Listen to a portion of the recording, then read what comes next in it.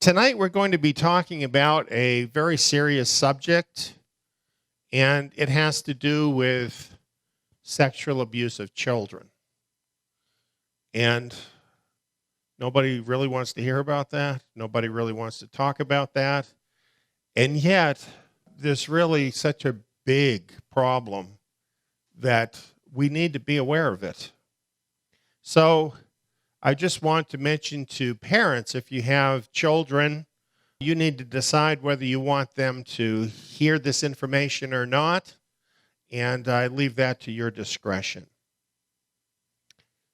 Romans chapter 16, verse 18 sums up, I think, pretty well the situation with those who are causing this problem on a global scale. Paul wrote, "For such people are slaves of their own appetites, and by their smooth and flattering speech they deceive the hearts of the innocent." Here's the statistics. Myself, I believe that when you go by reports of things like this, reports are going to be far less than actual cases. However, the statistics are that 1 in 6 boys will experience or does experience some form of sexual abuse, and 1 in 4 girls as children experience some form of sexual abuse. Now, as I say, I believe those numbers are probably very conservative and the case is worse. But let's say it's not worse than this. We're talking about 2 children out of every 10 children. Can we really afford to have that incidence of sexual abuse in our society? How destructive really is that to the lives not only of those particular children, but what about the lives of other people around them? Well, what is responsible for this? Now, here's something that nobody wants you to know. Nobody wants to talk about it because it makes people feel bad. It might make you feel bad to hear about it. I'm not talking about it to make you feel bad. I'm talking about it because the sexual revolution changed the way that we look at marriage, that we look at families. Whereas the majority of couples used to stay married, that's just gone by the wayside.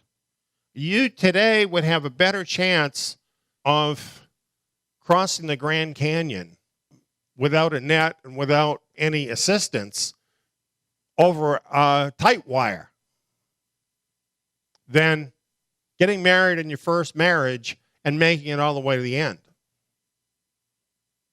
Because the pressures are really that great today.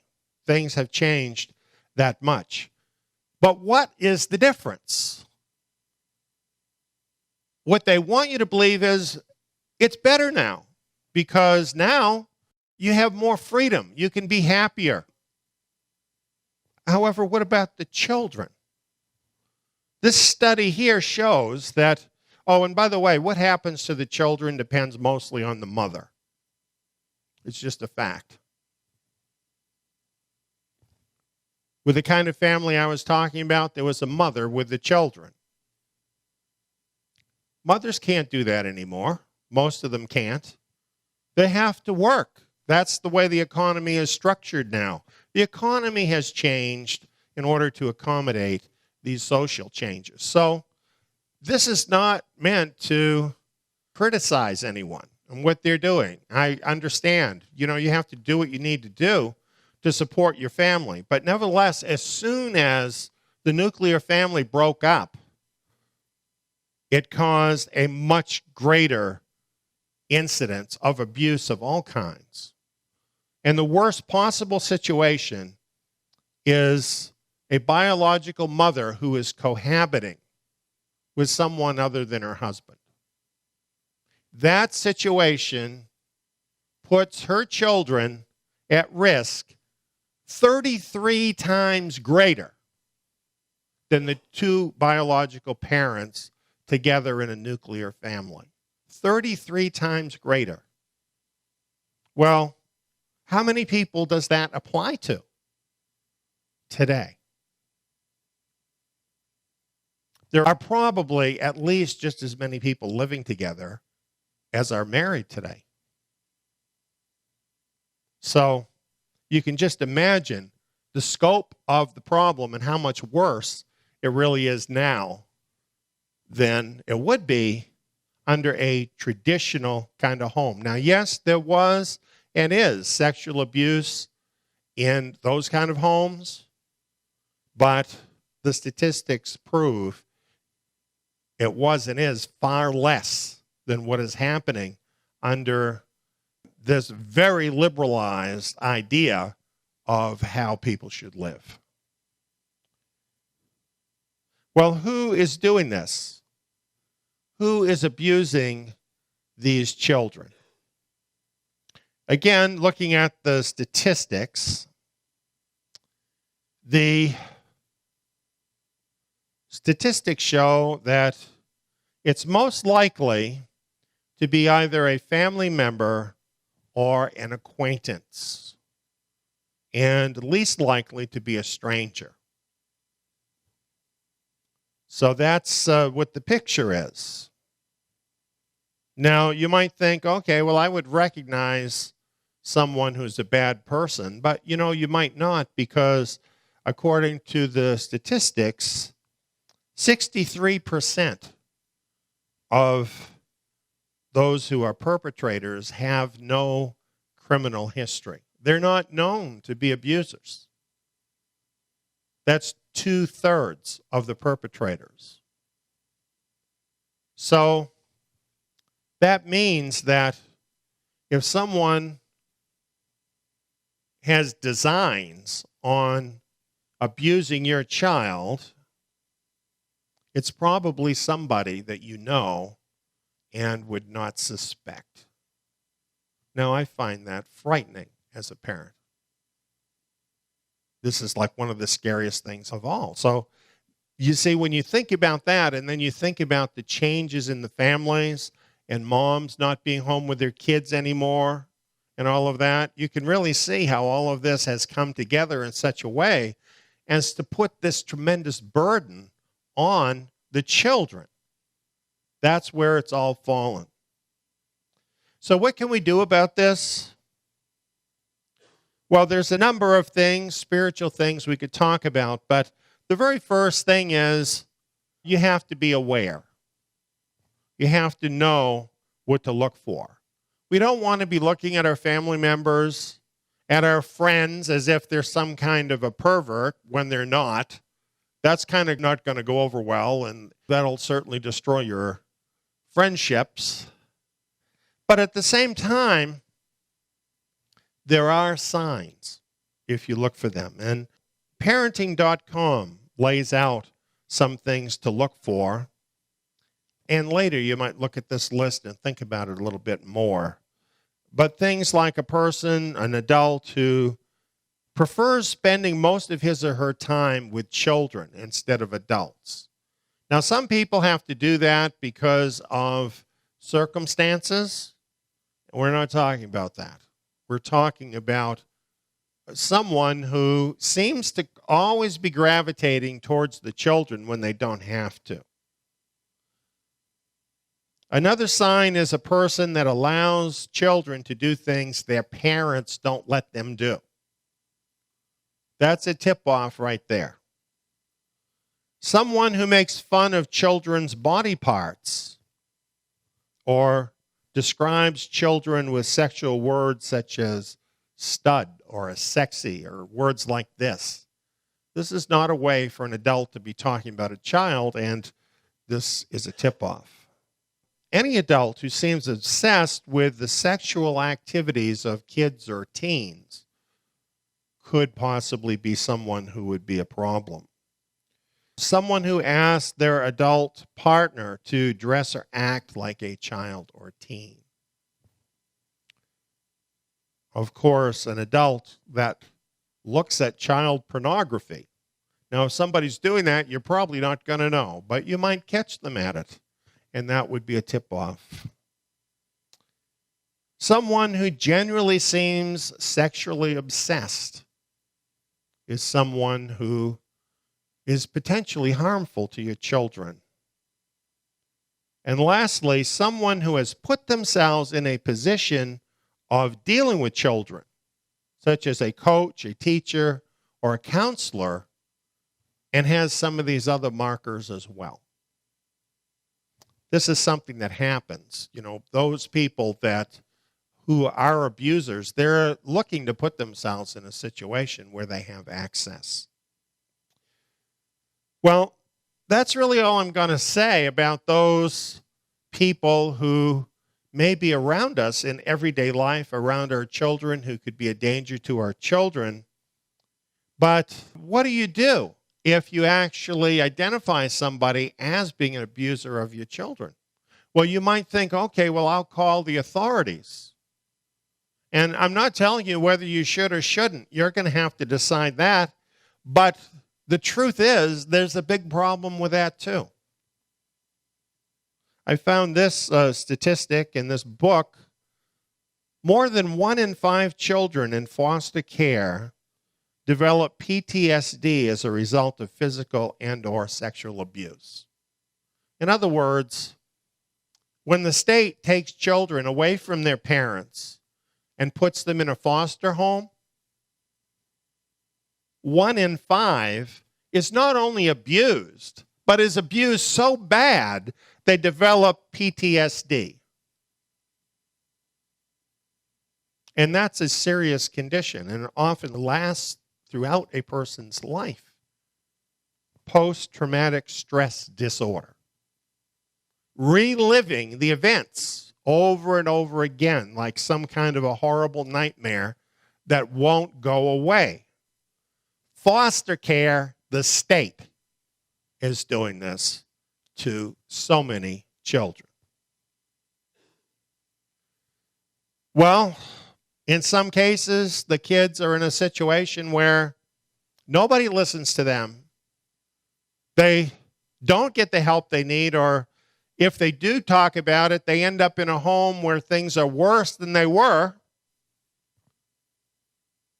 or they don't talk about it until they're an adult.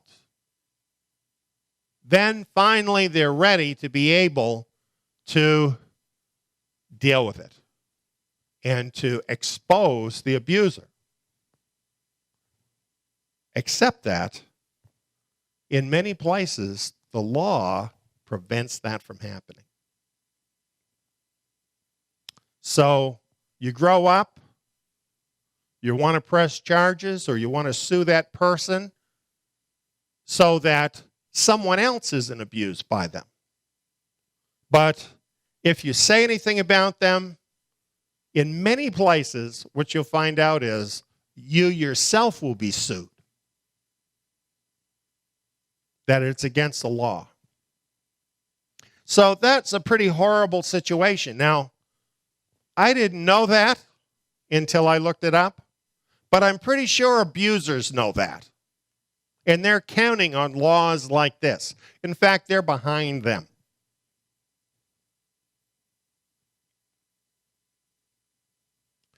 Now we're going to talk about homosexual child abusers. What you're going to hear about this in the mainstream press, what gets repeated over and over again, is that homosexuals aren't abusers any more than heterosexuals. Yet, the information has been around for years, showing exactly the opposite to that. For instance, in one book it says pedophilia appears to have a greater than chance association with homosexuality. Another book says around 25 to 40% of men attracted to children prefer boys. Thus, the rate of homosexual attraction is 620 times higher among pedophiles. In a 1988 study of 229 convicted felons who were child molesters, 86% of them described themselves as gay or bisexual. So there's lots of evidence suggesting that there is a higher chance of people who are homosexuals being pedophiles as well. And we've seen this in the news. Perhaps you remember Jerry Sandusky, who was in the news. Perfect example of how this works. He would put himself in a position as a coach where he had access to his victims. There are so many people like him who have not been caught or who are protected. He happens to be someone that did get caught and was prosecuted. Here also is an article about foster care. Gay abuse of children in foster care. Many other examples could be cited. Here's another one. Recently, Elijah Wood came out and exposed child abuse, sexual child abuse in Hollywood, saying there are a lot of vipers in this industry. And he's not the only one. There have been others who have even come out and stated that they have been abused. Many of the child stars that you might have known in television shows, in the movies, have been in this position. So when you have this kind of situation, and in many cases, this is actually homosexual abuse, something like this is alarming. The Boy Scouts ending their ban on gay leaders. Now, they were pushed to the wall and made to do this. For ever since the Boy Scouts existed, they had a ban on homosexual leaders. Why? They wanted to protect boys. It's the Boy Scouts, right? But these are the times we're living in, friends, where what matters is how the perverts feel, not the protection of our kids. That's where things have gone. That's what the law is becoming more and more. Protecting the perpetrators and making it easier to violate our children. And I'm not just blowing smoke. When you look at the facts, it is so alarming. Let's talk about access to your children. These people have more access to your children than never before. Now, we have talked somewhat about direct access, right? That they put themselves in a place sometimes where they have direct access. But now we're talking about something else, another kind of access, which is through technology, especially the internet. And this is getting to be an incredibly huge problem. The Queensland Organized Crime Commission of Inquiry wrote about this. This is in Australia. Basically, all of the developed countries are having the same situation. They concluded an alarming demand for increasingly depraved material, increasing the demand for child victims. You know, when I read that, just the way that's put was so shocking, it almost knocked me off my feet. Just thinking in terms of demand for child victims. Can you think about that? I mean, demand, I can think about demand for tomatoes or for spaghetti, but I can't really think about demand for child victims. And yet, that's what they found. An alarming demand for increasingly depraved material. So the demand is greater, and what they want is worse than what they've got. I really don't want to know what that is, but I know it must be pretty horrible. Now, here's something you can look for. I found these images online. The FBI put this out, and these are symbols that child abusers use among themselves to identify themselves as to who they are. So, you know, you or I, we might just think that's a pretty little butterfly. We don't know what that means when we see it on somebody's website. But what it means is pretty horrendous. That's true with all of these things. So that's something we can watch for when we're on the internet, that if you see any of these symbols, you know that there are people there who are child abusers.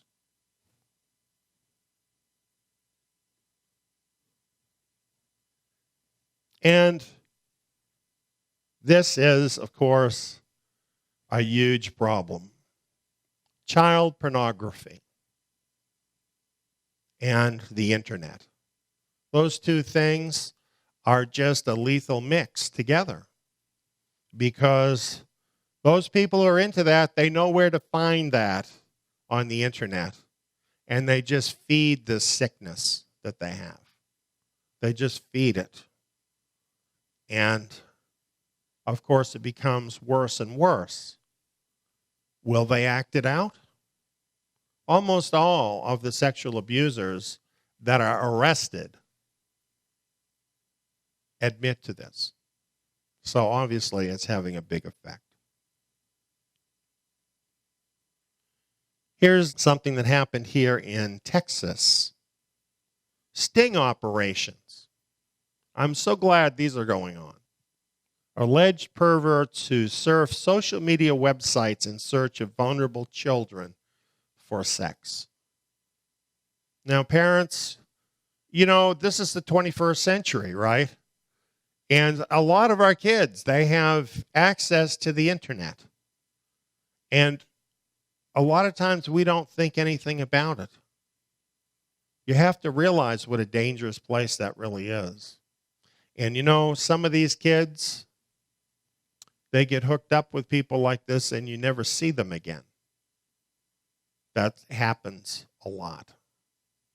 So all I'd say about that is take reasonable precautions. There's software you can get for your younger children in order to control where they go on the internet. Put some thought into this to protect your children, because there's some really bad people out there. Well, it gets pretty horrible when you put the internet together with this, and that is trafficking of children.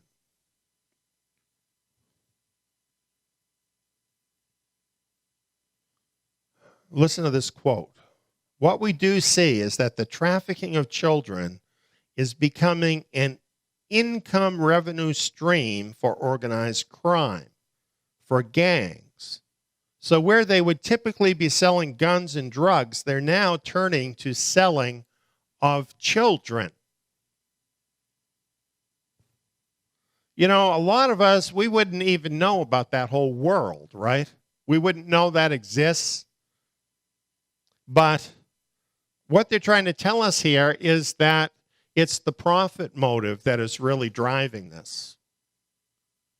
That gangs, organized crime, is behind this trafficking in children. They need children in order to produce all of this slime that they put out over the internet. And some of those same people pay them to do horrible things with those same kids. And they always want new faces. And this is just causing this problem of trafficking in children to hyper expand. It's happening at such a huge rate. It's just amazing. Then I think a lot of us have seen this in the news. This is ISIS. There are other groups like ISIS, terrorist groups, aberrant groups, who take children and women and girls as slaves, and they sell them in sex trafficking operations. And this is very huge. Who are they looking for? Well, according to this source, they're looking for blue-eyed children.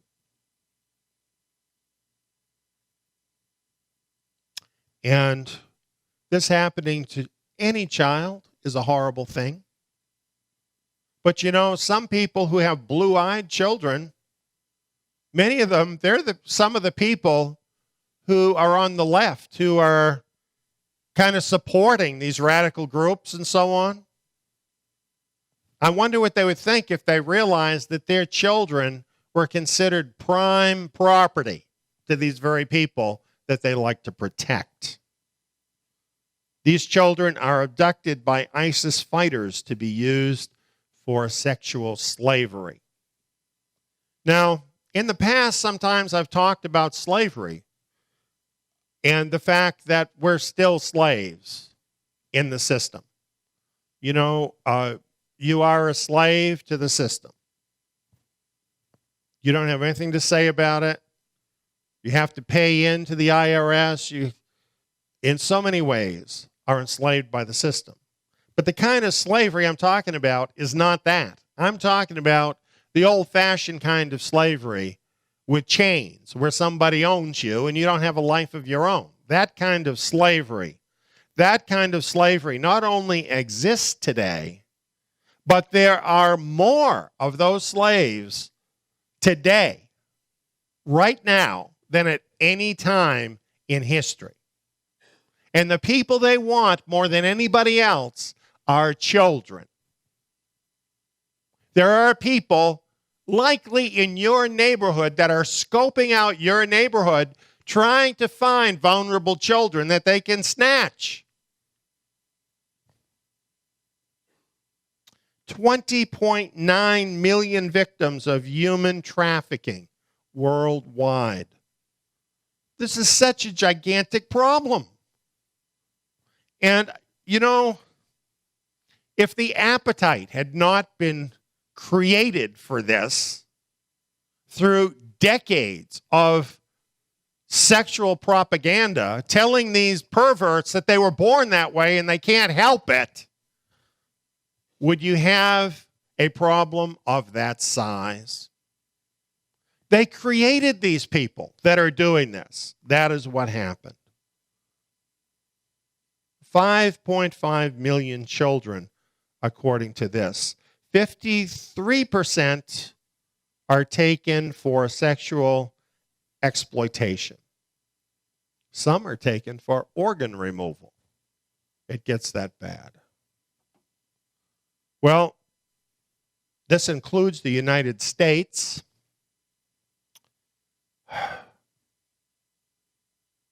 Look at some of the leading cities where this is such a big problem. Now here's stuff you'd never know unless you read it. A pimp can make $150,000 to $200,000 each year per girl. And the average pimp has 4 to 6 girls. $9.5 billion annually in human trafficking in the United States. approximately 300,000 children are at risk of being prostituted in the United States, according to this. Here's an amazing thing. 1/3 of teens on the street will be lured toward prostitution within 48 hours of leaving home. All they have to do is be on the street, and these people will know it, and they're after them. Now, here's an interesting statistic. 74% of these likely sex trafficking victims were in the care of social services or foster care when they went missing.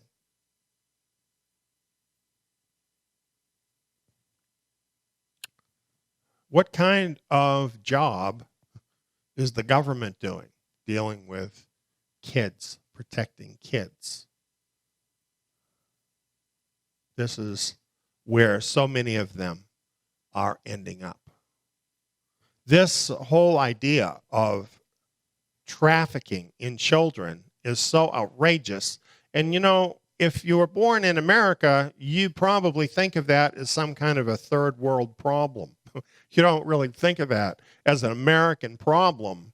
But wake up, things have changed. This is a huge problem. And if you have children, you need to realize there's people out there who want to exploit them, who have an incentive, a financial incentive to exploit them. And you need to be aware of it because this is vastly growing and children have become a commodity and their parents need to jealously guard their little ones.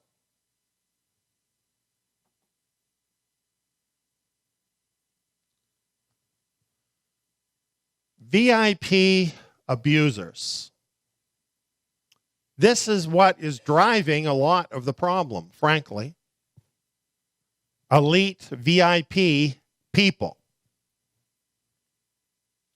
I mentioned about Hollywood. Corey Feldman came out recently, and he admitted that he himself, as a child actor, was sexually abused. And he says he would love to name names, but he says, unfortunately, California, conveniently enough, has a statute of limitations that prevents that from happening. Because if I were to go and mention anybody's name, I would be the one that would be in legal problems, and I'm the one that would be sued. This is all set up to protect Hollywood from these charges coming forward. Hollywood's a big center of industry in California. They have a lot of influence. Obviously, they have a lot of influence on the law. Plus, it's a very liberal kind of place where, hey, everybody there thinks everyone's born that way, right? So there's no protection for the children. That's the bottom line. Over and over again, that's the bottom line. Famous people. You know what? We know about famous people that are out there walking the streets, right? Right now, who are sexual abusers. Some of the magazines, they follow those people around. Why aren't they behind bars?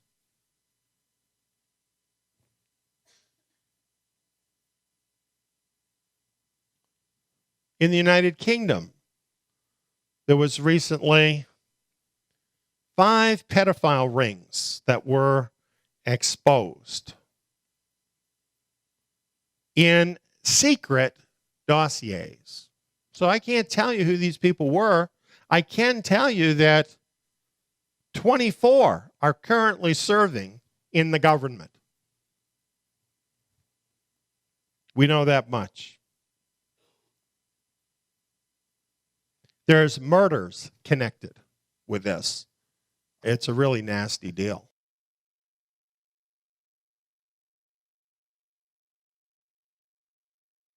Judge vows to uncover truth from corridors of power to children's homes. VIP sex abusers will be named. Well, it turns out they won't be named. In Australia, an investigation turned up 26 institutions involved in abuse of children involving VIPs. In Australia, the high-profile sexual abusers, child molesters, rapists, pedophiles are very well protected. The Freemasons and many other such organizations, all protected by the powerful of our country. We have powerful businessmen and others involved in sex trafficking. Girls from Europe, South Africa, China. Details were given to the Prime Minister's office, Tony Abbott. None of these men have been brought to justice. The powerful, the elite, can do whatever they want because they know they have protection. This is what is happening. The elite perverts can do whatever they want because they think they own you. They think they own your children.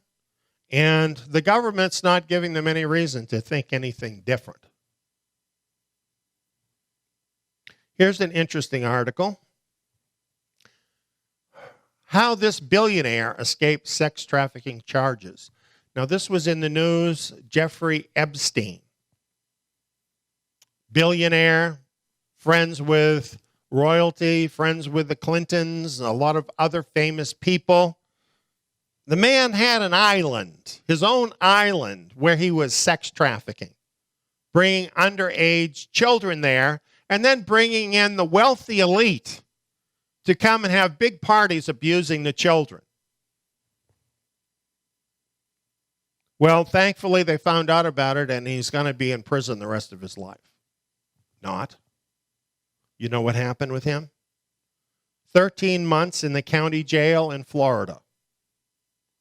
And even there, he was allowed to visit his office every day in a cushy 1-year house arrest.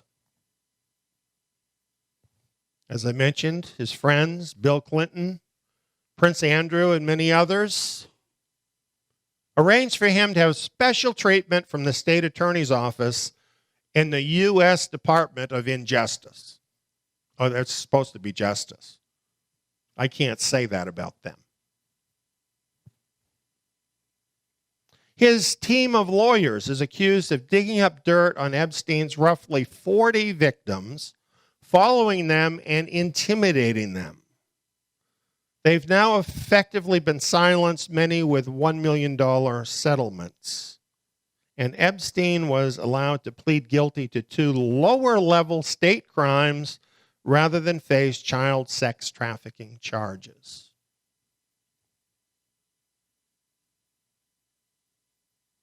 What do you think that he's just going to be doing this some more? Maybe he is doing it right now. After all, he's got lots of customers among all of the elite.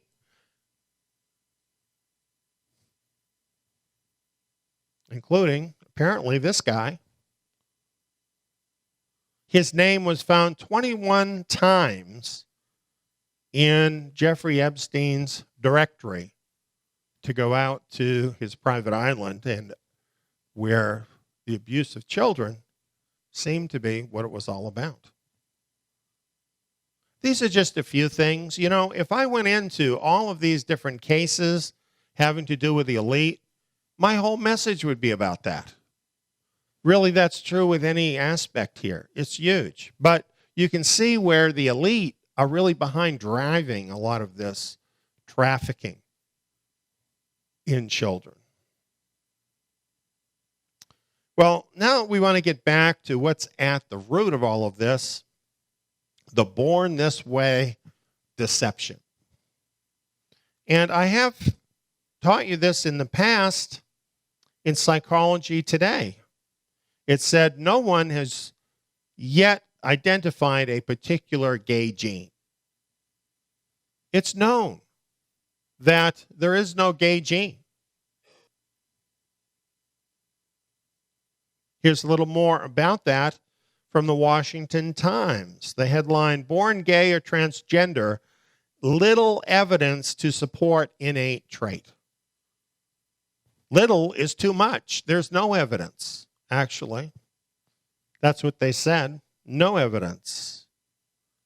143-page paper put together by experts in the field who literally combed through all the information available to come to that conclusion. In the report, they say, the belief that sexual orientation is an innate, biologically fixed human property, that people are born that way, is not supported by scientific evidence. And yet, almost everybody thinks that's how it is.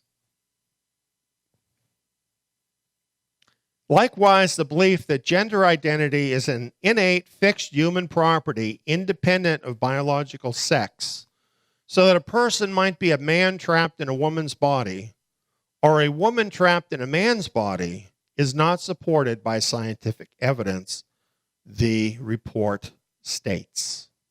The authors also say there is scarce evidence to suggest that sex reassignment medically benefits patients. One reason that Dr. McHugh, in his capacity as psychiatrist in chief at Johns Hopkins Hospital, ended the practice in the 70s. They ended sex reassignment surgery at Johns Hopkins Hospital in the 70s. They knew way back then that this was not helpful to people and was even harmful to people, so much so they ended it. Now, the Obama administration is pushing to get this into every hospital in the country. Can you imagine? They mentioned children as young as 2 years old being recommended for sex reassignment. And there's not even any evidence that this is any kind of a treatment, anything other than abuse of those children. It's outrageous. You know what? Craziness and stupidity and propaganda has horrible effects on people. We need to know the truth. That's what everybody needs. Well, here's a gentleman, Oklahoma State Senator Joseph Silk. He wanted to allow people, businesses, to decide who they want to serve. It's their business. They own the business. They want to be able to decide who they serve in their business. Well, the LGBT activists didn't like that and issued death threats against the man's children and family because of introducing this bill. This is what you're dealing with this. And yet, interestingly, it seems like the system, speaking the federal government, seems to support these radicals instead of supporting the ordinary people, their families, and their children. Why is that happening? This is even happening in school. Now,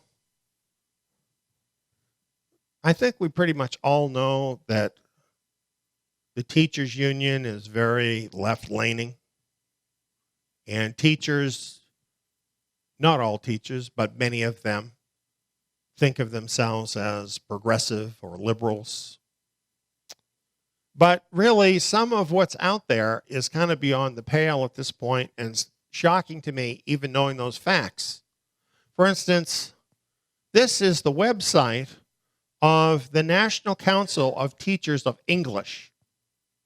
Now, how bad could it be from the English teachers of America, right?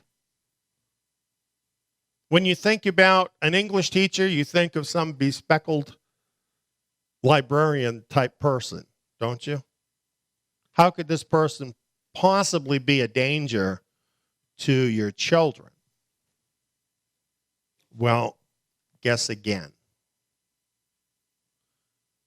This is about diverse gender expression and gender nonconformity curriculum in English grades 7 through 12. Here's some of the things that have been written.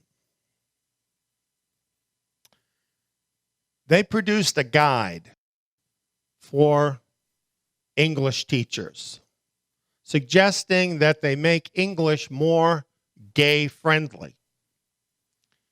Now let me quote what they say here. Position your students as LGBT people or their straight allies. So they start out with this actually assuming that their students are either part of this LGBT community, which is less than 3% of the population, or one of their allies. That's the way they're coming at it. And they go on, they are likely being positioned as straight and or homophobic in most other parts of their lives. Yes, the parents, their dumb parents at home are telling them that they're going to grow up and get married to a woman, if a man, or vice versa, and have a family together. That's homophobic. You can't be saying that to your kids. Instead, you have to let them know they can be part of this deviant community. Well, also, besides positioning them as homophobic or as non-homophobic or whatever, they go on to say, read LGBT-themed literature that does not just make homosexuality visible, but also shows queer people in queer communities. Young people need to know that being gay does not mean being alone. So in other words, they want to indoctrinate them. If you become gay, you're going to have a lot of cool friends that are gay too. This is like, to me, this is like a sales pitch for the kids, selling them on being part of the LGBT community. And you know what? If your teacher is selling you on this, that this is such a good thing, how many of these kids are going to get misdirected into something that really is not them at all?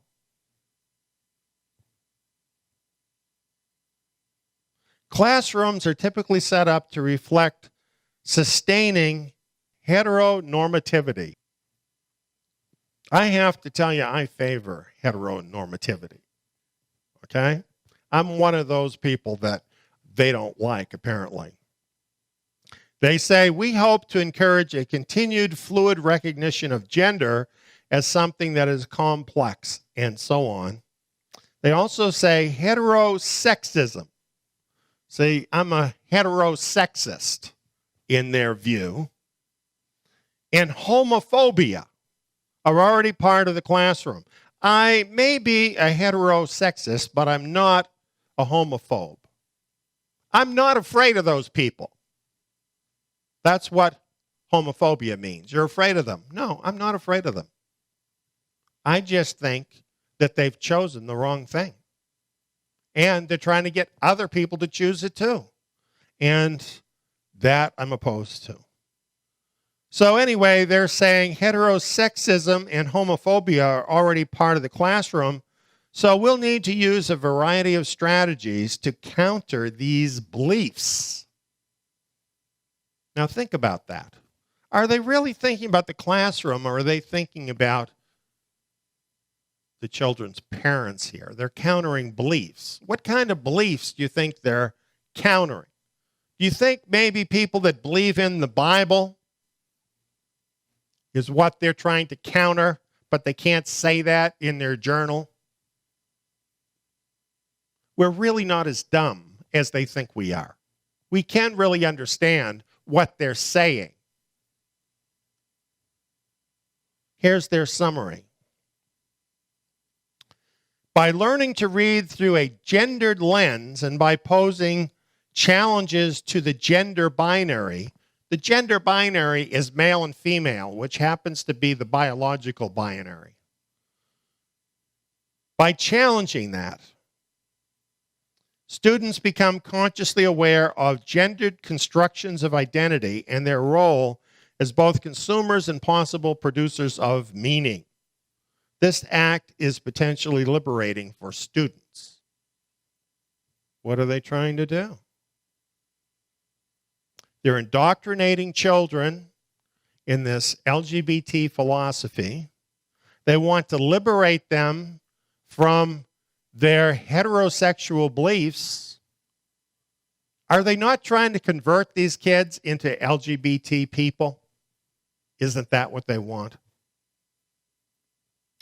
I put these notes here. The overall goal is clearly to encourage students to question their beliefs on gender, particular boy-girl binary gender roles, and to embrace LGBTQ gender fluid thinking. And I put, it is not hard to envision the harm this will cause. Can you imagine this? Children all over the country becoming confused about their gender, or in some cases thinking that maybe they'll be more cool if they're part of this new cool community, the LGBTQ community. You know, maybe their life is real sucky in their language, and they want to do something to change their life. So they listen to all of this nonsense, and pretty soon they find themselves in a hospital undergoing a sex change operation. How many kids are going to have this happen to them because of these teachers? Can you imagine it?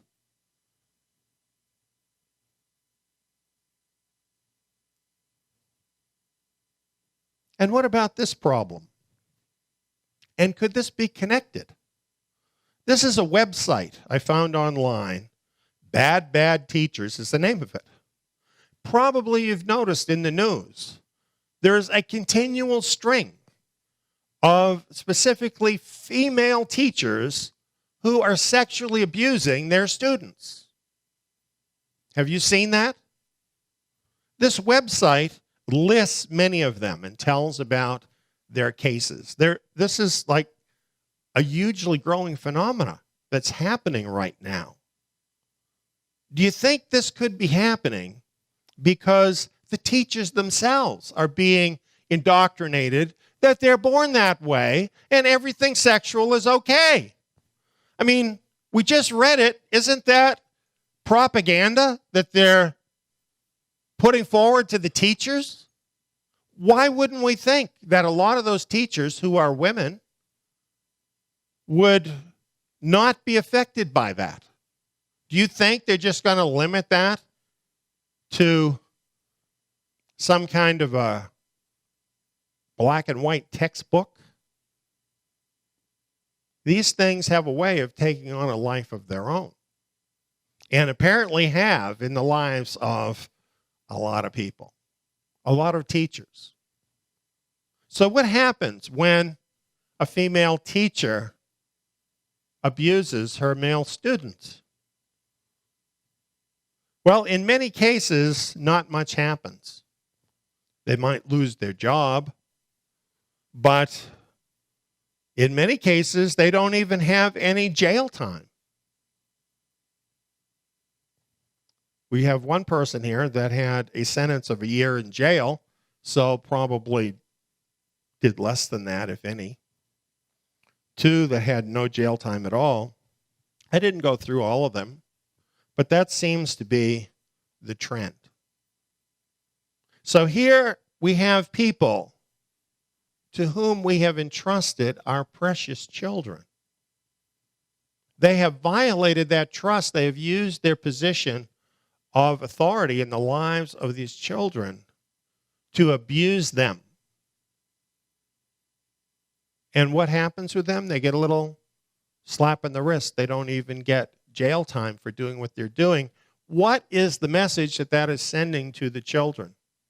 What are we really telling these children?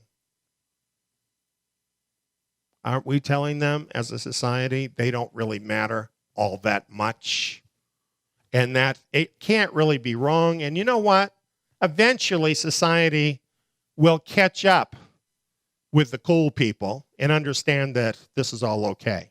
That's what they're thinking. That's what a lot of them are thinking. You know, on this website, there's comments.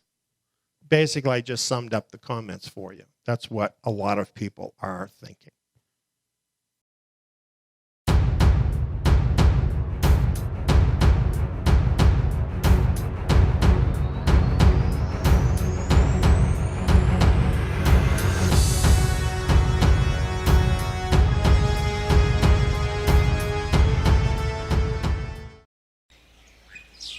Darwinian evolution. Junk science.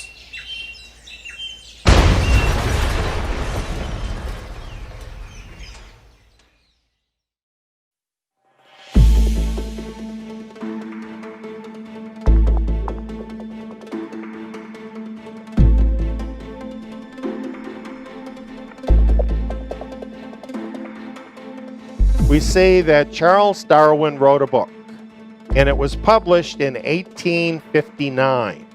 And his book on the origin of species, which is really not the whole title, it's telling you what he's really saying. It was Darwinism that gave them scientific justification to go in and dominate the so-called savages. That's what evolution is about.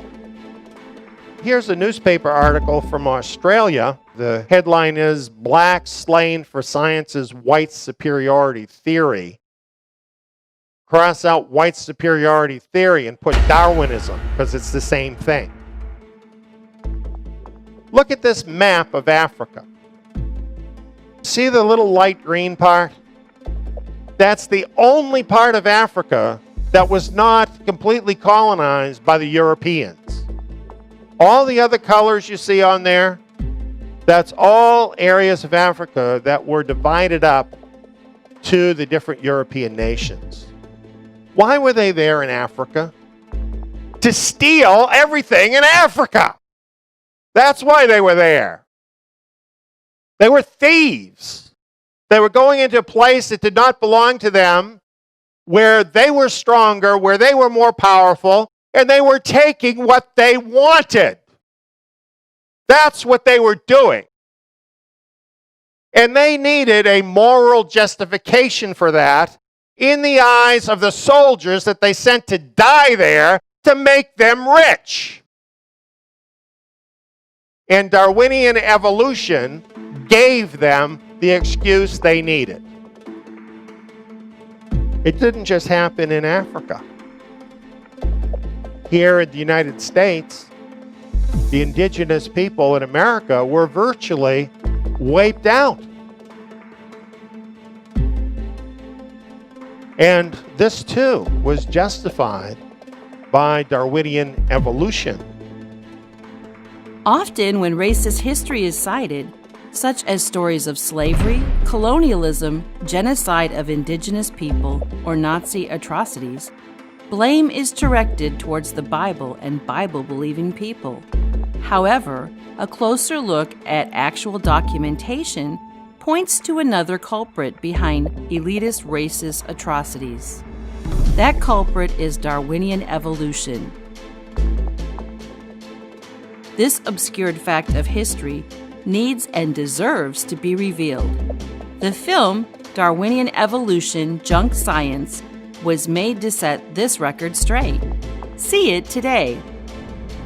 See Darwinian Evolution Junk Science, www.truthpoint.info.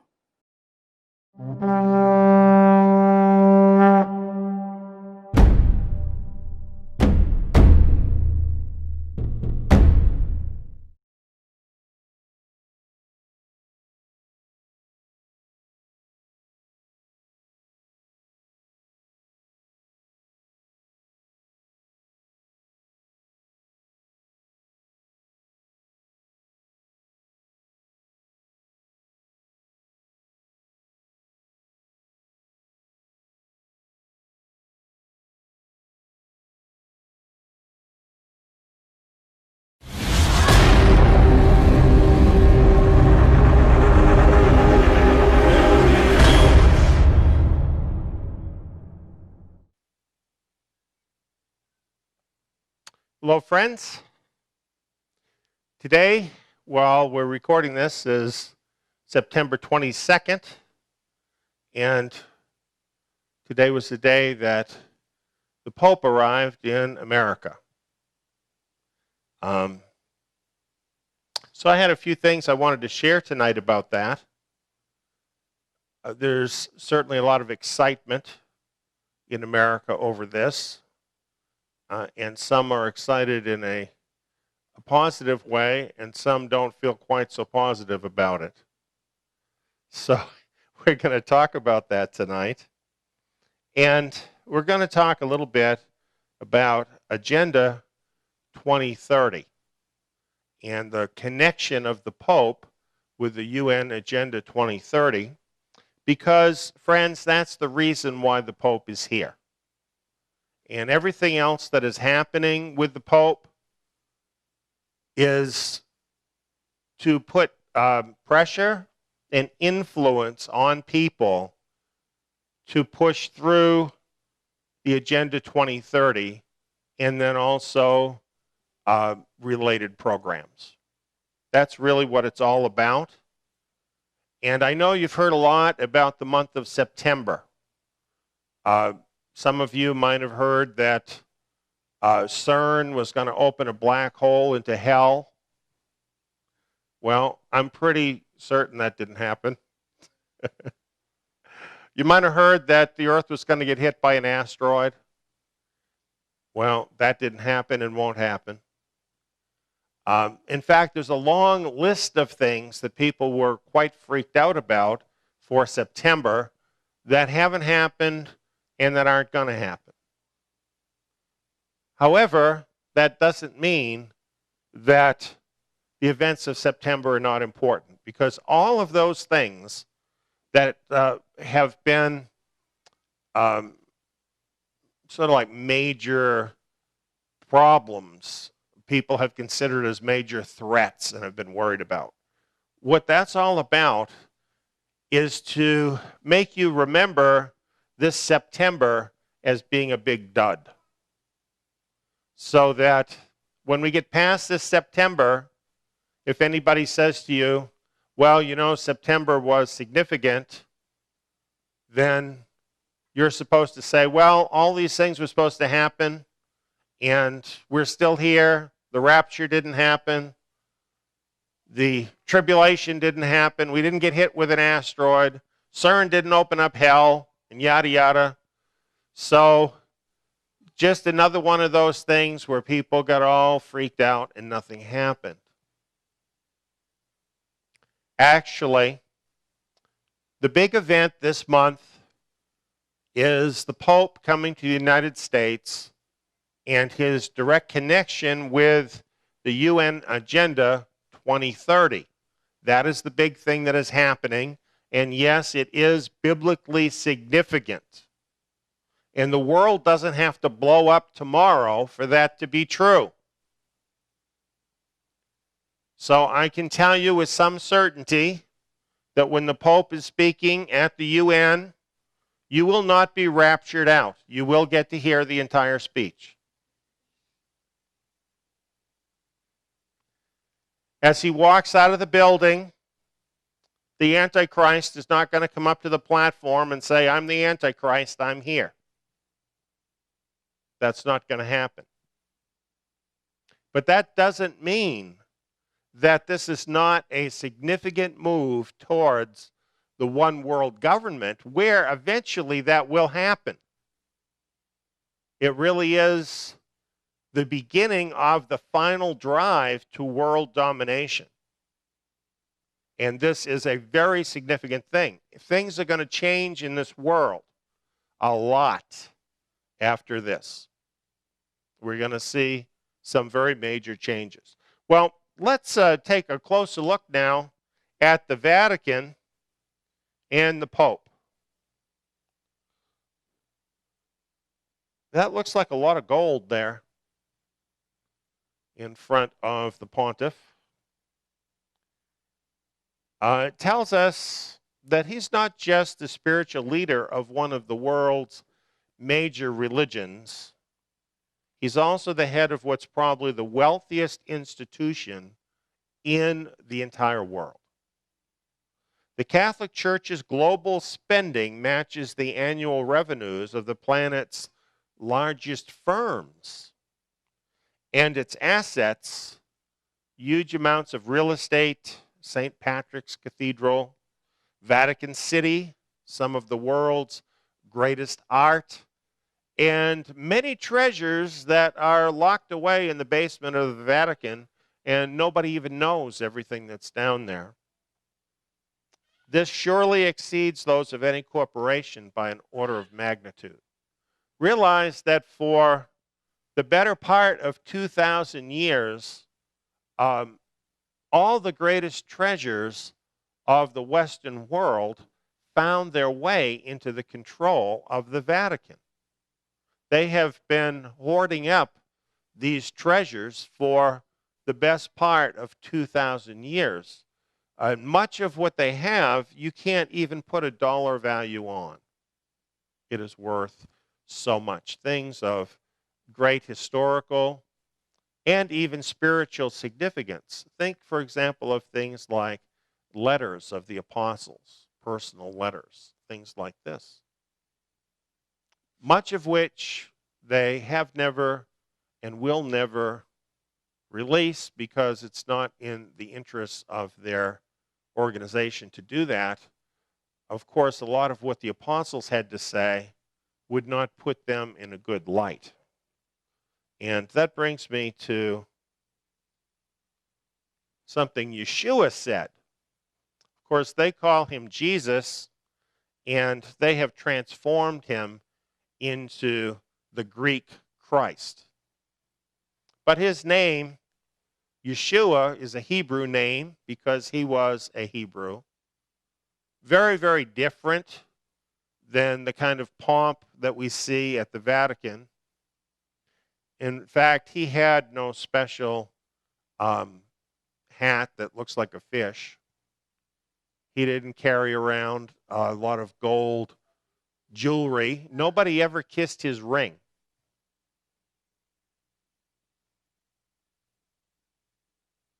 A prostitute washed his feet once.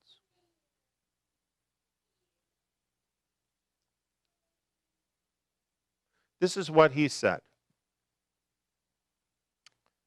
Foxes have holes, the birds of the sky have nests, but the Son of Man has nowhere to lay his head. Quite a contrast with the wealth of the Pope, his multiple Pope-mobiles, the pontifical helicopter, all of the wealth of the Vatican being treated like one of the world's greatest heads of state as he arrived here in the United States, as he arrives anywhere in the world. That's how he's treated. Whereas our master Yeshua, well, they liked him so much they nailed him to a tree.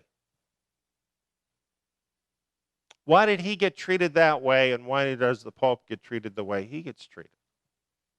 Something worth thinking about, isn't it?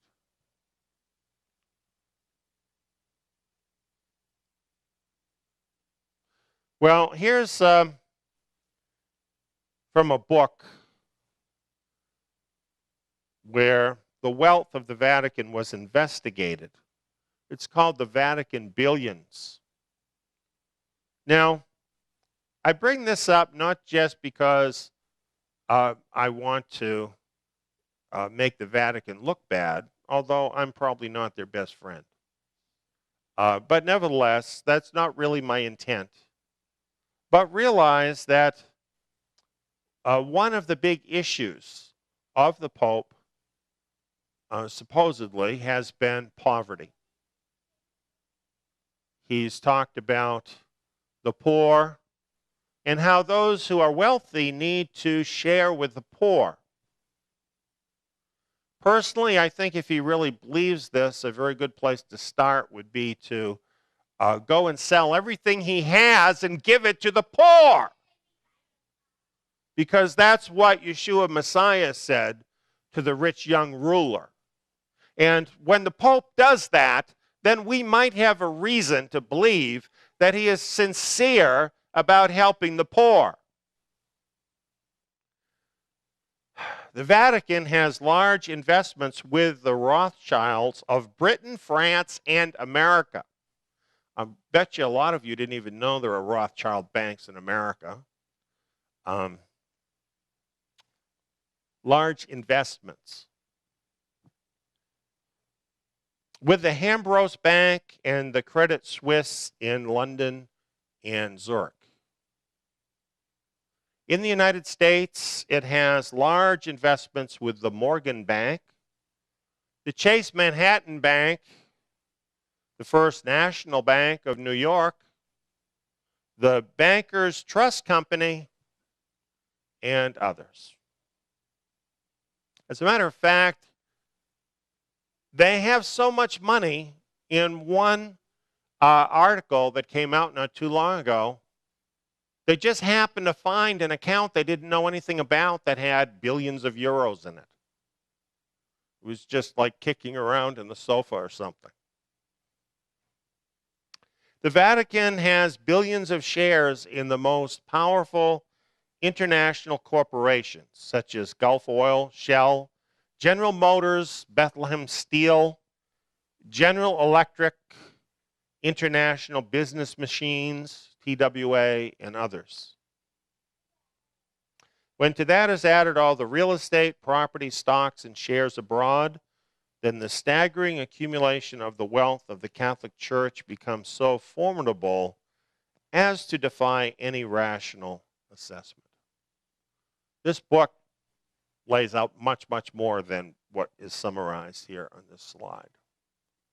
The wealth of the Catholic Church, I'm sure, is beyond anything that any of us could possibly even begin to grasp. And so it's interesting that the Pope is taking up the cause of the poor. And he is telling the United States and other countries to take in the refugees. And I'm wondering how many refugees the Vatican will be taking in. Kind of an interesting question, isn't it? Am I saying that I think the Pope and the Vatican are insincere? I think I am. Yeah, that is what I'm saying. And also, you know, another big message of the Pope that we're going to be hearing while he's here is how bad capitalism is. Yeah. He talks a lot about how bad capitalism is. And yet, look at how heavily invested they are in all of these banks and all these companies. If he thought capitalism was so bad, you would think he wouldn't be so invested in all of these capitalist corporations. But you see, capitalism and corporatism are two different things. Nobody's told you that, have they? Capitalism is you starting a little business and going out and making a profit and improving your business, doing better for yourself. That's capitalism. And that's a good thing. That's how, for instance, this country, the United States, began, and this really contributed to the growth of the United States and the United States becoming a great economic power. Corporatism is something else. You know, they talk a lot about things like free markets and capitalism, but that's really not what corporatism is. Corporatism is all about monopolies. What the big corporations want is special favor from powerful people, especially from the government, to be in a favored position where they actually become more powerful than even the governments of this world. This is where we're at right now. And that's what corporatism is. You won't hear the Pope decrying corporatism. And the reason is because the corporations are really above the people that he's targeting. And they are his cronies. They are his friends. They're not people that he's going to want to create any waves for. So he talks a lot about capitalism. We need to know the difference between capitalism and corporatism, because these are two very, very different things. And the things that he's having to say about capitalism, many of them are true about corporatism. The corporations of this world are, in fact, raping the planet, stealing from the poor, and really causing a tremendous amount of pain and even death in this world. And no doubt many of these corporations that the Vatican is invested in are involved in that. So while it kind of seems in some ways that this particular message might agree with the facts, when you realize how deeply invested the Vatican is in that entire system and that corporate system, it certainly takes away from the moral authority to really talk much about that. Well, we made a comparison between Yeshua Messiah and his status as a peasant. And the status of the Pope. After considering the amount of wealth that the Vatican has, it's kind of interesting to look at Luke chapter 4. Here's where Yeshua went off into the wilderness to be tempted by the devil. It says, the devil, leading him up on a high mountain, showed him all the kingdoms of the world in a moment of time. The devil said to him, I will give you all this authority and their glory, for it has been delivered to me, and I give it to whomever I want. So who is it that has the world's authority to give out authority and glory and riches and wealth? What does the Bible tell us about that? It's Satan, isn't it?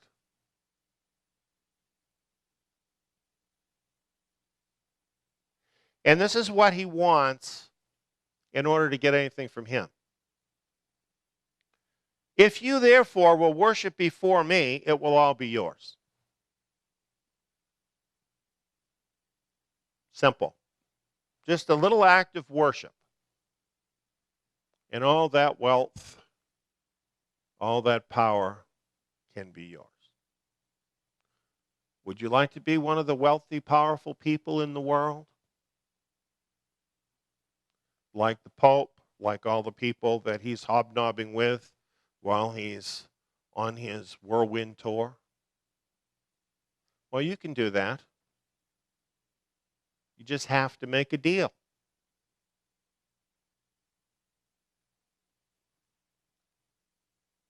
Yeshua answered him, back off, Satan.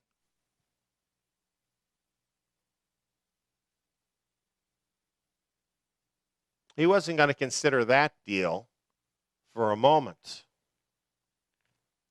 He said, it is written, you shall worship the Lord your God, and you shall serve him only.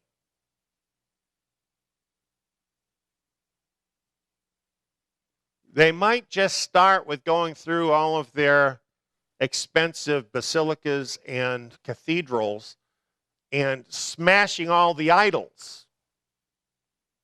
And that might start them in the right direction.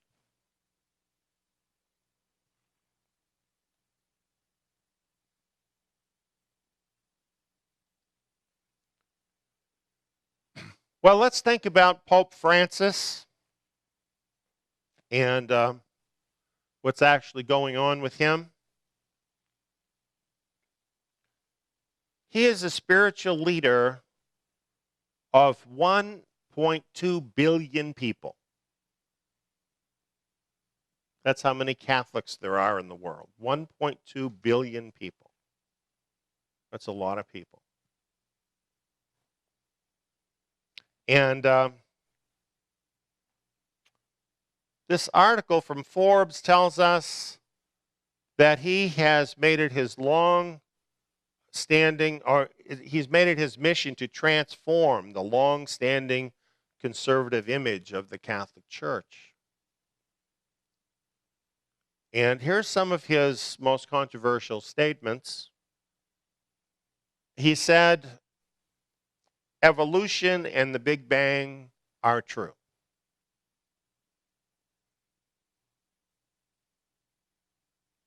He added that God is not a magician with a magic wand. He shocked the world last year when he said, "Who am I to judge?" when discussing homosexuality. He's the first Jesuit and Latin American bishop of Rome. He preaches compassion for the poor and a greater role for women while signaling the church to quit its focus on abortion, gay marriage, and the use of contraceptives. I wonder why he would be saying that. Do you think it could have anything to do with getting along better with the United Nations? Do you think that perhaps the reason why the things that Pope Francis is talking about dovetail so perfectly with the UN agenda? You think there could be something in that for the Pope and the Catholic Church? Have you ever heard of a Pope that actually wrote an encyclical on global warming? That's quite transparent, isn't it?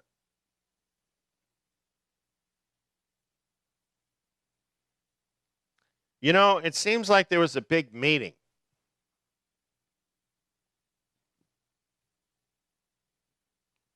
And whether it happened in person, whether it happened electronically, whether it happened through subordinates or whatever, what we're seeing here is a convergence of major players in the world all coming together on these same issues. Clearly, deals have been struck here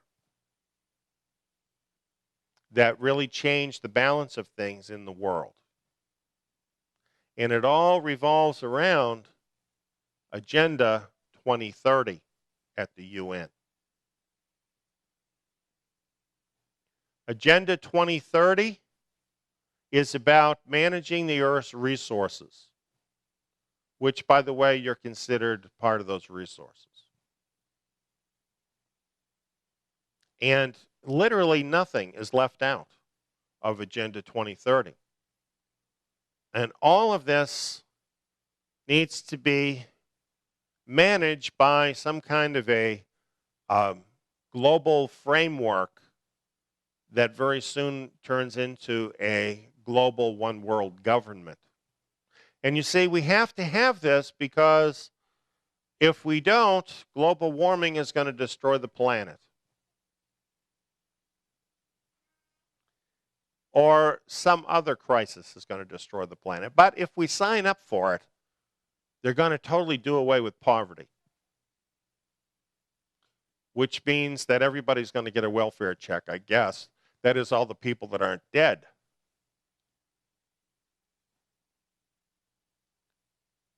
But whatever else we can say about Agenda 2030, we have to say that it must be good for the Vatican, because they're putting a lot of energy, a lot of effort into selling this. Now, of course, we already know that President Obama is totally down with the UN. And all of this is, he's on the record for all of these things, including Agenda 2030.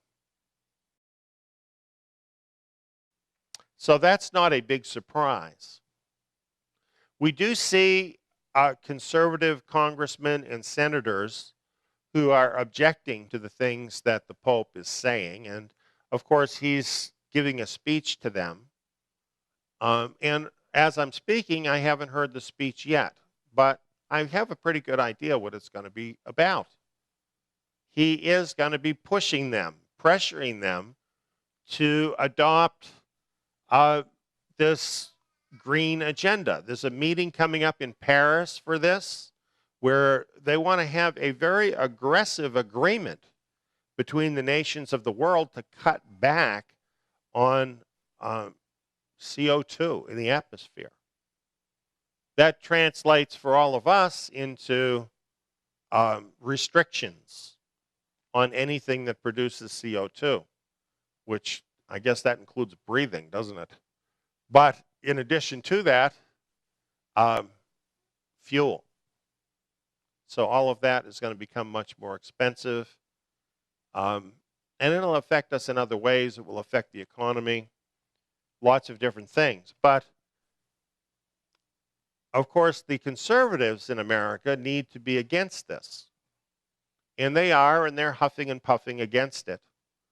But the fact that the Pope came and lectured them about it gives them an excuse when they just get on board and they push all this through. See, that's how it really works with them, isn't it? They huff and puff about things, but in the end, they just go along with the system. That's to keep all of us fooled into thinking that it actually matters who you vote for. Of course it doesn't. Our votes don't change anything, because other people make the decisions. Not us, not the voters. We don't make the decisions. It's the people who have the corporate billions under their control. They're the people that are able to make the decisions. They're the ones with the votes that count. But they put on the big show for us. So, enjoy it. You might want to get out a bowl of popcorn, listen to the speech, and you'll really enjoy it when you hear all the conservatives decrying what the Pope had to say and so on. But in the end, it'll be just like all the other things that happen, where the conservatives just give in the end and just go along with the globalist agenda. So this is, I think, what to expect again this time around. Then, of course, the Pope's glory moment will be when he's before the UN. And this will be his time to shine before all the world leaders, lecturing them on what they should be doing, and essentially whipping everybody into shape to get on board with the globalist agenda. Well, here's a little bit more about Pope Francis. We're going to play a video for you now.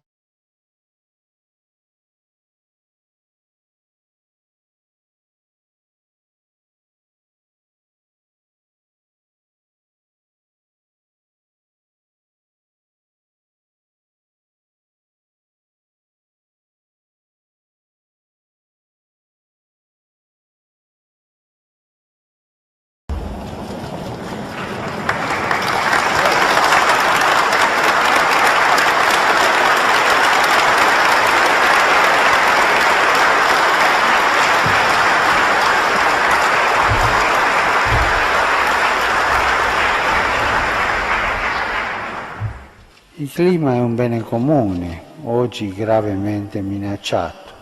Lo indicano fenomeni come i cambiamenti climatici, il riscaldamento globale, l'aumento degli eventi meteorologici estremi.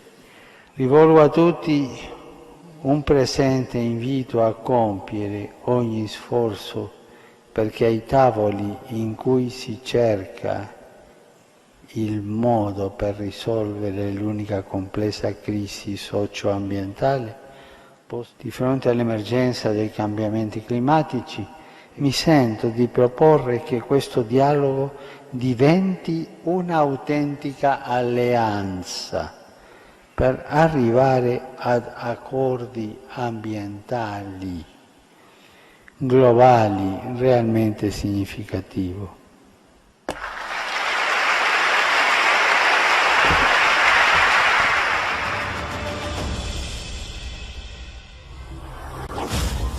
Pope Francis' highly anticipated encyclical was leaked before the scheduled June 18th release date, and in it he names climate change as the greatest threat to humanity. He also calls for reduction of the population and creation of a new global political authority to save mankind from disaster by overseeing the reduction of pollution and the development of poor countries and regions. This sounds suspiciously like the new Sustainable Development Agenda about to be unveiled at the UN in September. The Pope is scheduled to give the initial speech at the conference on what is becoming known as Agenda 21 on steroids. This new program addresses more than the environment. It also deals with poverty, education, agriculture, and gender equality. In addition, he's scheduled to meet with Obama and address the U.S. Congress during his visit. The timing of this encyclical isn't accidental. The Guardian reported that the purpose was to ensure maximum public impact before the UN conference. Francis hopes to add moral authority to the scientific arguments about the need for a global agreement to deal with climate change.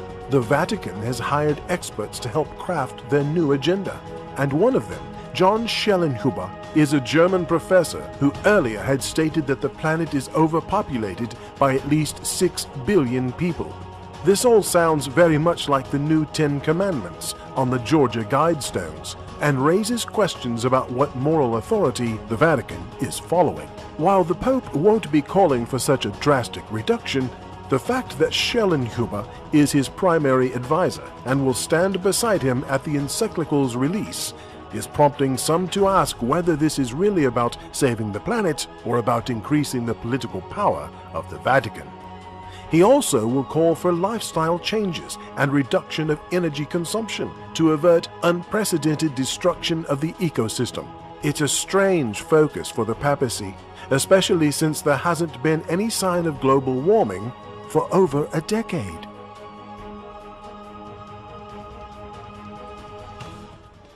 That kind of gives you a short rundown as to what this is all about.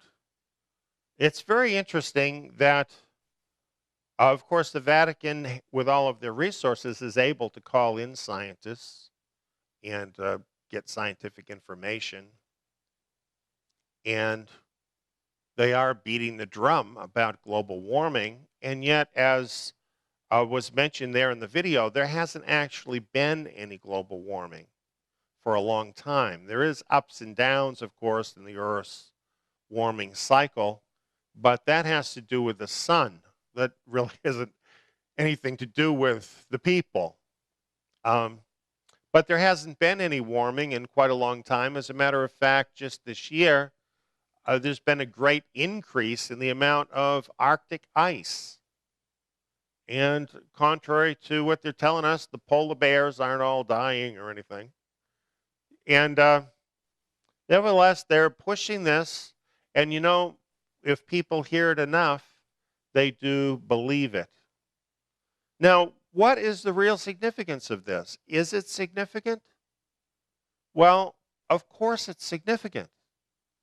If you have the leading religious figure in the world who really has clout far beyond the 1.2 billion people who are Catholics, the world is really watching and listening.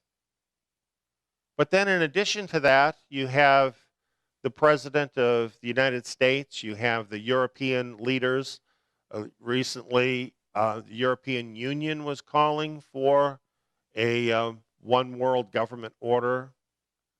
Yeah, there are some holdouts in the world, and they will have to be dealt with. But this is happening, friends. This is happening. The plan is a one world government. And the world is being wooed into this. So they're not going to take you right out tomorrow and threaten they're going to cut your head off if you don't get the mark. It's understandable that some people are worried that might happen tomorrow. It won't happen tomorrow. But it will happen once that one world order is so in control of everybody's life that there's no possibility of any significant resistance. Then the whole tone will change dramatically once that happens, because these people, they don't really like you. They're all superior to you. That's how they feel. And they need you. They need slaves. And that's how they see us. But they don't really like us. So when we get out of line, their inclination is not going to be to treat us according to our human rights. I prefer God-given rights myself. Human rights that are given by a human organization can be taken away just as fast, can't they? And will be. We know from the scriptures how this all ends up, don't we? So the big question we have right now is not where it's going. The big question is, when is it going there? Now, in the Daniel seminar that I'm doing, I'm going to be addressing issues of timing. But today, I do want to talk about that a little bit because we have actually heard reports from different people who believe that the rapture is going to happen immediately. Others that think the tribulation is going to break out immediately. I mean, like next week or something. And while these things certainly are approaching, okay, they're on the horizon, they're approaching.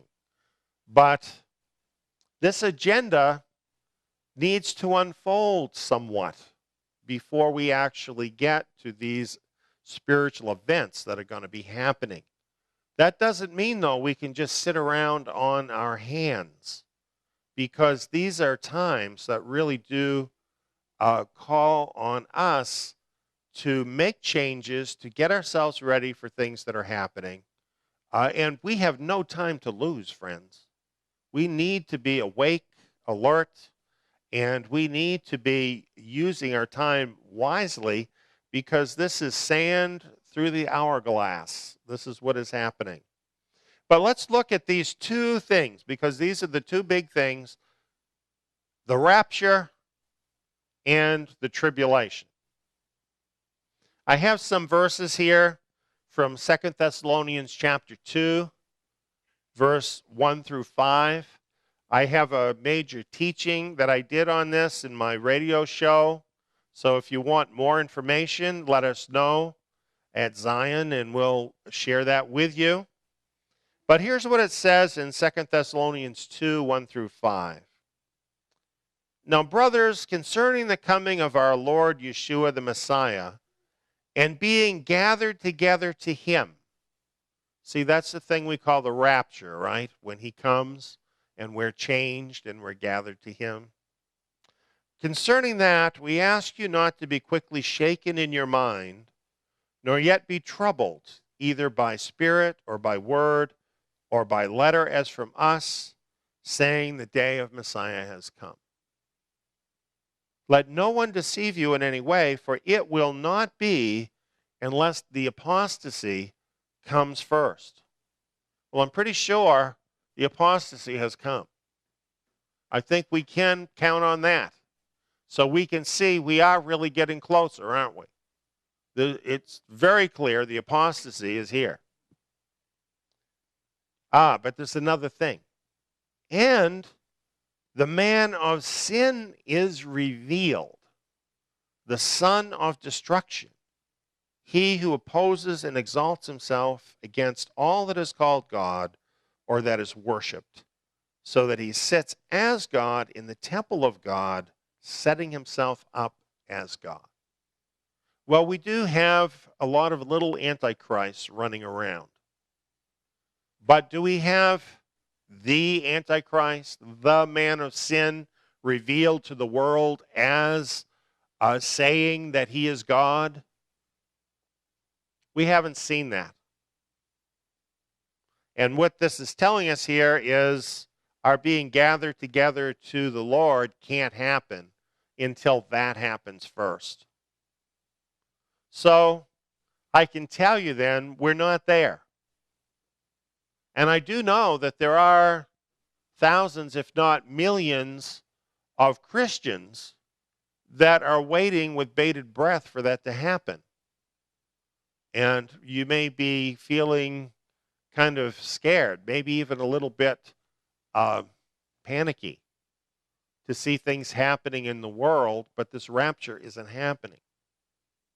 Well, I would just suggest to you that regardless of what your theology may be about this, it would be very prudent of you to be prepared for great changes in this world, to strengthen your relationship with the Lord, to dig into His Word more deeply, and to get a better understanding of what is really required of you in these last days. That's really important because things are changing dramatically. Now, one last thing that Paul said here is he said, "Don't you remember that when I was still with you, I told you these things?" Do you know how Paul was able to tell those believers these things? It's because he knew and understood the book of Daniel and the other prophets that tell us all about these things. He spent time in the Word so that he knew what it really said. And that's what we do here in Zion. That's what we're doing with our Beasts of Daniel seminar. We're going to keep digging into that more deeply. I really want to invite everyone to join us for that, because we don't just get sort of washed away in all the emotion and all of the superstition even. We're tied to what the scriptures say. You know, for our seminar, I felt led that our seminar should be during Sukkot, which starts kind of late this year in terms of being in September. It starts on the 29th of September. And some people thought, well, that's too late. That's after the Pope comes. That's after a lot of different things are going to happen. And of course, you know, if CERN is going to open up hell and stuff, or we're going to get hit by an asteroid or whatever, then I might not get to do my seminar. But obviously, I knew that that stuff wasn't going to interfere with the seminar. That's not what's going on right now. And what I believed was that after these events happen, after everybody watches on TV and sees the Pope talking to Congress, the speech at the UN, and all that happens with that, and all the rest of it that's going to be happening, that's the time that people are going to want to know, well, what does this really mean? And so it turns out that the timing is really perfect for looking into this in the book of Daniel. And that's the time people really need all of that. And at that point in time, you will have sifted through all these things that people have said about September, and then you'll be in the same place I'm at as to what I want to talk about. That's going to be what you're going to want to talk about too. And it really all revolves around this. It all revolves around the United Nations and Agenda 21. Now, all the focus is on the Pope, but it really should be on, well, what they call Agenda 21 on steroids, Agenda 2030, because that's what's ahead of us. That's what we're going to be seeing kicking in, and that's going to have a very big effect on our lives. So, talking now about the rapture, can we expect to see that before the man of sin is revealed? Scriptures tell us no. It's not going to happen. Well, what about the tribulation? Is that about to break out? Here we have Revelation chapter 7, and it tells us here, I saw another angel ascend from the sunrise, having the seal of the living God. He cried with a loud voice to the four angels to whom it was given to harm the earth and the sea, saying, don't harm the earth, neither the sea nor the trees, until we have sealed the bondservants of our God on their foreheads. I heard the number of those who were sealed, 144,000, sealed out of every tribe of the children of Israel. Every tribe. Now you might be thinking, well, the Jews are back in Israel. And you might be right.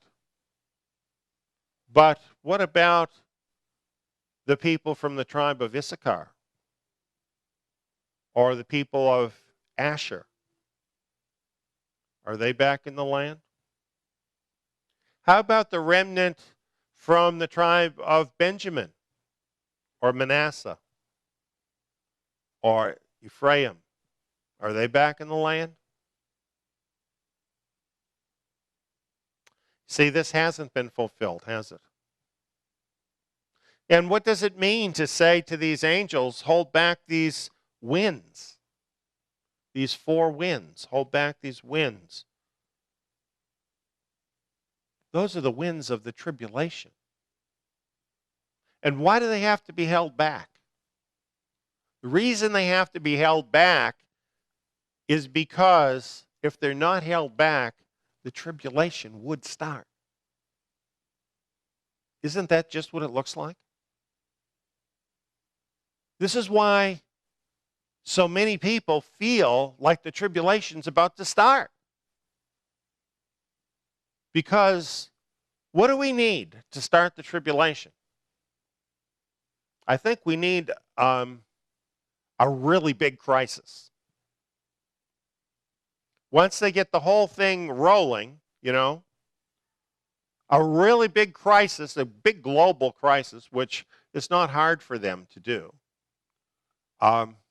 where everybody's really scared, then they could launch their one world government.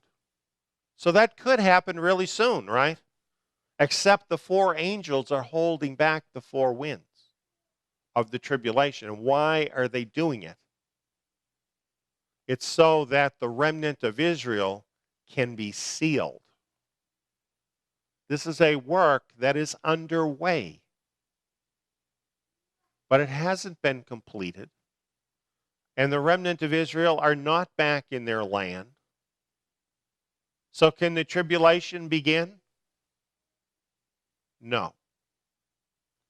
Friends, too, it doesn't have to be the tribulation to be difficult. Okay? It's not like everything's just going to be fine and then boom, we have the tribulation and it's terrible. That's not really what the scriptures tell us. The scriptures talk about it getting progressively more difficult. And really, these events that are happening now in this whole Agenda 2030 and what this is bringing in, that's things getting more difficult. And they're going to get quite a bit more difficult in many ways. And we are going to be seeing our freedoms being impinged upon. And, you know, you might think that you can stop this. But I'll tell you now that political efforts won't stop this. And some kind of a revolt, really, citizens don't have the power to overturn this. Besides that, Yahweh has given it to these people. Basically saying, okay, it's time, go for it. You know, they've been chomping at the bit for this ever since the Tower of Babel. They're finally going to get their day. Everybody was so angry at Jeremiah when he was telling the unfaithful people in Jerusalem that Babylon was going to come in and destroy Jerusalem and the temple, and that they should not oppose Babylon. They even threw him in a cistern and left him there to die because they didn't like his message. Who was right, him or them? You see, the things that Yahweh has determined, that he's put in his word, the things that must happen, you're not going to change those things.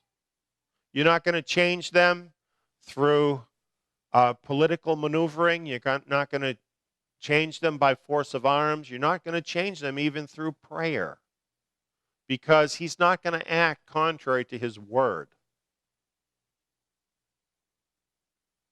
These things are going to happen, and the world is changing. We are seeing it. This year, I'm talking about this Hebrew year that started in the spring of 2015. We're still in this Hebrew year that started in the spring of 2015, contrary to what some people would tell you. This Hebrew year is a turning point. And we've all been seeing it, we've all been feeling it, and it's bringing in a change. And this has been true throughout this last days period. 2001 was the Shemitah year. How much did that change things? Did the world ever go back to what it was like before then? And then 2008 was another one of these Shemitah years. That's when we had the global economic crisis. Has the world gone back to what it was like before that? No. Now we've got this, Agenda 2030, and we've got the Pope, and we've got the United Nations, and we've got the President of the United States, we've got the European Union, we've got countries around the world that are all for this, okay? Is that going to change things?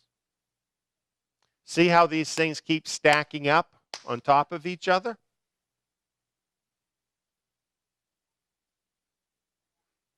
That's what's going to keep happening until we get to that point.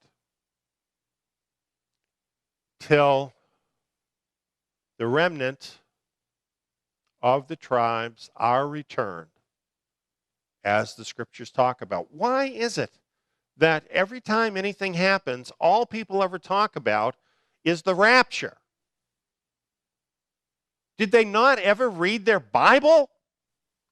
You know, go back and read the prophets. Every single prophet talks about the return of the remnant of Israel to the land in the last days. Where the heck was Hal Lindsey and his book talking about that? Where are those myriad teachers out there, those famous teachers that live in $1 million houses telling you about the rapture? Why haven't they told you about the remnant? I'll tell you why, because they're not the remnant and they don't know.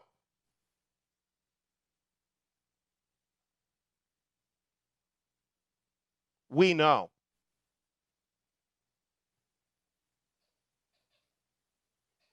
We know.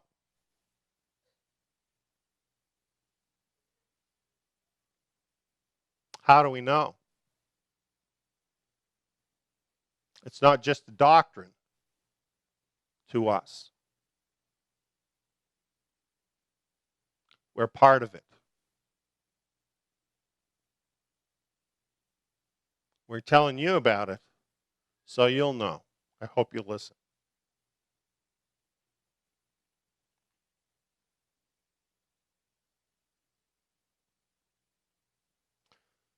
The Vatican, the Pope, and UN Agenda 2030. It's what's going on right now. It's changing things. It is fulfilling Bible prophecy.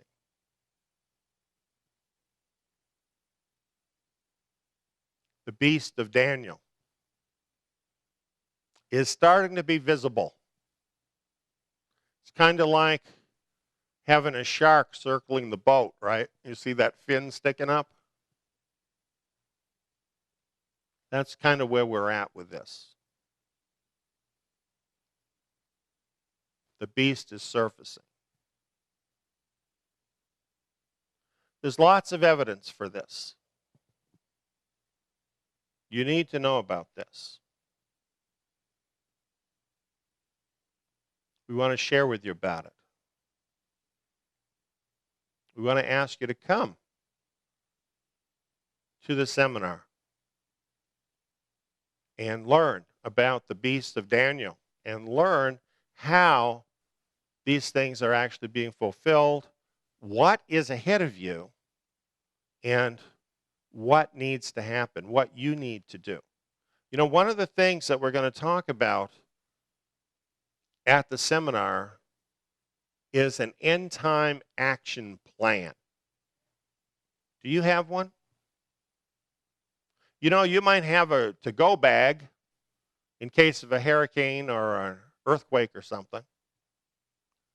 But do you have an end-time action plan?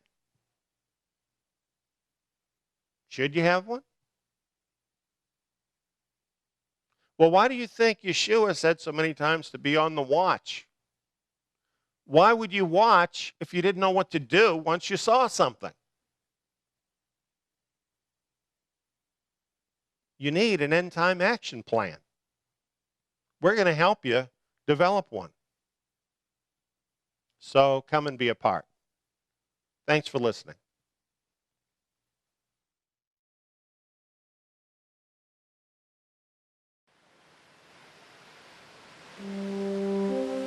Beast of Daniel, Surfacing, is our new seminar on the book of Daniel with previously unknown information to give you understanding and knowledge regarding the beast that is about to surface and change the world and change your life.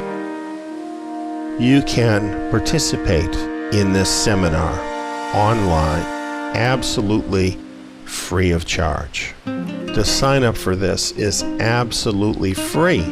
This is being offered as a public service to everyone who needs this information. To sign up and to receive more details, please go to our website at www.tsiyon.org.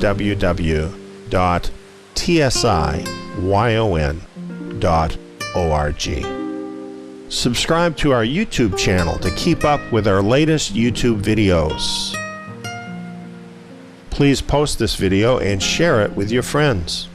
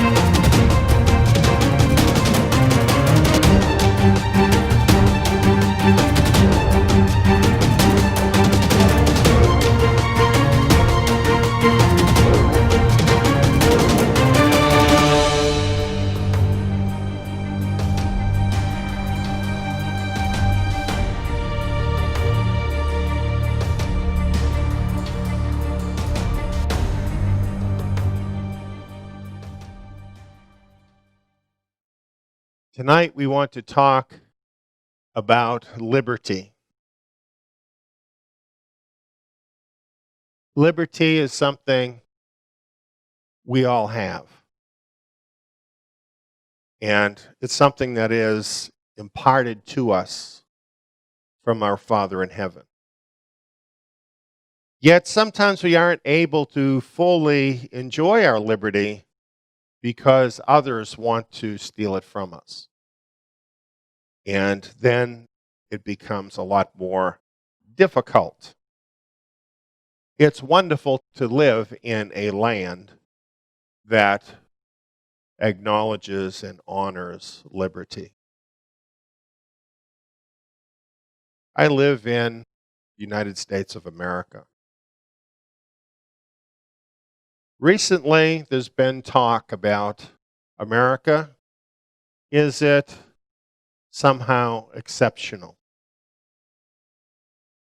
And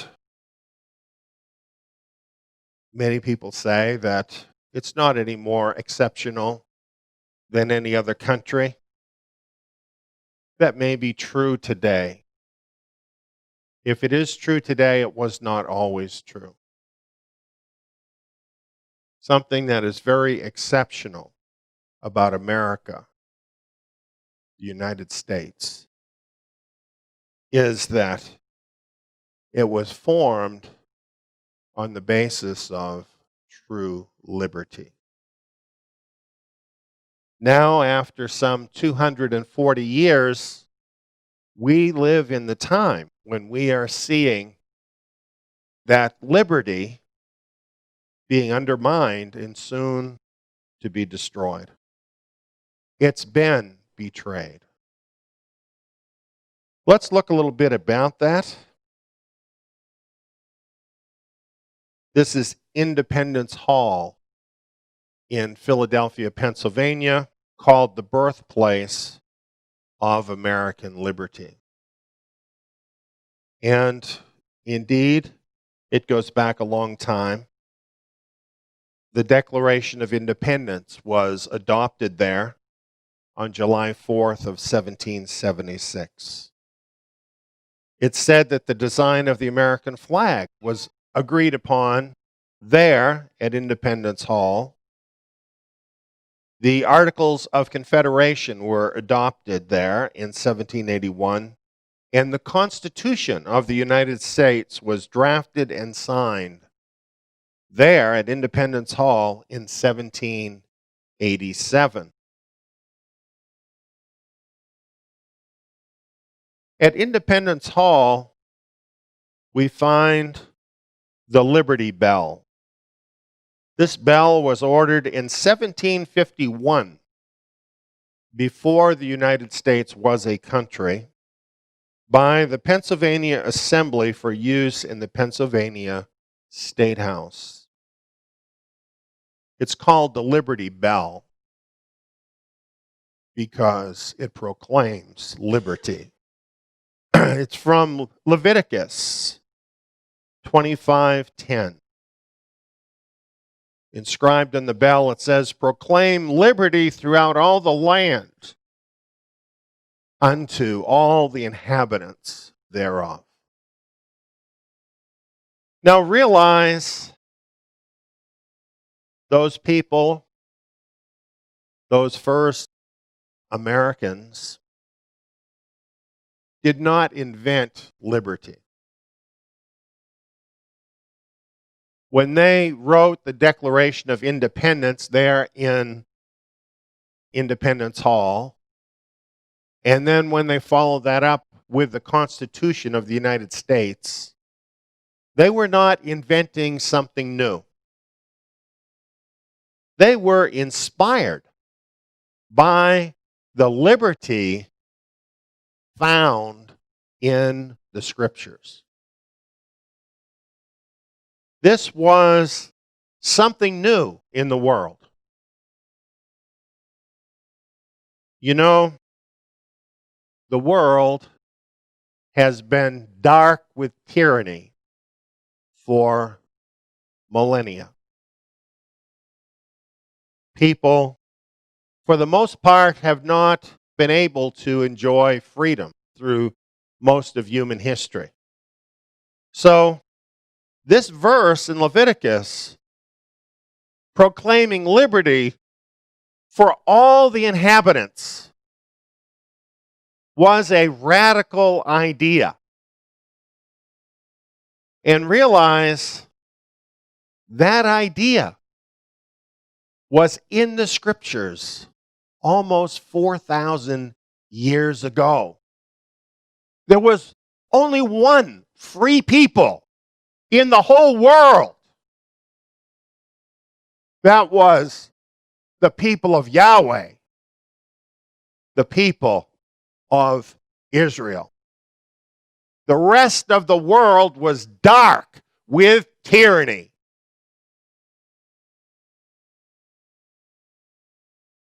There can be no liberty. There can be no freedom apart from our Creator and His precious, precious Word. And great Americans have known that and relied upon it from the beginning of this country. And that had a lot to do with shaping the freedoms that those first Americans enjoyed and that are crystallized in the Constitution of the United States. For instance, imagine this: the first Chief Justice of the United States Supreme Court, he said this: "The Bible is the best of all books, for it is the Word of God and teaches us the way to be happy in this world and in the next. Continue, therefore, to read it and to regulate your life by its precepts." Can you imagine having a Chief Justice of the United States telling Americans to base their lives on the Bible? That idea seems so strange today, but it was not strange for the first Chief Justice of the United States Supreme Court. This is what the first Americans believed. Or how about Andrew Jackson, President of the United States? He said the Bible is the rock on which our republic rests. Are you starting to see what was unique about the United States of America? The freedom embodied in the Constitution of the United States comes directly from the pages of the Scriptures. How about James Madison, one of the framers of the Constitution? Listen to this: "We have staked the whole future of our new nation not upon the power of government, far from it. We have staked the future of all our political constitutions upon the capacity of each of ourselves to govern ourselves according to the moral principles of the 10 Commandments." Isn't that amazing?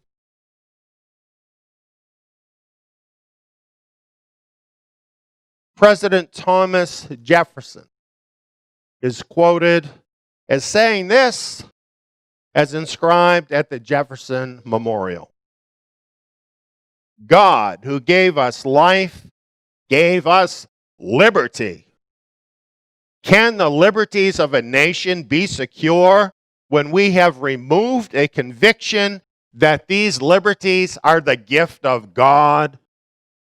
Indeed, I tremble for my country when I reflect that God is just, that His justice cannot sleep forever." We have a legal doctrine in America that was used through part of the 20th century and is used today, called separation of church and state. And this legal doctrine has been put forth to say that the Bible and the teachings of the Bible are not involved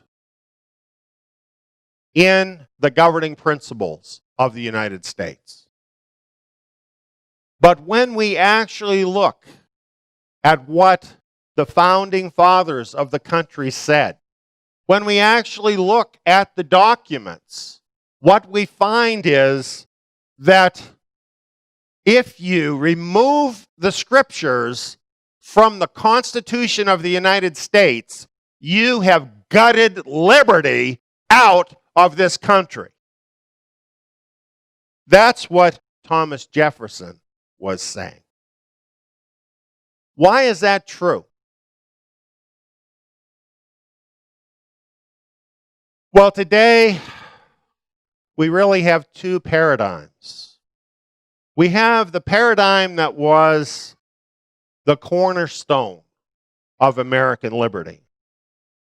It was the belief from the scriptures that man is created in the image of his creator, with the capacities and the abilities and the freedoms given to him by his creator, called in the Constitution unalienable rights. Freedom. In that Constitution, it says that all men are created equal. And of course, the very word created tells you it's talking about a creator that has given us these rights. So according to the Constitution of the United States, a completely unique document among the family of mankind today. The rights that we enjoy, the freedom, the liberty embodied in the Constitution does not come from the Constitution. It does not come from the government. It comes from our Creator. And therefore, not even the government has a right to take that liberty from us. By contrast, in the 20th century, a new paradigm arose. It's the paradigm of evolution.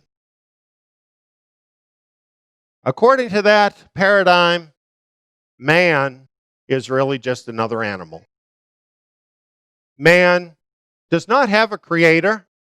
Man came about by chance.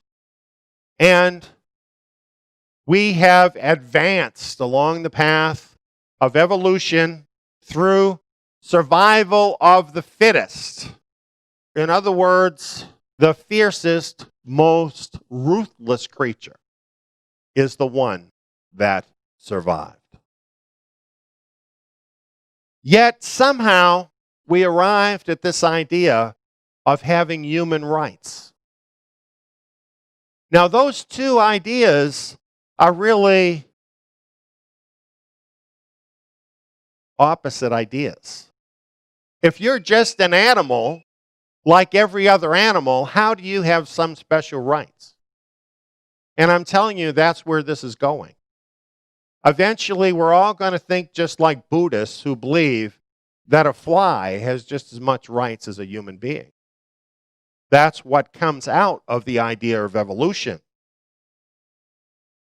However, survival of the fittest implies that the elite have the right to rule because they are the most fit, they have the most power, they have the most resources, so therefore they should rule over the rest of us. That is the real message of evolution. That is the message of despotism, totalitarianism, that is at work in our world, that is trying to push out freedom, that is trying to take away liberty from the God-given rights of individuals, replace them with something called human rights, which are granted by the state and which can be taken away just as quickly. This is where we are at. This is the shell game that is being done right now to steal our God-given rights from us and to substitute it with something like the porridge that was given to Esau. I am not buying that.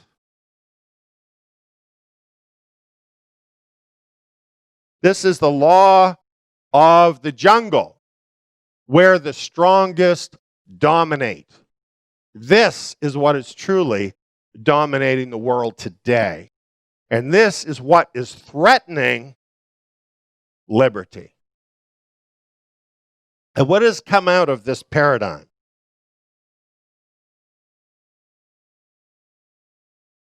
$50 million abortions since abortion was legalized by the Supreme Court of the United States. Survival of the fittest, right? Bible reading and recitation of the Lord's Prayer in school has long since been ruled unconstitutional.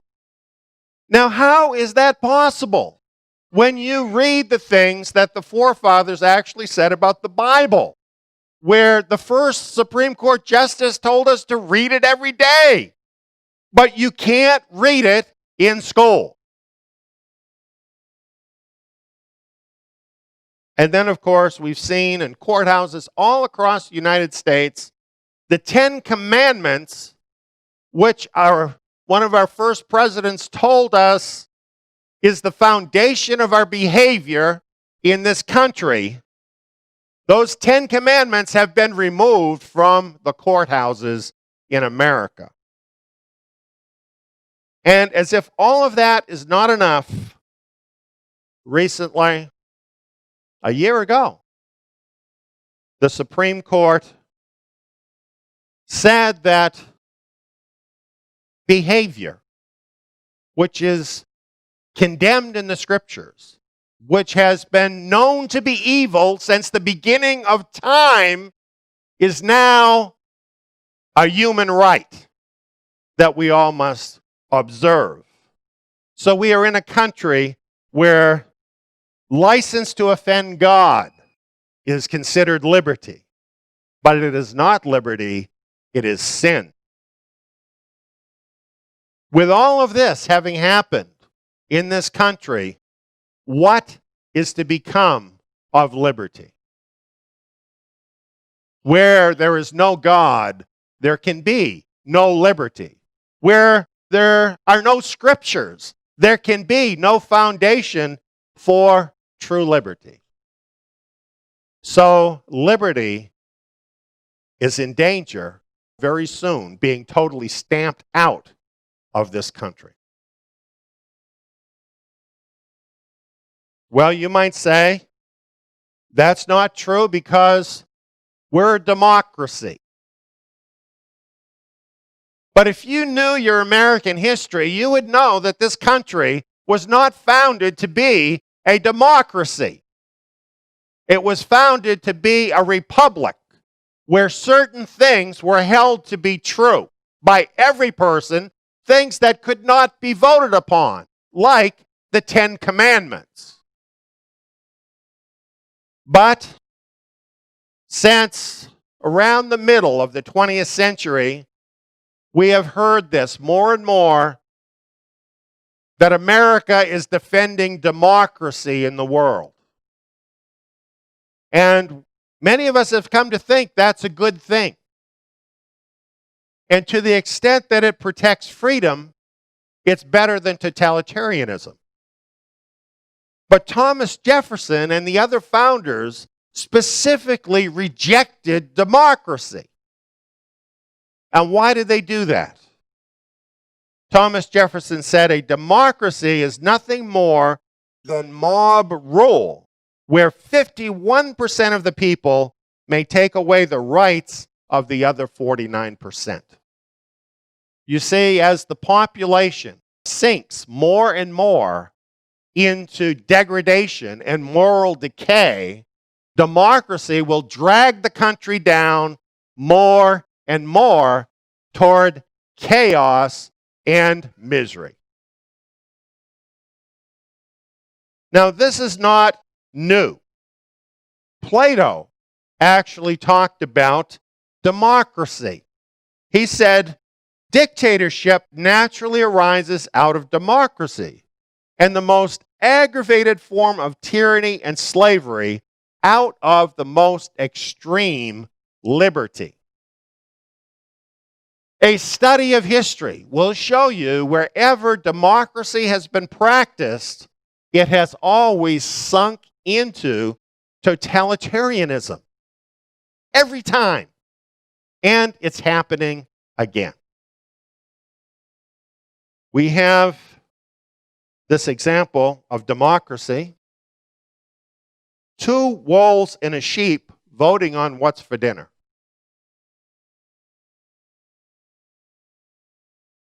You know, it's funny, except as we see this come about in this country, it's not going to be funny for Bible believers. Without the Bible as the divine standard to govern society, right and wrong are decided by the majority. And you know, the scriptures tell us the majority are always wrong. So where can that lead us? We, friends, are really in trouble in America. And I bring this up talking to our global audience because the downfall of freedom in America is going to mean the downfall of freedom in all the rest of the world. And so this is deadly serious to us all. Now, lately, people have seen this coming. Not everybody, but some people have been awake to what is going on. And they have started to try to take action to preserve liberty. For example, the recent Brexit vote of Britain to exit the European Union. This was a move to try and retain more personal liberty in Britain. Of course, in Europe and in America, there are political movements now that are seeking to conserve what liberty we have and even to try and turn things back around. This is not favored by the elite. For example, in this particular article, one of the elite, James Traub, has an article entitled, "It's Time for the Elites to Rise Up Against the Ignorant Masses." That's telling you what they really think about you, friends. You're just the ignorant masses.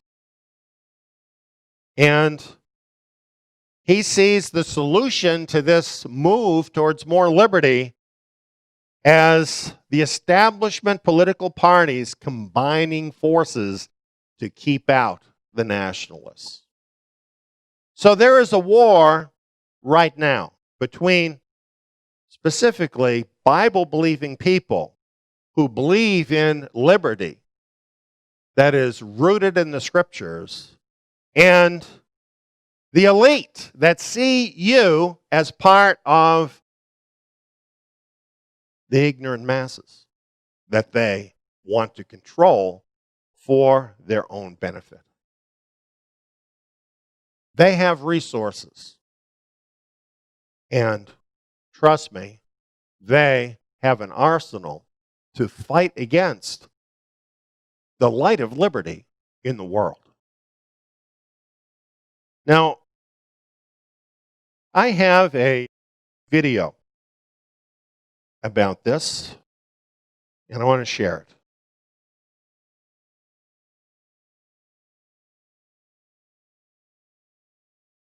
And again, the establishment, which now hates democracy, viscerally hates democracy, wants to use the EU as a model for spreading effectively dictatorship worldwide.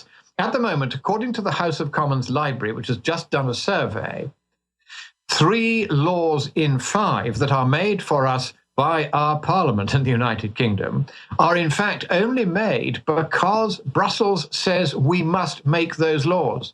Wow. These laws are being enacted because the European Union's commissars, 28 unelected people who meet behind closed doors, have issued what is revealingly called a directive, which we are then obliged, under pain of unlimited and continuing fines, to enact into law in the United Kingdom.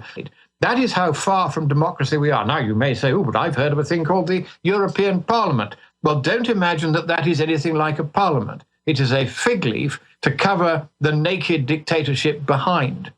And this parliament cannot even bring forward a bill. Can you imagine if the United States had set up a constitution whereby the Congress was not allowed in either house ever to bring forward any new legislation? Yet the Constitution of Europe is that the supreme law of Europe is proposed behind closed doors by the 28 commissars, is drafted behind closed doors by a committee called the Council of Ministers, which doesn't actually have any ministers on it. It's entirely bureaucrats. There's also a rather shadowy group called the Council of Permanent Representatives, another lot of bureaucrats that have their say. Then and only then it goes to the European Parliament. And of course, if right at the outset the commissars have decided to veto whatever law it was, then the European Parliament doesn't get its say at all.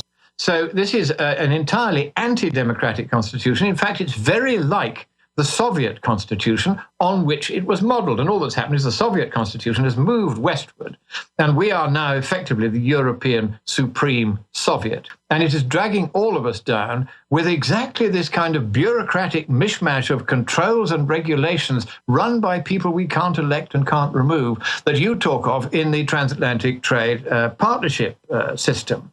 And what is happening here is that people like Mr. Obama, who have realized that communism is no longer popular, but who want to build in perma-communism into whatever they do, have discovered that if they make international treaties, either bilateral or multilateral, it doesn't very much matter, under your constitution, those treaties have the force of supreme law in the United States. And they can't be repealed unilaterally as your own laws can. That's the difference. And what is more, all the powers that are transferred, whether it be to the Transatlantic Trade Partnership, whether it be to the European Stability Pact, the European Union, the World Bank, the World Law of the Sea Conference, it doesn't matter which of these entities it is, the UN is another one. There are a growing number of them, all of them very expensive. Not one of these supranational or global bodies has its governing council elected by us, the people of the states parties to the treaties that set those bodies up. So every time you transfer power from elected hands in the democracies to a global or supranational organization, you're transferring it from elected to unelected hands every time. So every time somebody says, oh, we've got a new wonderful treaty, you will know with a terrible certainty that another large piece of your democracy has been sliced away like a piece of salami. And this is the intention of the left now, is to govern entirely by dictatorship. And so far has it gone that, to give you an example, which is being mirrored in the Transatlantic Trade Partnership, which is why I mention it to you in America too, is that the European Stability Pact, to which Britain doesn't belong because we're not part of the failing euro currency zone. But the regulations, that the treaty that sets up that pact, creates a governing council which can, at will, whenever it likes, call upon any of the member states of that group, the European Stability Pact, for unlimited amounts of money.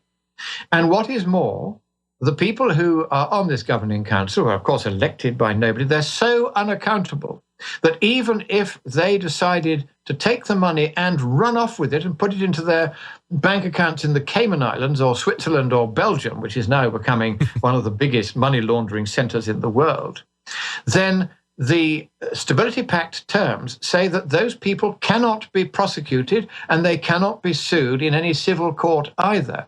They are completely immune. They have absolute financial power over all the countries that belong to that treaty, absolute power. And even if they choose to exercise that power criminally, nobody can do anything to stop them.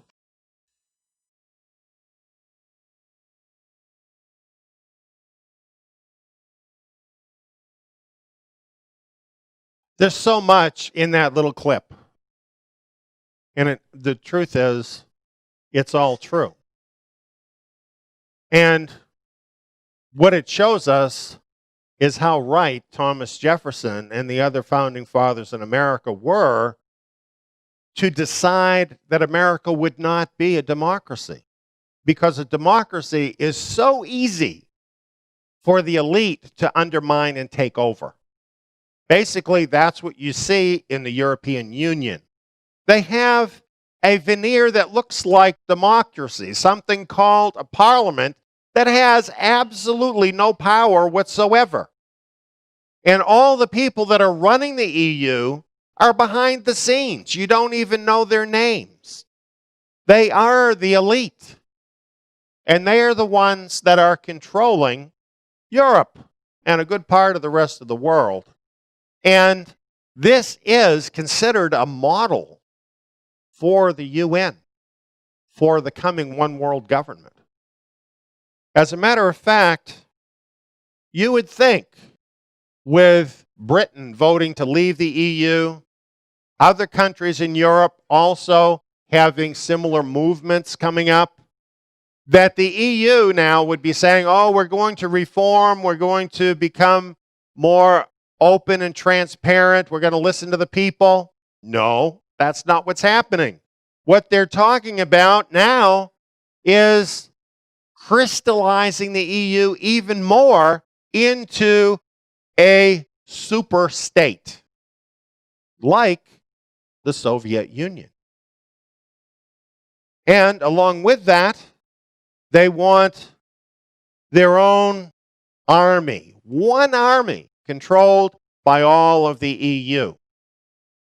It is a nightmare.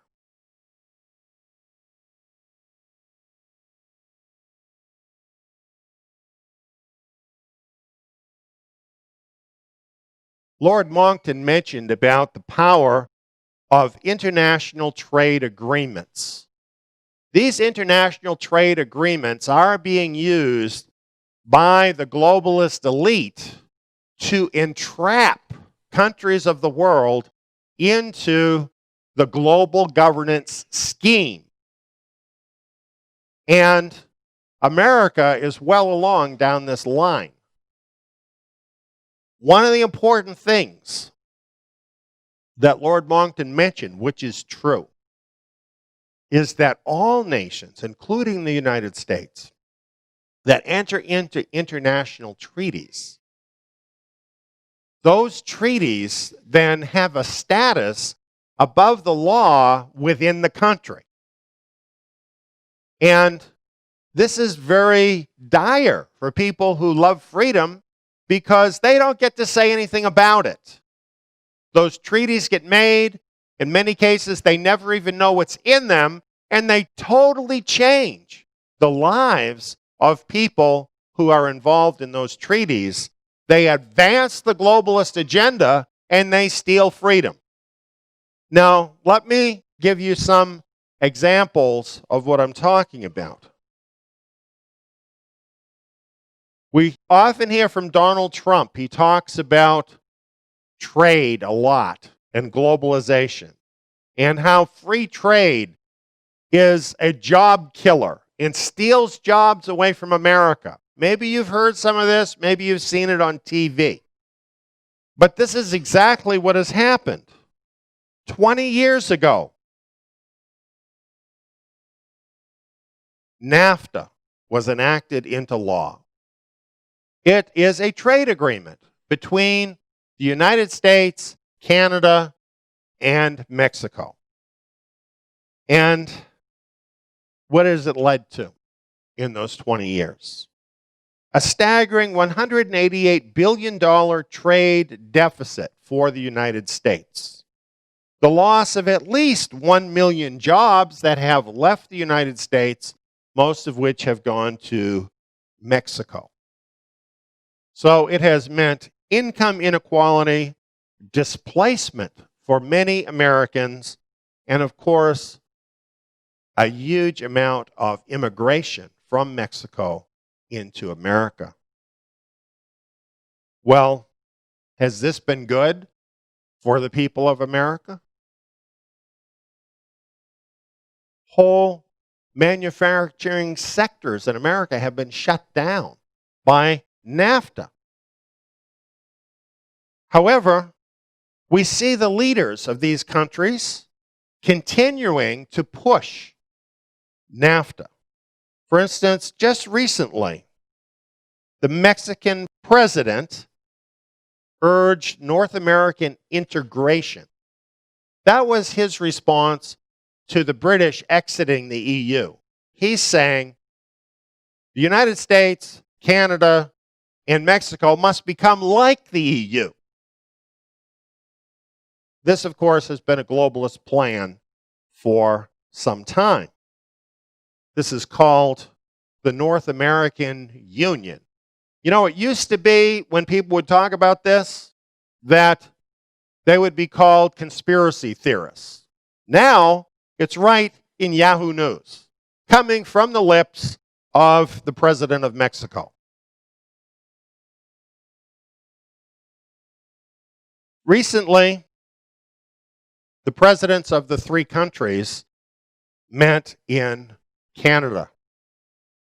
And this article tells us North America leaders mount strong defense of trade despite threats.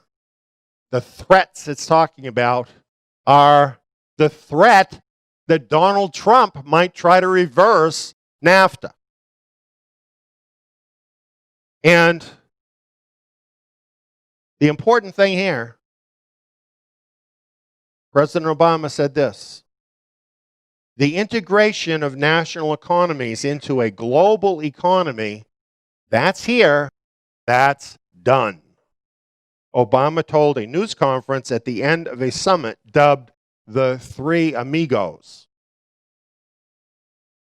Let that sink in. The integration of national economies into a global economy is here, it's done. You see, this is how far globalism has progressed. On this level of trade, there already is one world government. And it's structured through the use of all of these treaties. Here's a map I found of this on Wikipedia. Global economic integration via multilateral treaties. Well, you might wonder, okay, but these are trade treaties. How can these take our liberty away from us? Well, a lot of our liberty depends on economic factors. So that's one reason. But here, where the three amigos were talking together, we noticed on the screen, leaders agree on environmental pact, LGBTQ rights.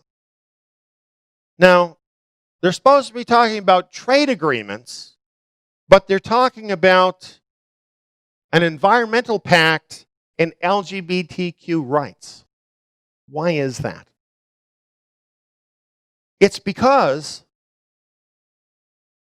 if it's an international treaty, then it's binding on the United States without anybody voting on it. This is why in America we are having a lot of weird stuff that is being pushed down our throats. And it's being disguised as if somehow it arises from American law. But it is, in fact, entirely alien to American law. It's being pushed down our throats in the same way that EU law is pushed down the throats of the United Kingdom because of international treaties. Things that shouldn't be in trade treaties, such as things having to do with morals and human rights, are being included in those treaties to make them binding upon Americans and people of other countries. This is what is actually happening. This is how the globalist government is even right now being imposed upon America, and how our liberties are being betrayed by our leaders of this country, traitors to the Constitution of the United States of America and everything that this country was founded upon. If you don't believe me, look at this. This is put out by the United Nations, entitled The World Trade Organization and Global Governance. The booklet basically explains how to use trade to govern the world. They are way farther ahead on all of this than the average American could even imagine. A few people understand it. You see here a protester. Free trade is corporate tyranny. And of course, that's what's behind it all, isn't it? The big money, the elite, taking over the world. The man behind the curtain that you don't see, controlling our elected leaders and stealing our liberty.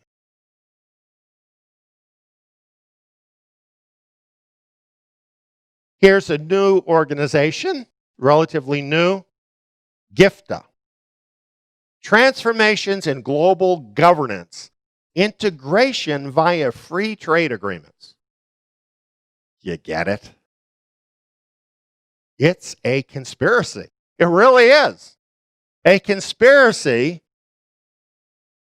to integrate the nations of the world without you or I even seeing what's really going on, thinking that our nation is not being changed where we live, and actually all the while we're being tied into this one world government, and the noose is being tightened tighter and tighter as our liberties are being stolen from us.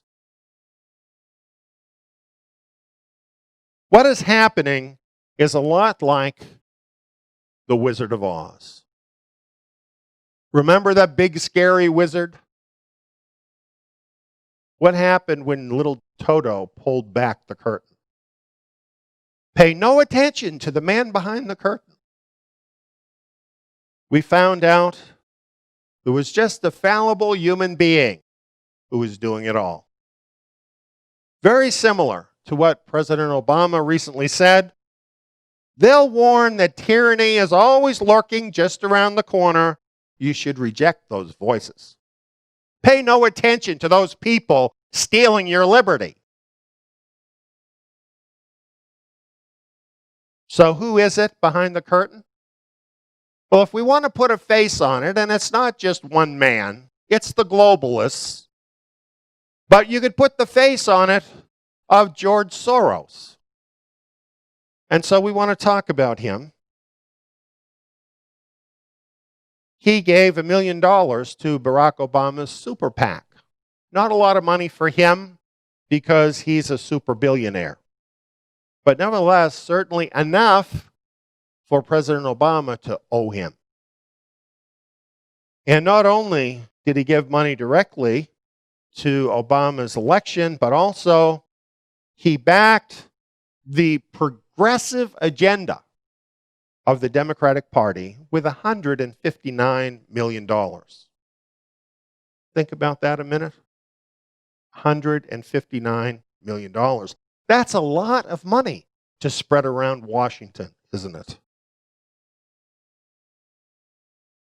Agenda supporters were linked to at least $159 million in donations or political contributions from wealthy backer George Soros for the new far-left progressive agenda. You wonder why things are changing so rapidly in America? Do you think all of this money could have anything to do with it? The Blaze kind of represented it like this. Who's really in charge? Well, it's not just President Obama that has received this money.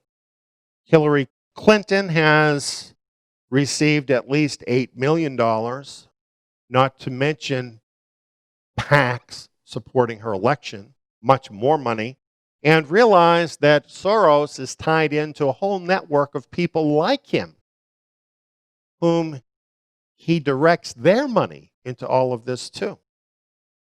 So what we're seeing is the march of Hillary. It doesn't matter how many scandals there are. It doesn't matter even if she's responsible for giving away secrets of the United States. None of that matters because she has the support of the elite. And even where anybody who reads the law and listens to the statement of the FBI director, James Comey, would come to the reasonable conclusion that she broke the law, she was given a pass. It says in the National Review, in essence, in order to give Mrs. Clinton a pass, the FBI rewrote the statute, inserting an intent element that Congress did not require. How is that possible? It certainly isn't possible because our country is governed equally by a rule of law. That would not be possible. As Paul Ryan, the House Speaker, said, it defies explanation, and damage is being done to the rule of law. A common response of the people is, why should I obey the law if our leaders don't have to? So this is how it is in America today. Let me tell you something, liberty goes along very closely with justice. Where there is no justice, there is no liberty. And justice is gone. From the highest levels of America, it has been bought and paid for by the elite. Many people ask the question, how could Director Comey come to this illogical conclusion? Who would have enough power to actually be able to threaten him? There are parties that could. Well, if we want to know what is behind the growing unrest in the world that is threatening the liberty of the United States and people everywhere, all we really have to do is follow the money. And we will see that the liberty of this country is being sold out for the globalist agenda. Now, we've mentioned George Soros, the man behind the curtain.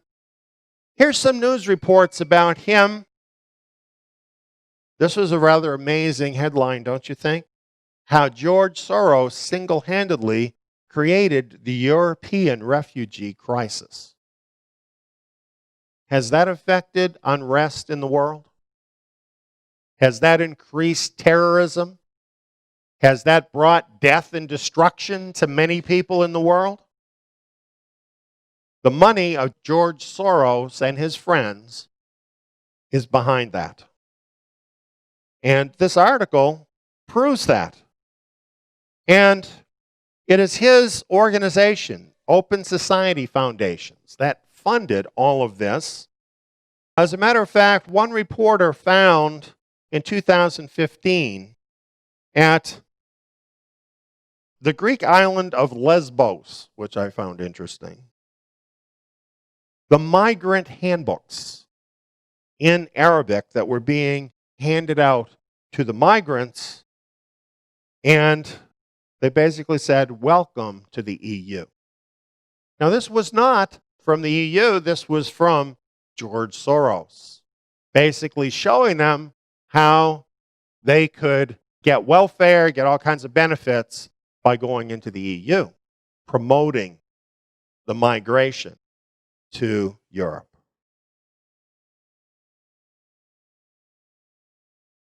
Here's some more that article says. George Soros is almost certainly a catalyst for much of the geopolitical turmoil now occurring.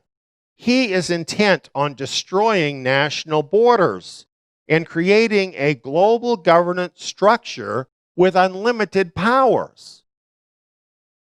Do you wonder why we have an open border on our southern border in America, even though terrorism is a major threat and concern? Do you think the fact that that's what George Soros wants could have anything to do with that?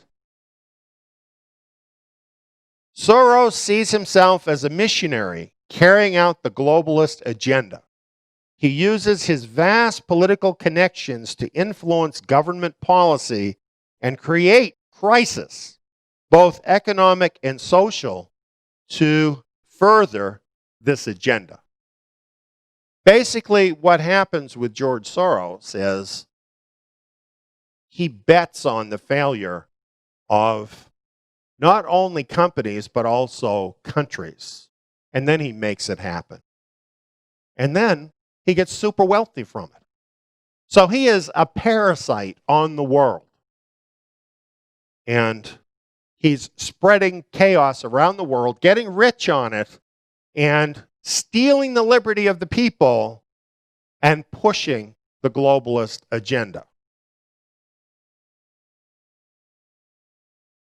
Soros funded opposition groups during the so-called Arab Spring revolutions. Do you think people eking out a living in the countries of the Middle East could afford to travel into the big city centers and have demonstrations and challenge the government? Do you think that just happened by itself? That's what the media wanted people to believe, but it could only happen because this all got coked up with money from the globalists and a lot of training too, by the way, from globalist organizations. The Ukraine. Again, something we think, okay, that's just something that happened. No, this was all coked up by George Soros.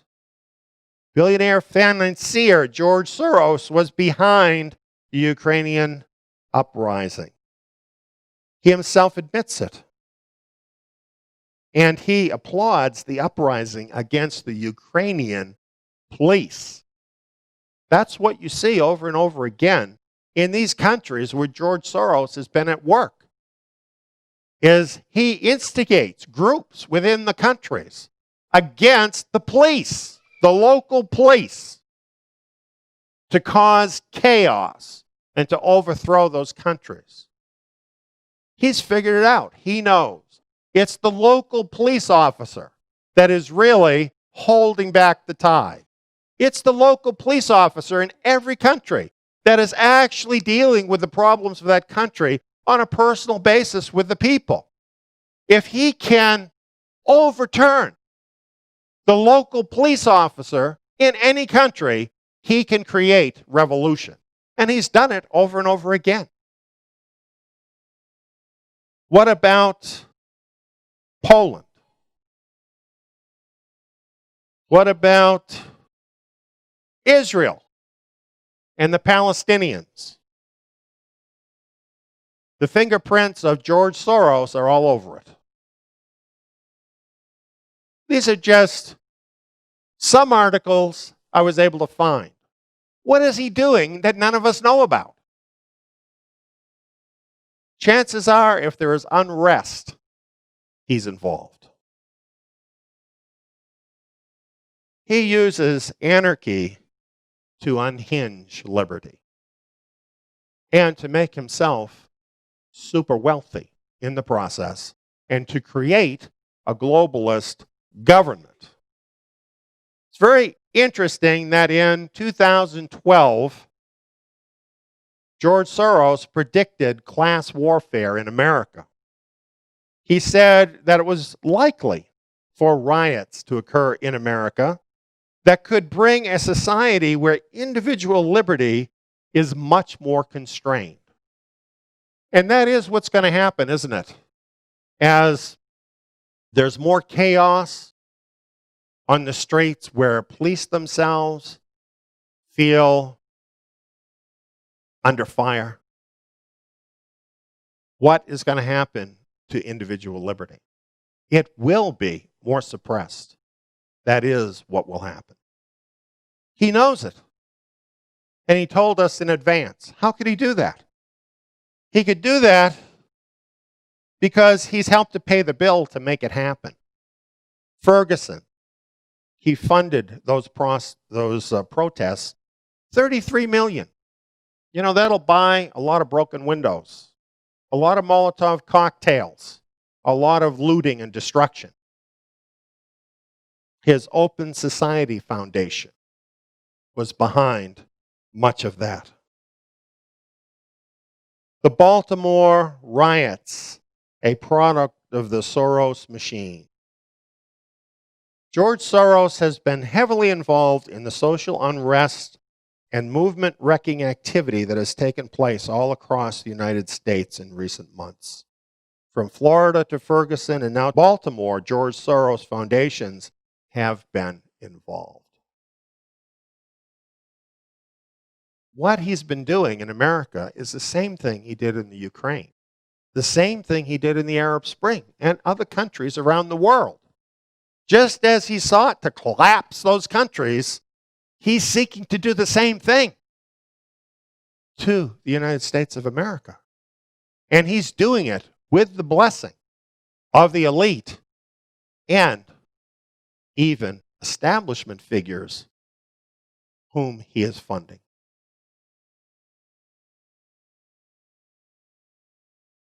Politico magazine reported major donors consider funding Black Lives Matter. All of this was stoked up by George Soros. A meeting of super wealthy elites with leaders of the Black Lives Matter group. This happened last year in 2015. And they formed a club. These people, these wealthy people, they formed a club. Not only to give insane amounts of money to Black Lives Matter, but it says here, the club and some of its members also are considering ways to funnel support directly to scrappier local groups that have utilized confrontational tactics. Confrontational tactics is a more acceptable term for the word violence.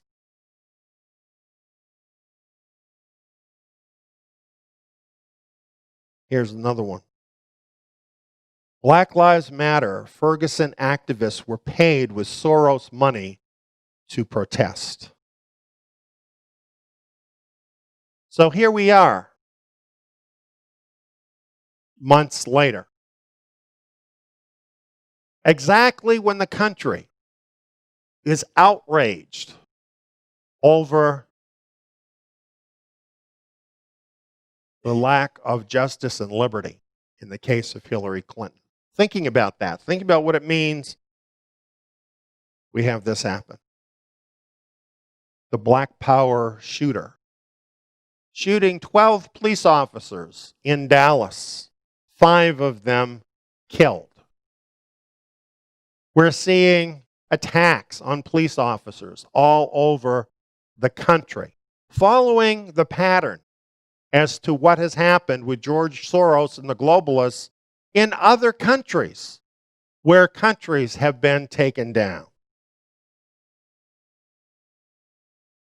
Just recently, this is the front page of the Drudge Report. It looks like war, doesn't it? Cops targeted across America Riot watch issued for Louisiana. Panthers target pigs. Hate group urges gangs to kill. Lynch to protesters, don't be discouraged. Now, isn't that amazing? Here's a representative of the current administration in the midst of all of this, basically telling the protesters, keep going with this. And Hillary Clinton calls on whites to change their ways, like she has a right to judge the citizens of America with the things she's done. So here we have unrest in America, and probably worse than that. And in the days leading up to this discussion, what has been going on? Protests. Violent protests. Not the kind of protests like Martin Luther King, that were non-violent protests, where he told the people not to be violent, and where they were protesting visible kinds of discrimination. No, in this case, it's indiscriminate. Officers murdered without even knowing who they are or what they've done. In this case, protesters using fireworks, throwing Molotov cocktails, causing destruction, so that hundreds had to be arrested in various places across the country.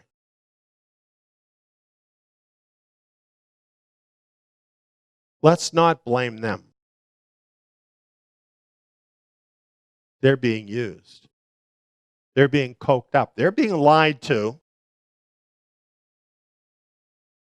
And they only represent a small part of their community. Let's look at who's really causing this.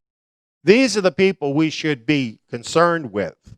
George Soros and the elite, who are cooking all of this up to steal the liberty away from the United States of America. I put together a little video about some of these events, which I want to share. To use that in this type of situation. Again, you'll have to ask the Dallas Police Department about that. But do you see that kind of remaking any of the guidelines for that type Dynamic situations in the one that you saw in Dallas are creative, and they have to be dealt with in a creative way. What was your message to your... I can't hear you. What was your message to your officers this morning? That's between myself and my officers. There's a vigil coming up this Sunday at San Jacinto Plaza. Does the department have any special plans on... I'm not revealing that information. Are you aware of the vigil Yes, at San we Jacinto are. Plaza? What do you have to say to people who will be protesting out there on Sunday, Black Lives Matter people? What do you have to say to them? Black Lives Matter, as far as I'm concerned, is a radical hate group. And for that purpose alone, I think the leadership of this country needs to look a little bit harder at that particular group. The consequences of what we saw in Dallas is due to their efforts. Any other question? Join us right now, somebody we call on at times like this, Milwaukee County Sheriff David Clark. Good morning to you, Sheriff. Morning. What are the emotions that you feel waking up this morning, and where are we at in society? Are we experiencing a war on cops? Yeah, thanks. You know, I said that now going on almost 2 years ago that war had been declared on the American police officer. Probably said it on your program after the two of New York's finest were gunned down in their cruiser by an individual who claimed to be making amends for Mike Brown in Ferguson, Missouri. Some people thought that that was a little over the top when I said war had been declared. War had been declared, but the American police officer knows it has. This is just another ugly chapter in that war.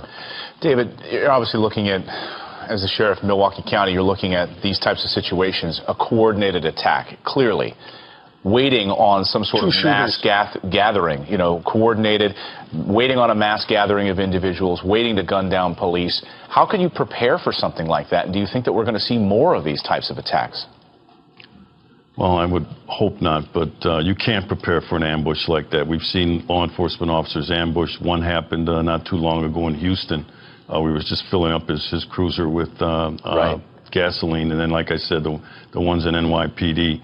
Those aren't the only three, but you can't prepare for that ambush. I mean, we understand the dangers inherent in this sort of work, but when somebody's going to set you up to ambush you, there's really not much you can do. Let me ask you this.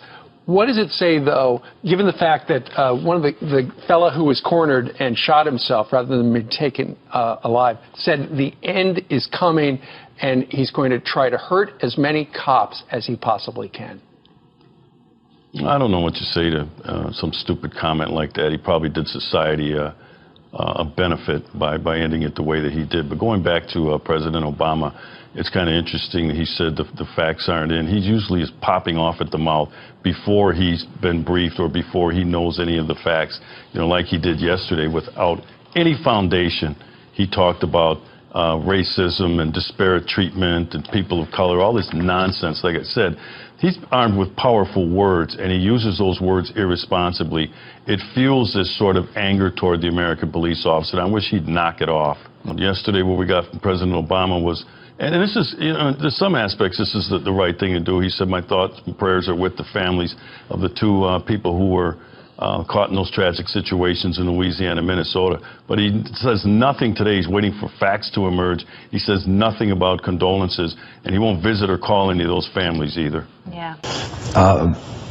What happened last night was the worst attack on law enforcement since September 11. Yeah. The people of Dallas should not feel guilty about it. It could have happened any place else in America. Police officers in this country feel they have a target on their back. And they felt that way for over a year now. Police officers Ramos and Liu, who were assassinated on purpose. In New York City, yeah. Yeah. And this man made his motives clear. He was killing them. I'm just reading from the police commissioner. He wanted to kill officers. And he expressed killing white people. He expressed killing white officers. He expressed anger for Black Lives Matter. None of that makes sense, said Chief Brown.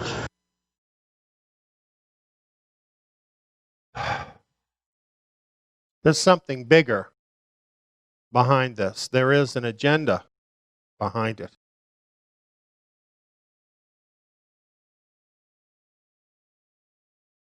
Here's something I added to my slides just before this presentation tonight from the Dallas Morning News.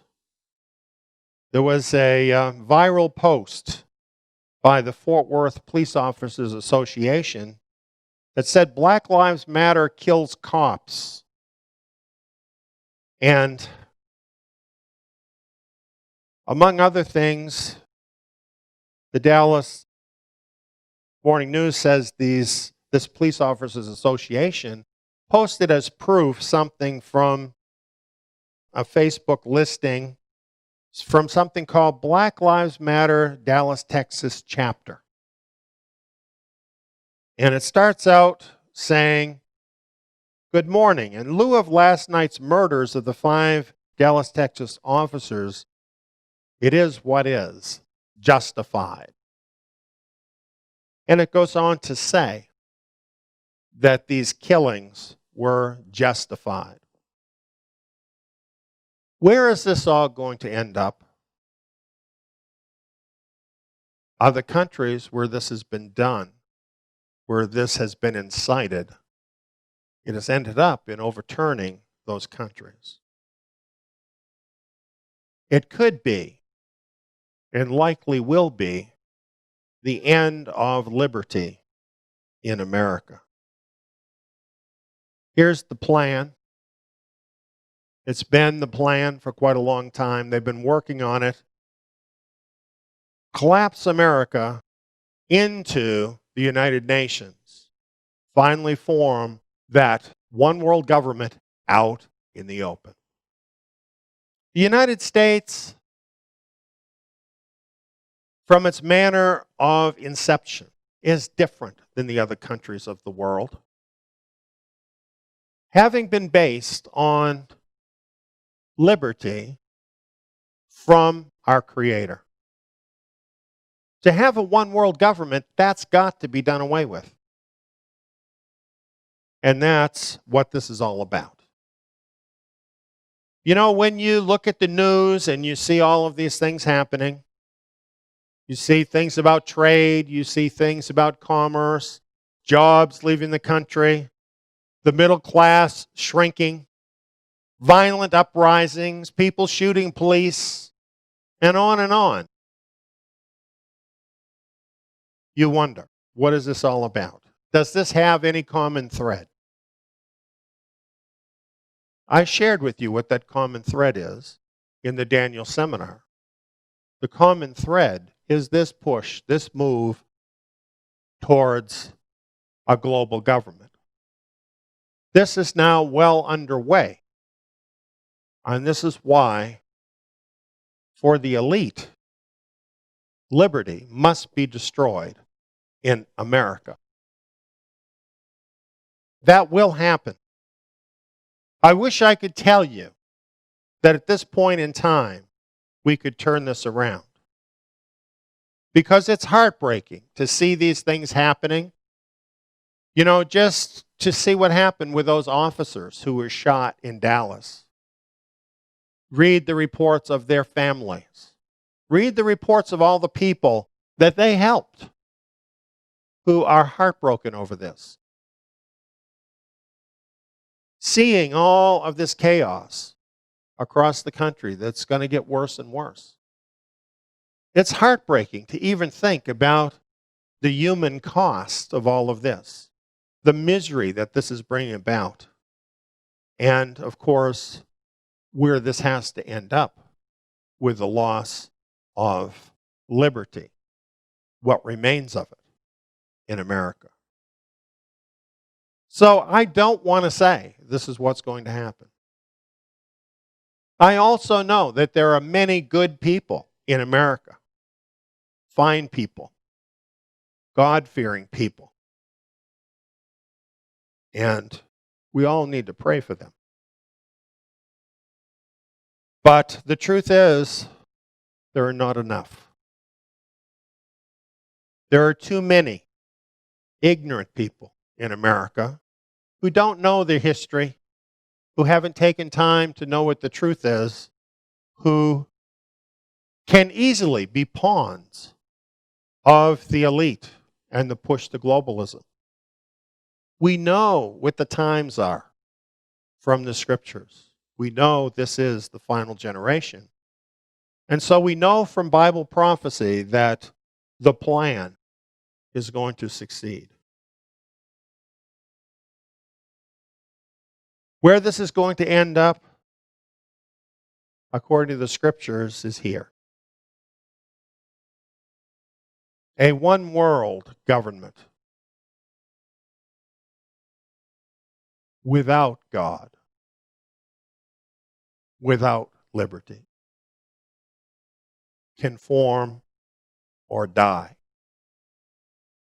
That's the world that is descending right now. What are we to do in the face of this impending threat? Friends, we have to be like those first Americans. We have to put our trust in our Creator. We have to believe in Him. We have to believe in His Word. We need more than ever before to conform our lives according to His thinking, according to what He says. We need to draw close to Him. We need to look at our priorities. We need to keep our families strong in Him. And as we see this growing unrest, it would be wise if we continue to become as free as we can be. Don't get yourself in unnecessary debt. Try to get free of debt. Get as close as you can to other like-minded believers because you're going to need one another as these things unfold. And get ready for the second Exodus because the nations of this world, the Gentile nations of this world, they're going to be left without anything of any reality to cling to. And Yeshua Messiah talked about it. He talked about the house built on the rock and the house built on the sand. What happened when the storm came? Well, just imagine a global government built on the sand. These nations, these Gentile nations, they're going to be shaken. And it's going to be no place you want to live. Prepare now, because escape is still possible in the remnant exodus. Our Father has promised us He will make a place of safety for His people. And there will be a second exodus, this time not just from one nation, but from all the Gentile nations. And all of those who belong to Him will be drawn together according to these same principles of liberty found in the Scriptures, with the Lord of Lords and King of Kings as our King. And He's even now working to pull us together, to draw us together, to make us ready. Pay attention to that in your heart. Speak to Him about it. Come up with your agenda of what you need to do to be ready. Ask Him about it. He's going to help you. This second Exodus is going to be a triumph of liberty.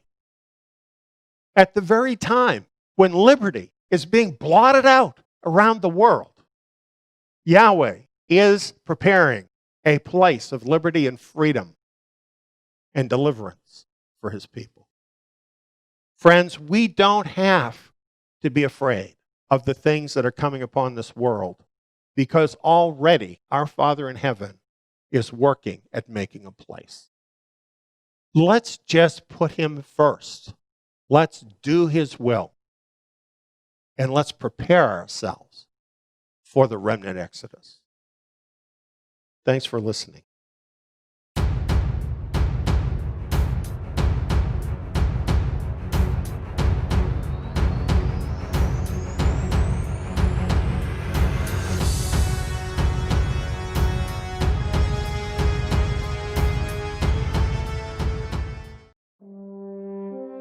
The global economy is teetering.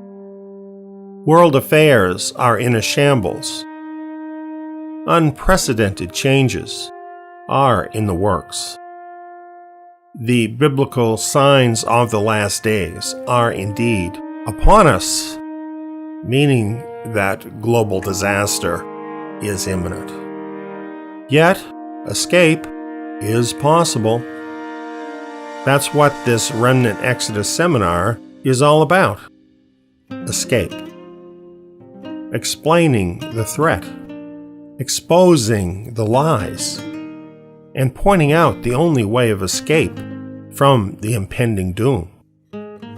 This Remnant Exodus seminar includes 7 power-packed video presentations, each one about an hour to an hour and a half in length. These presentations are based on the Scriptures, both Old Testament and New Testament, on current events, and on documented history. Each video builds on those before it. The Remnant Exodus Seminar is designed to easily go through this information step by step with slides and illustrations to guide you each step of the way. Prepare for assumptions of the past to be challenged, giving you important new information to help guide your way. There are no gimmicks here, no manipulation, no lies. We know that your life is literally on the line. So documentation is provided for the facts in this presentation for you to check out for yourself. Consider all of the evidence, and then you be the judge. Here is a short outline of what's included in these videos.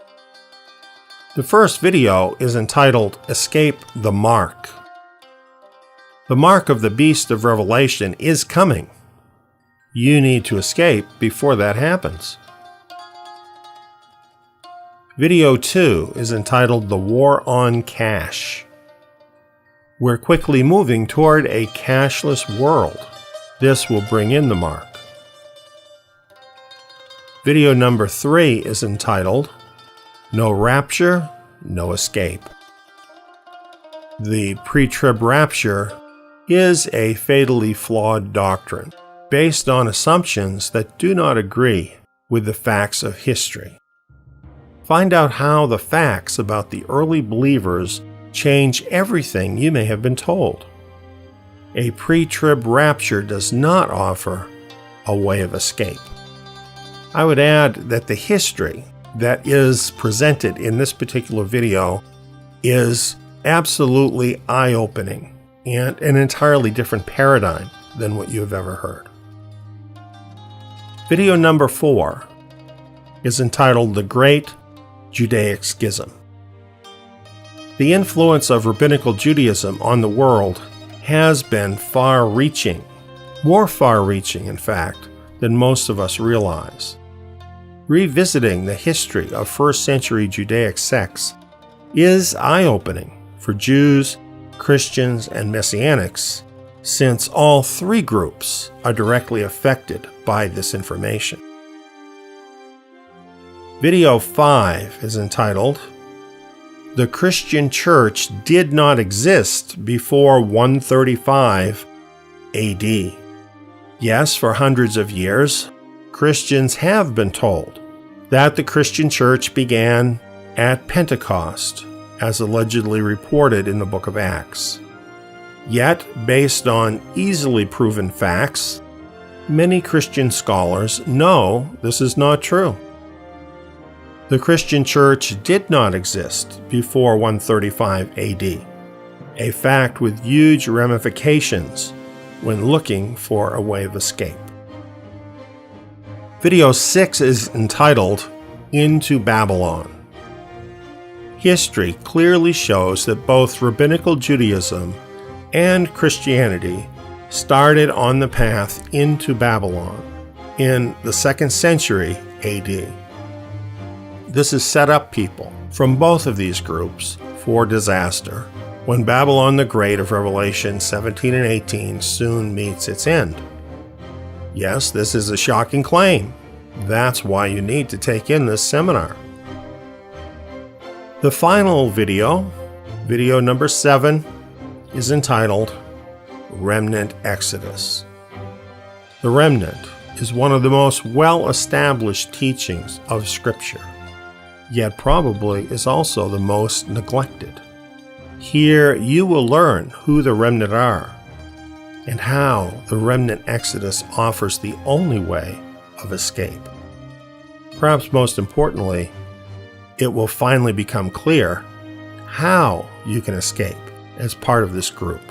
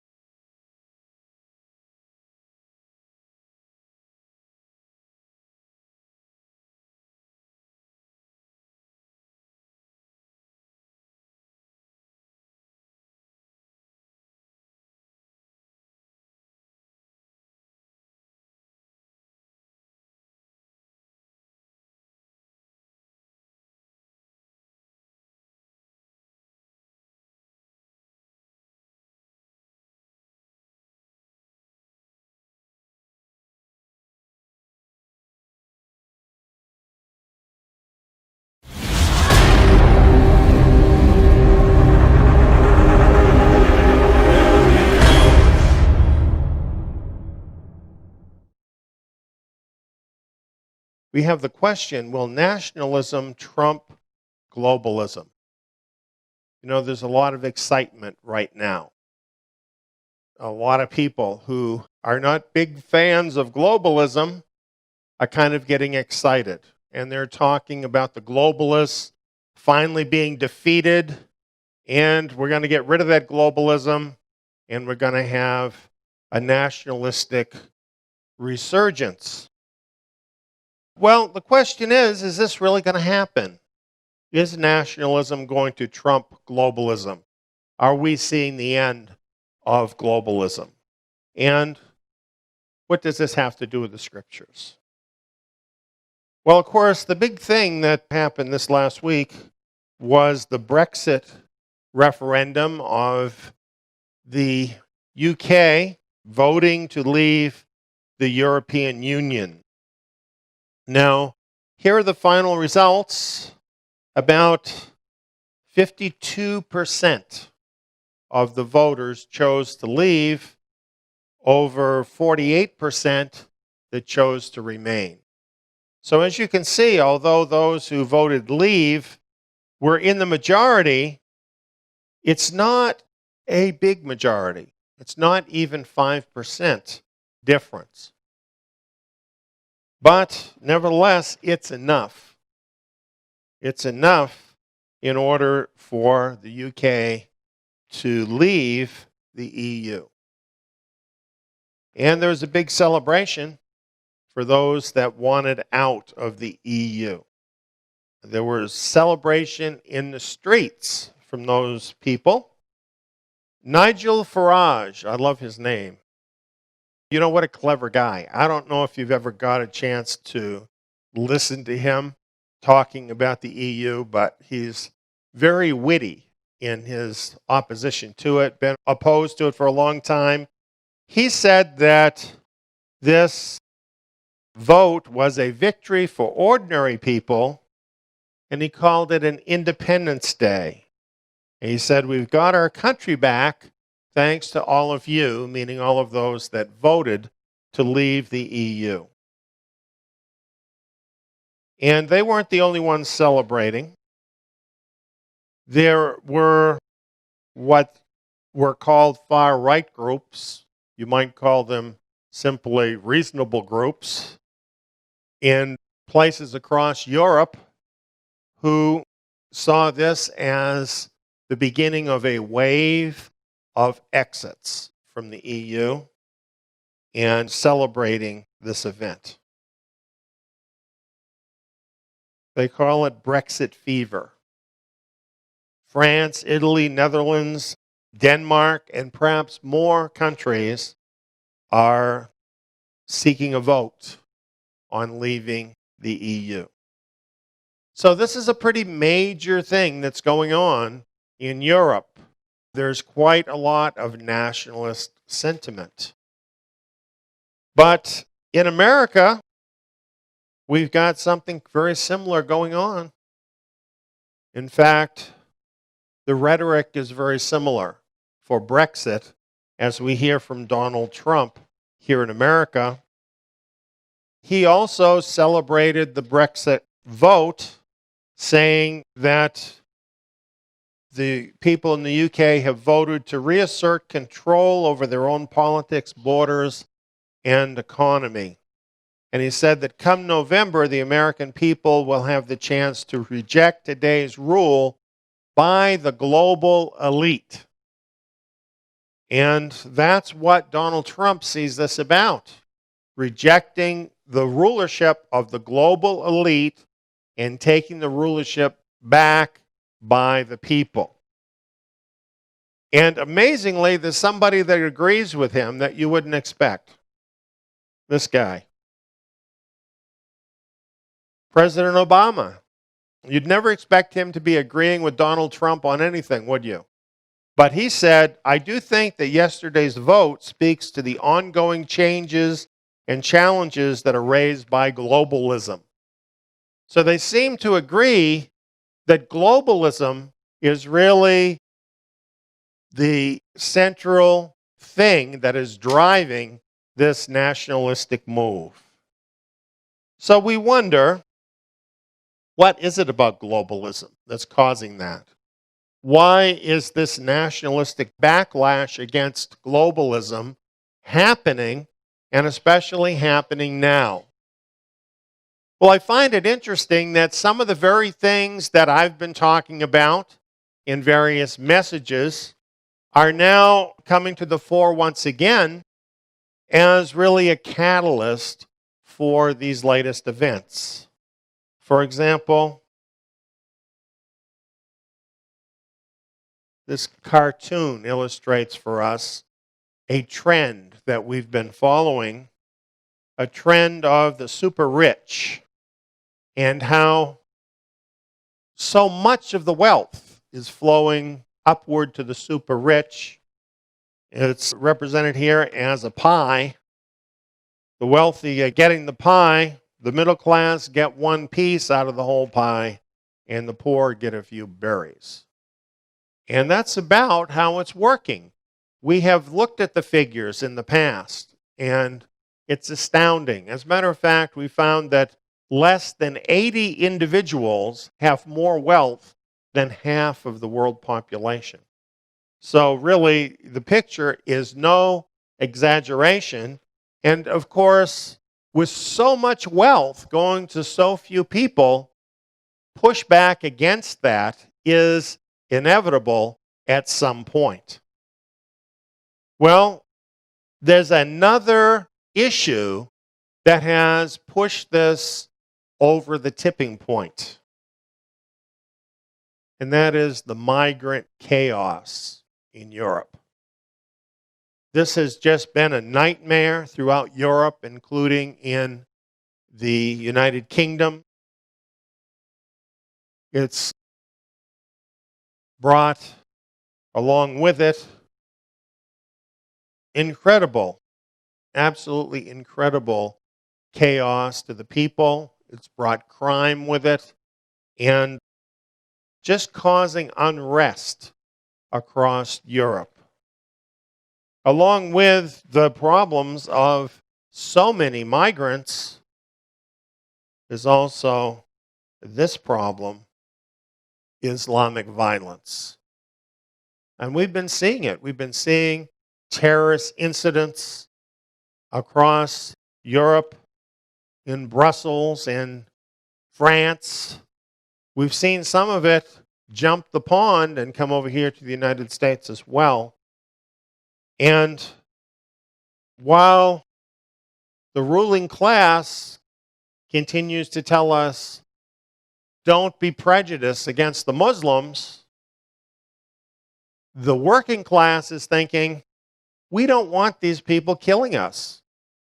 We don't want them abusing our women, which a lot of that is happening.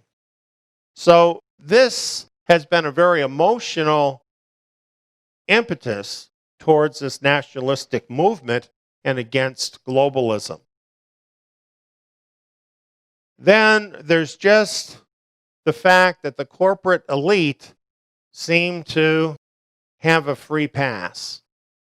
That the working class people, they pay all the bills, all the rules apply to them, while the corporate elite actually own and control the politicians. They get everything they want, everything is for them, and a lot of people are just fed up with that.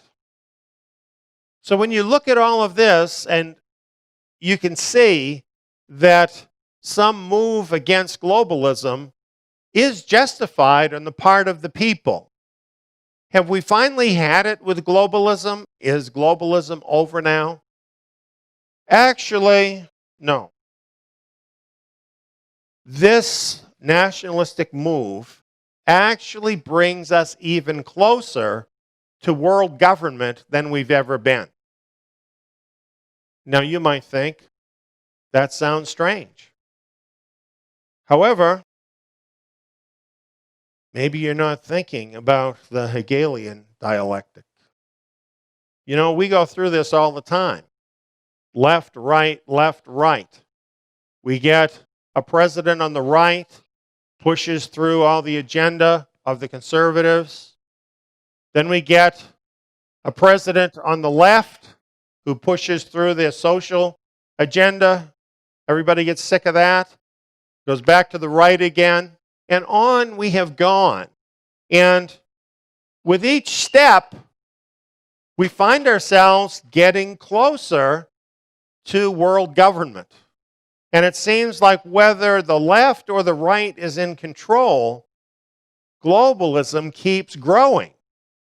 That is what has been happening.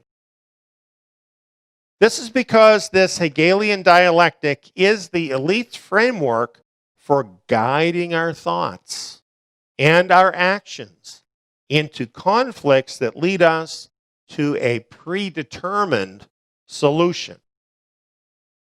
What happens is there's a thesis. That's the big idea, the thesis. And a lot of people are for it, they push it forward.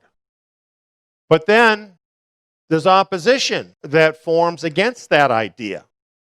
And that opposition pushes back, bringing things to a new position called a synthesis between the two positions. And it actually moves ahead the thesis. That's what happens. It's like taking 3 steps forward and 1 step back. And then 3 more steps forward and 1 step back. That's kind of how it works, so that the net movement is forward. Take a look at this as an example. This is how Hegelian dialectic control operates. There's the idea that gets put out there. Now realize the elite control the media. They own it, okay? All of the highly paid news figures you see on TV, who is paying their salary? It's the owners, the globalist elite that pays their salary. So the message that comes through in the media is controlled by the globalists. And then, of course, we have the political arena. And we vote people in and out of office. So we think. But what we have seen is that the votes of the people are not what actually controls what the politicians do.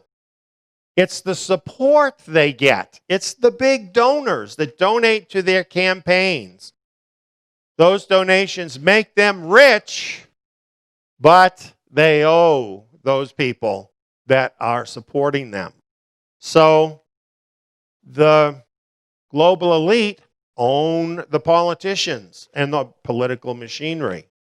So if they own the media and they own the whole political apparatus, they are the ones that can control the dialectic. In other words, the conversation.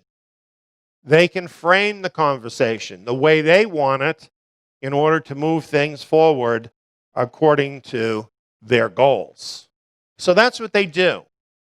And all of a sudden, you'll notice in the media, everything is about a certain topic.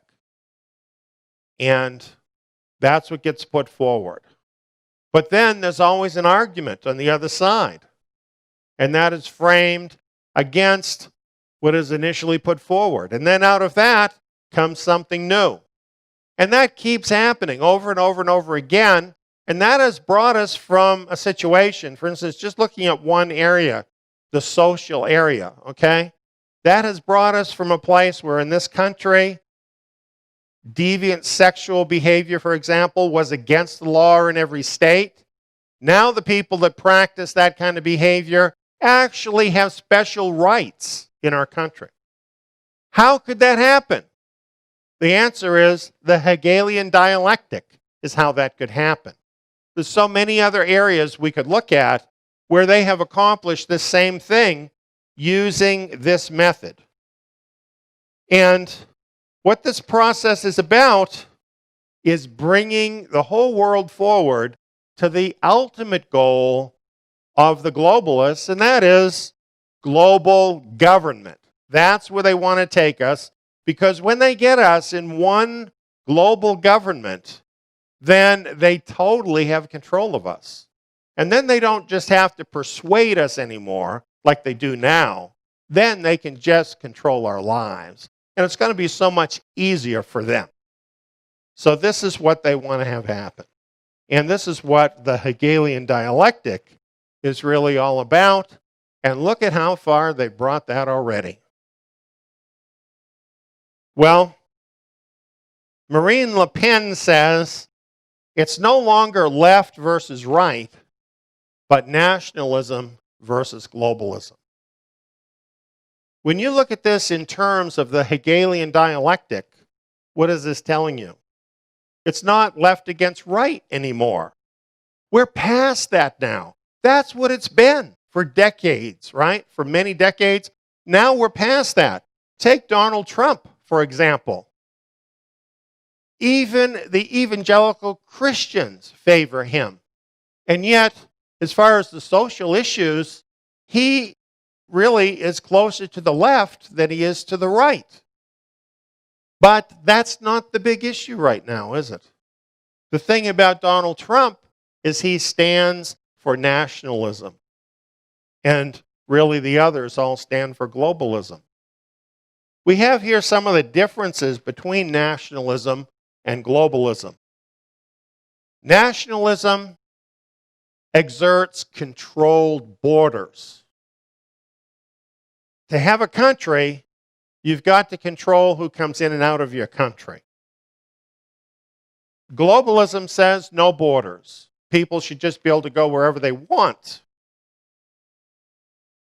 Nationalism says controlled trade borders.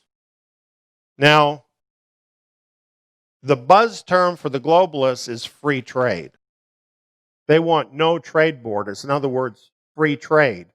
The reason for this is the supranational corporations don't want to have to stay in a country like America, where the wages are higher and where it costs them more.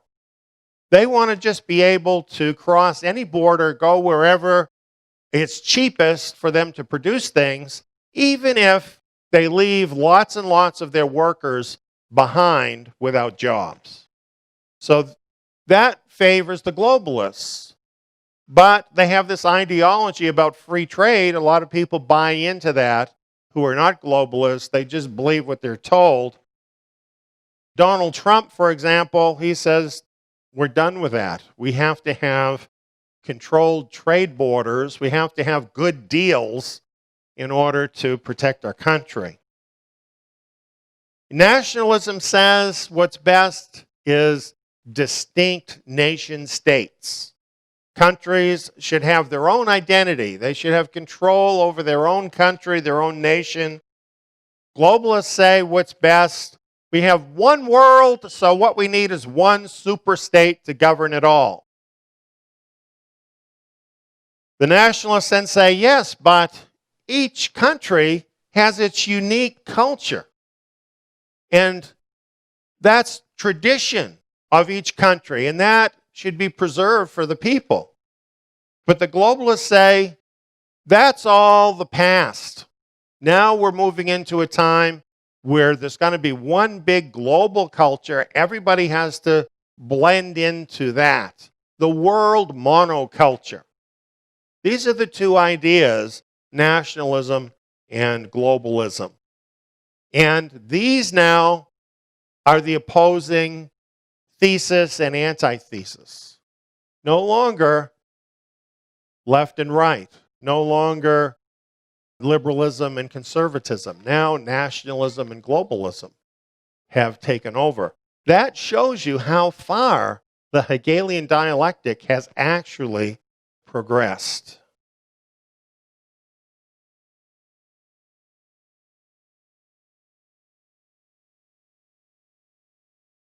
We've had a lot of progress for the globalists in the things they want.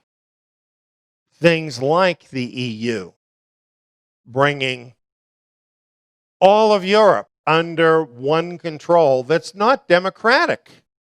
For instance, with the recent migrant crisis, individual countries are not able to make a choice for their country whether they want to have more migrants. Under the EU, they all just have to accept them. NAFTA, where in America a lot of the industry has moved south into Mexico. All tariffs and so on have been removed, and a lot of jobs have moved south as well.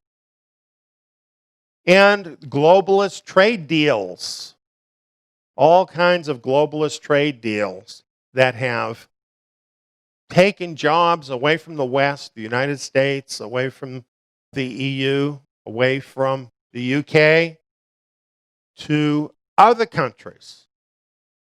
And what happens here is the technology that has been developed in the West, the wealth that has been developed in the West, is simply taken without anybody paying for that, nobody paying anything to those countries for that, just taking it off to another country where it can be utilized for the globalists to make a lot more money. So they have used all of these things and many more in order to become even more wealthy. This, of course, has brought about this popular nationalist backlash, Brexit, Trump, and this whole wave now of nationalism. It's all because of these excesses of globalism. So what is going to happen now that there seems to be this rise of nationalism coming along? Well, here's what you can expect. The nationalists are going to become the villains. That's what's going to happen. And once again, the thesis develops the antithesis, and then the synthesis will come out of that. So how do we move things beyond nationalism to the goals of the globalists? That's what some of them are thinking. Here we can be sure they'll turn to people like David Rockefeller, who has said all we need is the right major crisis and the nations will accept the New World Order. You see, if they put on enough pressure on the world and they can blame it on the nationalists, the world will turn the other way. And it will turn the other way with a vengeance. So already, as soon as this happened, a narrative has started to come forth. For instance, we see this article, Britain turns its back on Europe. Those Brits are traitors, aren't they? Immoral. They've turned their back on Europe. Isn't that what that's telling you? Is that what they were doing, turning their back on Europe? I don't think so. But that's the message they want to send. And what they really are doing is looking for more freedom, more control over their lives. But that's not what you read in the papers. In the papers, they've turned their back on Europe. And then we had this section in this article, key developments from the Brexit vote. They're all bad. They're all bad, okay? They lose their prime minister, David Cameron. What a nice guy he is, too. Huh? There's likely to be another referendum in Scotland on whether they want to stay in the UK. So the UK is now going to break up because of this, we're told. Their money has already plunged to a 30-year low. That has happened. The stock market had huge sell-offs almost immediately from this Brexit vote. Banks have been affected.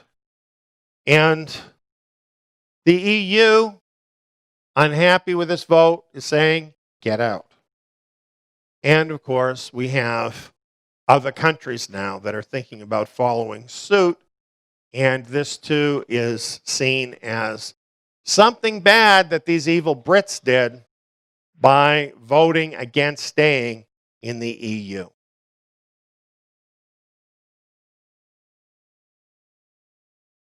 The EU Parliament leader, he says, we want Britain out as soon as possible.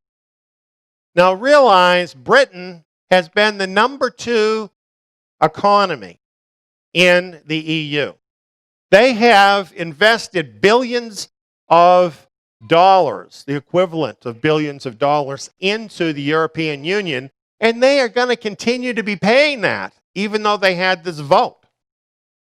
But despite everything that they've done for the EU is saying, get the heck out of here. We don't want you here. And here's what the EU Parliament leader said. The EU is the world's biggest single market, and Britain has just cut its ties with that market.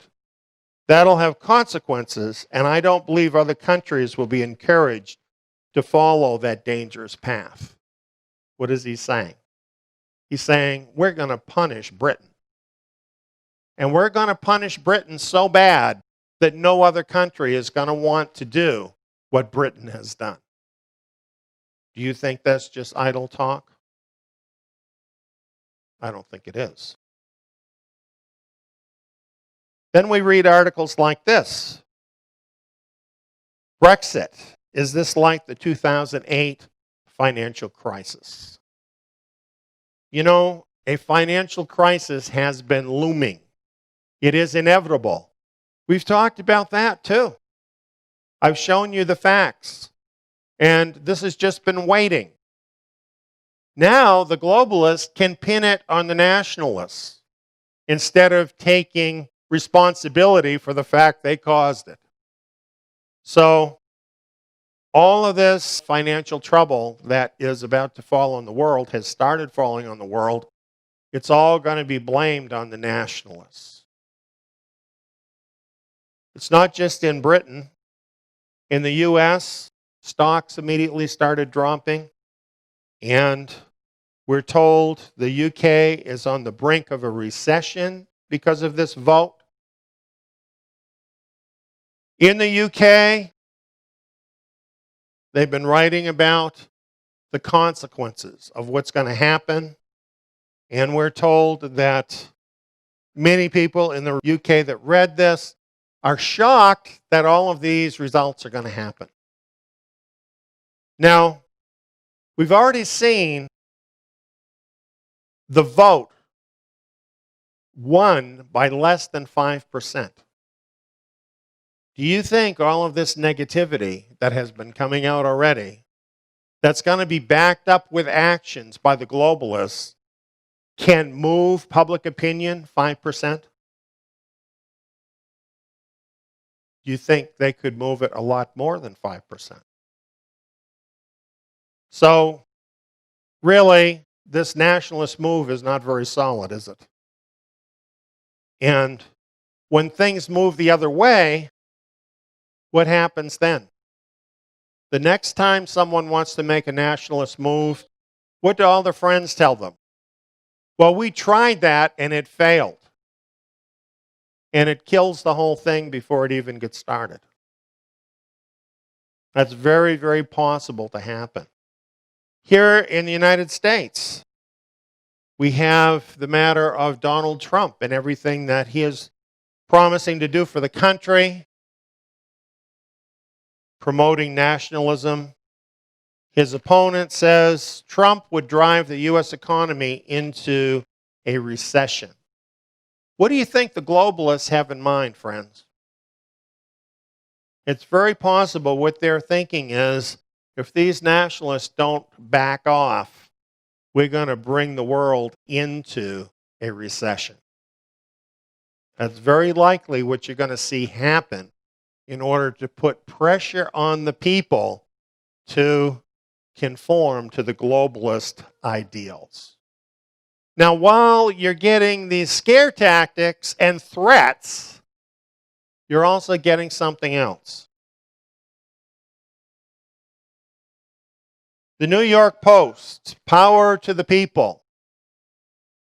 Well, this is not celebrating the nationalist resurgence, even though it looks like it on the cover.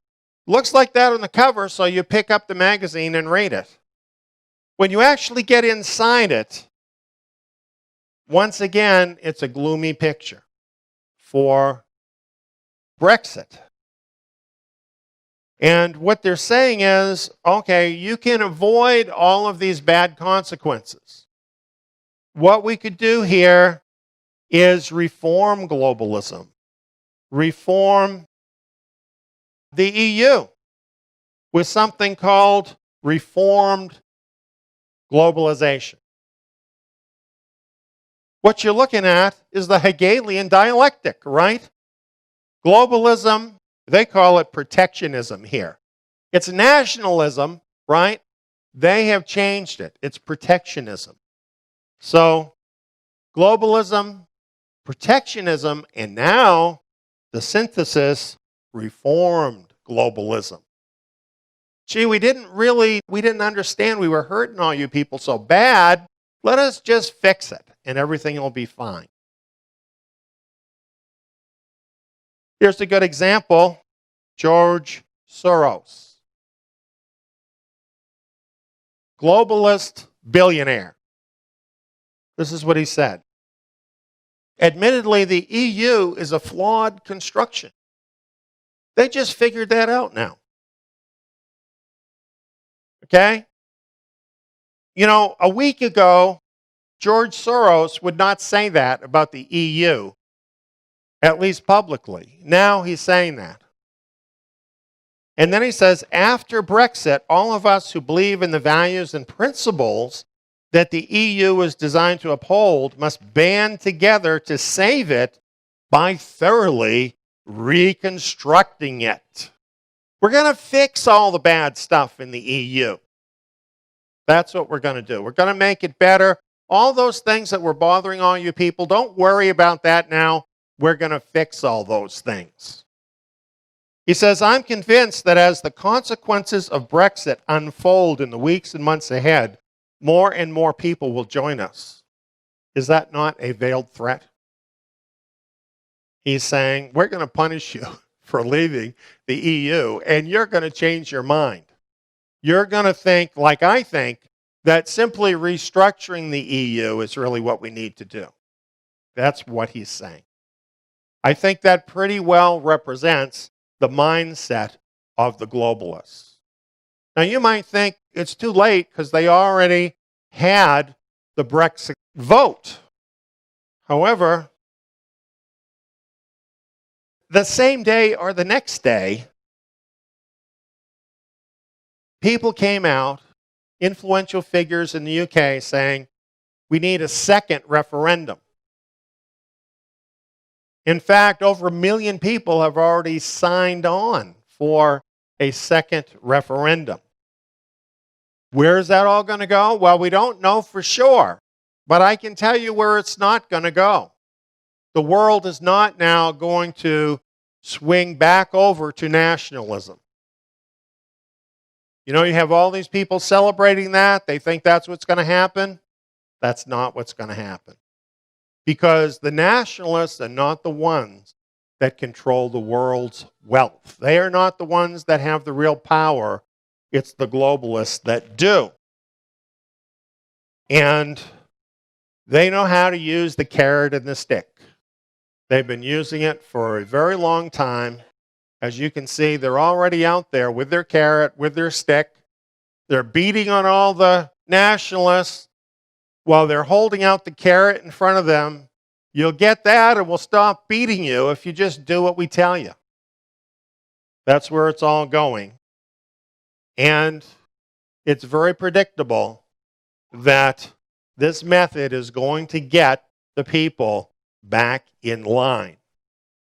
How long will that take? Maybe not long, maybe longer than we might think. But either way, it will happen. They will get the world back in line with the globalist agenda. And If the nationalists aren't malleable enough, then it could be a painful time coming up for everybody. Just so the whole world will blame those nationalists and they'll change their mind about things and get back in line with the globalists. Because remember, all the nations of the world signed on to Agenda 2030 with the United Nations. They have already committed, including Britain, by the way. The fact they have backed out of the EU doesn't change the fact they have signed Agenda 2030, which gives the United Nations control over all the world's resources by 2030. In other words, a global government. That's not undone at all. And what about all the rest of the gains that globalists have made over the last decade or so? What about the social changes that have happened? Do the nationalists really even care about that? For instance, here in America, do you think Donald Trump is going to roll back same-sex marriage? How about abortion? Is he going to roll that back? I don't think so. See, a great deal that the globalists have accomplished already is pretty well set in stone at this point, and it's not going to be undone. So, the net effect of all of this is that it is actually moving the globalist agenda forward. There was bound to be pushback against the globalists. They knew that would happen at some point. You can be sure they were ready for that. And now that it's happened, they're going to deal with it. And when they get done with dealing with it, where are we going to be at? We're going to be at the place where the world is ready for global government. That's ahead of us. This has brought us closer to that goal. That battle can be fought, and then the world will be brought to that place of global government. We know from Scripture, global government is coming. The beast is rising out of the sea. Revelation 13 tells us he's given authority over every tribe, people, language, and nation. What is that? Global government. All who dwell on the earth will worship him. What is that? Global government. This is something that must happen, and really, we're getting closer than ever to that happening. But I want to remind you, this is the part I like. You know, the truth is, globalism cannot deal with the world's problems. It cannot do all the things it promises. It cannot do away with poverty. It cannot certainly do away with sickness or death. And what about nationalism? Well, in the name of nationalism, governments of the earth have murdered millions of their own people. You know, this is the history of nationalism. And what about wars? World War I, World War II, wasn't that all about nationalism? Nationalism is no answer to the world's problems either. The kingdom is the answer. The kingdom is the only answer. And after we get past globalism, this is what happens. The Son of Man comes with the clouds of heaven. He's given dominion, glory, and the kingdom that all the peoples, nations, and languages should serve him. He gets to say what the final answer actually is. The Hegelian dialectic will be over because it's actually Yeshua Messiah that trumps both nationalism and globalism. This is the future. So you know what? This is what we're signed up for here. And I have to tell you the truth. I have some sympathy for the nationalists. They're hurting, as we all are, from what the globalists have done. And the truth about them, though, is they don't know the real answer. Many of them would get on board with us if they really understood that nationalism is not the answer either. I think the better we understand what is really going on, and we see this for what this is really all about, that this is the movement of the Hegelian dialectic. It's the globalists moving society closer to globalism. If they can understand that as we can understand that, then we can realize throwing ourselves behind nationalism is not going to bring us to the place that any of us want to be. Where we're at right now, we have a golden opportunity right now because the world is so caught up with these issues, they really don't care a great deal about us. And it leaves us free. You know, it leaves us free to do the work of our Father. It leaves us free to put forth the truth about the kingdom. It leaves us free to fish out whoever will come and be saved from this crooked generation. So really, when I look at all of this, I see an opportunity here for us. And let's make the most of this opportunity. Friends, do everything you can, because when we get past this whole discussion in the world, when we finally get under the globalism that's coming, the world is going to turn into an absolute living hell.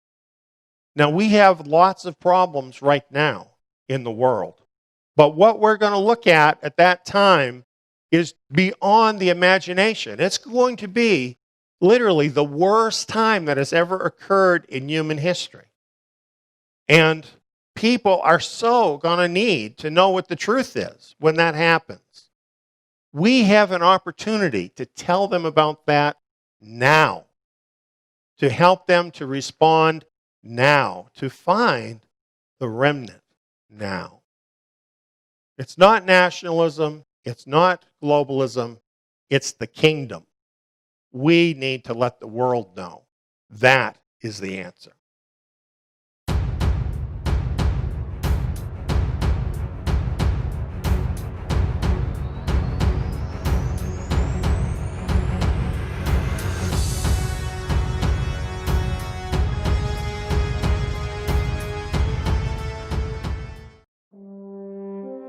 The global economy is teetering.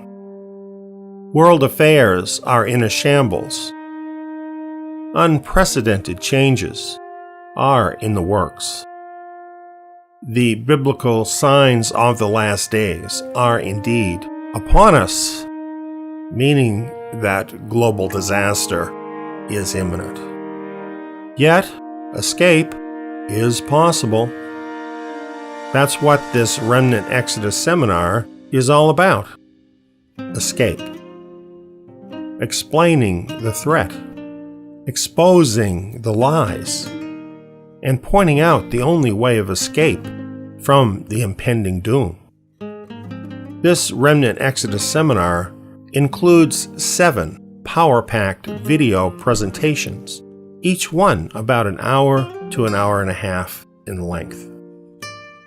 These presentations are based on the scriptures, both Old Testament and New Testament, on current events, and on documented history. Each video builds on those before it. The Remnant Exodus seminar is designed to easily go through this information step by step with slides and illustrations to guide you each step of the way. Prepare for assumptions of the past to be challenged, giving you important new information to help guide your way.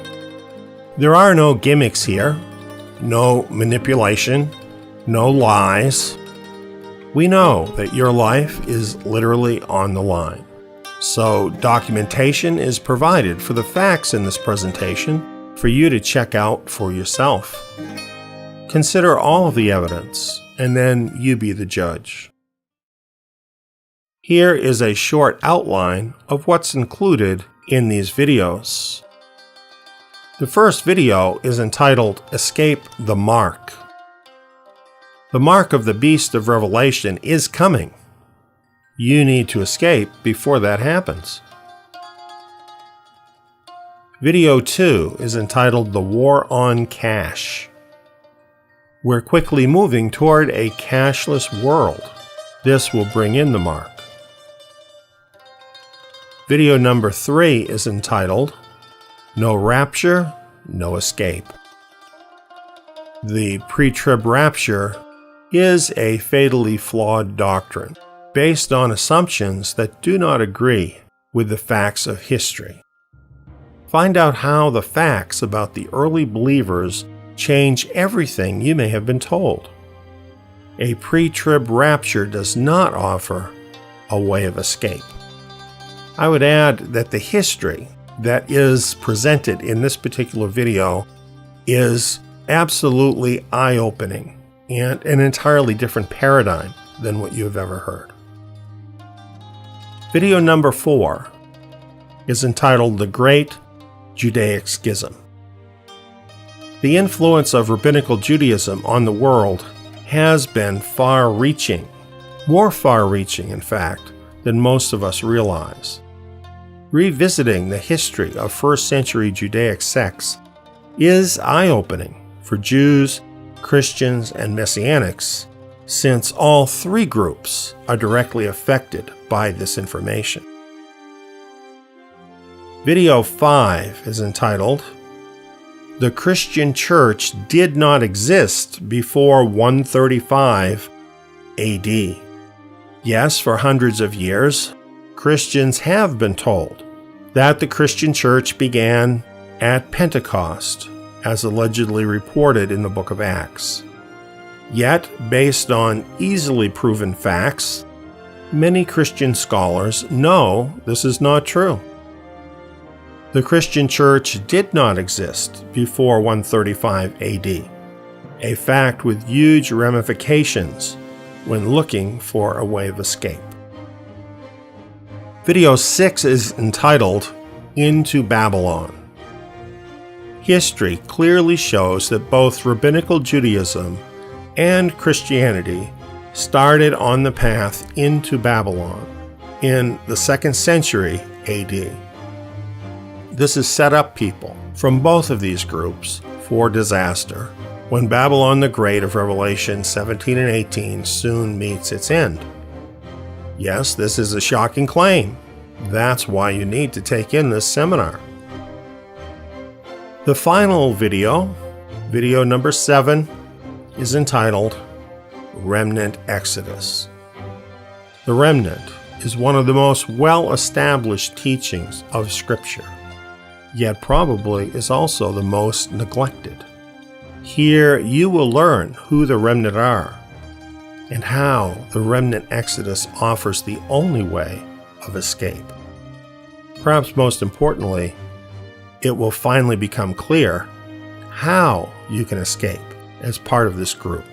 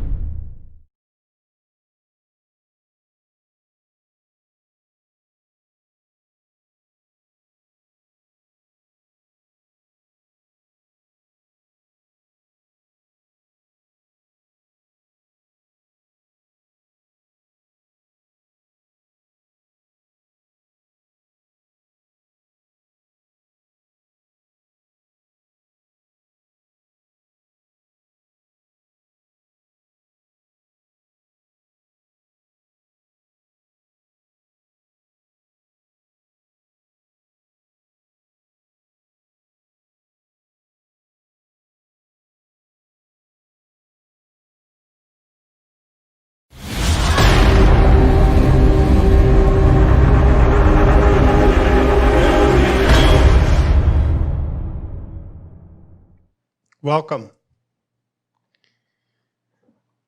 Our theme, the vulnerable world technocalypse. We're asking the question, is the world doomed by technology? No, this is not an advertisement for an old Schwarzenegger film. It's actually a very serious subject.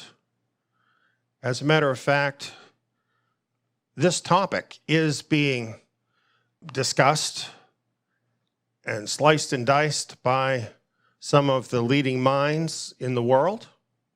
And in fact, that's going to be our starting point tonight. The University of Oxford, when you talk about educational institutions, you can't get any more serious than the University of Oxford. It goes back as far as 1096 and sometime before that. It is the oldest university in the English-speaking world and maybe the entire world. It is quite huge, as you can see. It has a huge budget. Last year, it had a total income of £2.45 billion and took in £624.8 million in research grants and contracts. So many of the world's elite businesses, governments, turn to the University of Oxford for enlightenment. Oxford has a wide range of notable alumni, including 23 prime ministers of the United Kingdom and many heads of state and governments around the world, 72 Nobel Prize laureates, and we could go on and on. You couldn't find, I don't believe, a place that is more prestigious in the academic world or better connected with the luminaries of the world system.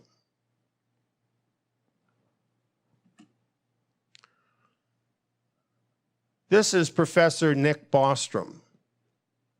He's a professor at Oxford University, and he's the director of something called Oxford Future of Humanity Institute. And he and his institute concern themselves with questions of world importance and actually existential questions about the world. And as you can see here in Wired magazine, it's highlighting Nick Bostrom and what he and his institute are doing with the theme, technology that could end humanity and how to stop it. Technology ending humanity is, in fact, what a technocalypse is. It's hard to say. Let's hope it's hard to happen. But Nick Bostrom doesn't think so. And he's thinking, and a lot of other pretty high-powered people are thinking that we need to do something about this threat. Here's a paper that Nick Bostrom wrote as part of the work of his institute. It's called The Vulnerable World Hypothesis. This is what we're going to look at and discuss tonight, the Vulnerable World Hypothesis. And it's a fairly lengthy paper, but he has an illustration that he uses that kind of gets to the heart of what this is all about. It's this illustration of an urn. And not too long ago, a radio personality described this very well. So I have a video of that for you I'm going to share with you. Are you familiar with the philosopher Nick Bostrom? Yeah. So Nick is a very unusual and very smart guy who focuses on questions of existential risk. And he recently wrote a paper, or at least I recently read this paper. I don't know when he wrote it, but I think it's recent, titled "The Vulnerable World Hypothesis." And what he imagines is, what he asks you to imagine is that we have an urn in front of us. He calls it the urn of invention. And the urn is filled with colored balls. And we have been reaching into this urn rather compulsively, lo these millennia, pulling out either white or gray balls. And the white balls are inventions, pieces of technology, memes, cultural norms, institutions that have no real downside, right? These just make our lives better. And the gray balls are inventions, and they're like that have benefits and costs, right? So, being able to split the atom is one, right? You can produce energy, but it can produce bombs and, waste when you produce energy. And so there are goods and harms that come from these inventions. What he asks us to consider is that there's a black ball, or perhaps many black balls, in the urn of invention, and we just haven't pulled one out yet. And a black ball is a technology which is synonymous with the end of civilization, right? And he goes into great detail about what sort of thing this might be and what we would need to do to stabilize civilization in the face of this possibility. And so, the first thing you're asked to acknowledge is that it seems rather plausible that there is a black ball or two in the urn of invention, right? There are things we could discover that we can't undiscover that could spell our doom, because it becomes so easy for one deranged person to destroy the lives of millions or billions.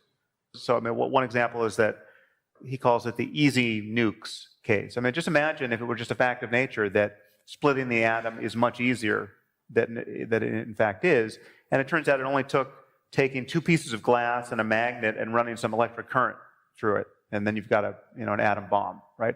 Now, if it were that easy to make an atom bomb, 1 in a million people would make one, more or less every day of the week, and we would just see cities going up in mushroom clouds, right? It would be the end of civilization if it were that easy to make an atom bomb. So we're just lucky that it's hard enough to refine the fuel, and to build bombs, certainly large bombs. If climate change were going to be much worse than it seems likely to be, if we were talking about a 20-degree centigrade rise in temperature over the course of the next 50 years, unless we got our act together, it just may in fact be the case that we can't get our act together in the face of that risk, and we're done for, right? So we're relying on luck in many, many places. But the punchline of this essay is that the only scenario whereby we can actually deal with this risk and respond to it should it come to pass. Should we have the time to realize that we have pulled a black ball from the urn, is to have what he calls a state of turnkey totalitarianism and hyper-technological surveillance, obviously enabled by some AI that we have not yet built, but he's imagining us surveilling one another at all times in as reasonable way as possible, with the data anonymized in all the ways we would want it anonymized, but basically to deliver a system where we could intrude on your behavior very, very quickly, Minority Report style, where there's an AI at every moment of the day watching what you're doing with your hands, right? In a world that has pulled the black ball. If it is trivially easy for anyone in this room to weaponize the flu of 1918 because all the data is out and you've got something on your desktop that can do it, right? And we can't uninvent this thing, then we need to know what you're doing with your hands. So the net result of this essay, to suddenly make me open-minded to something which, if described in the absence of having considered the urn of invention and some of these examples, sounds like just the most dystopian horror show imaginable. A perfect surveillance and an ability to turn on totalitarianism at a moment's notice. How could that be at all desirable? It becomes at least potentially desirable if you grant that it may in fact be the only stable state for civilization in light of what we're currently doing. And what we're currently doing is just reaching into the urn and pulling things out as fast as we can without giving any thought really to what's going on. Pretty scary, don't you think? On more than one level.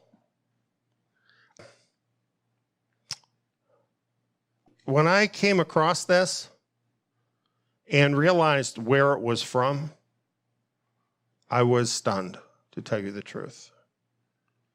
You know, it took Western civilization over 1,000 years to break free from the Dark Ages, to break free from totalitarianism. As a matter of fact, Oxford was still a university back then, during the Dark Ages. And it had a role in bringing us out of the Dark Ages. And so it is absolutely stunning to me that a suggestion could come out of Oxford University actually advocating for global totalitarianism on a level the world has never seen. Global totalitarianism where literally every single action you do is observed and can be instantly stopped.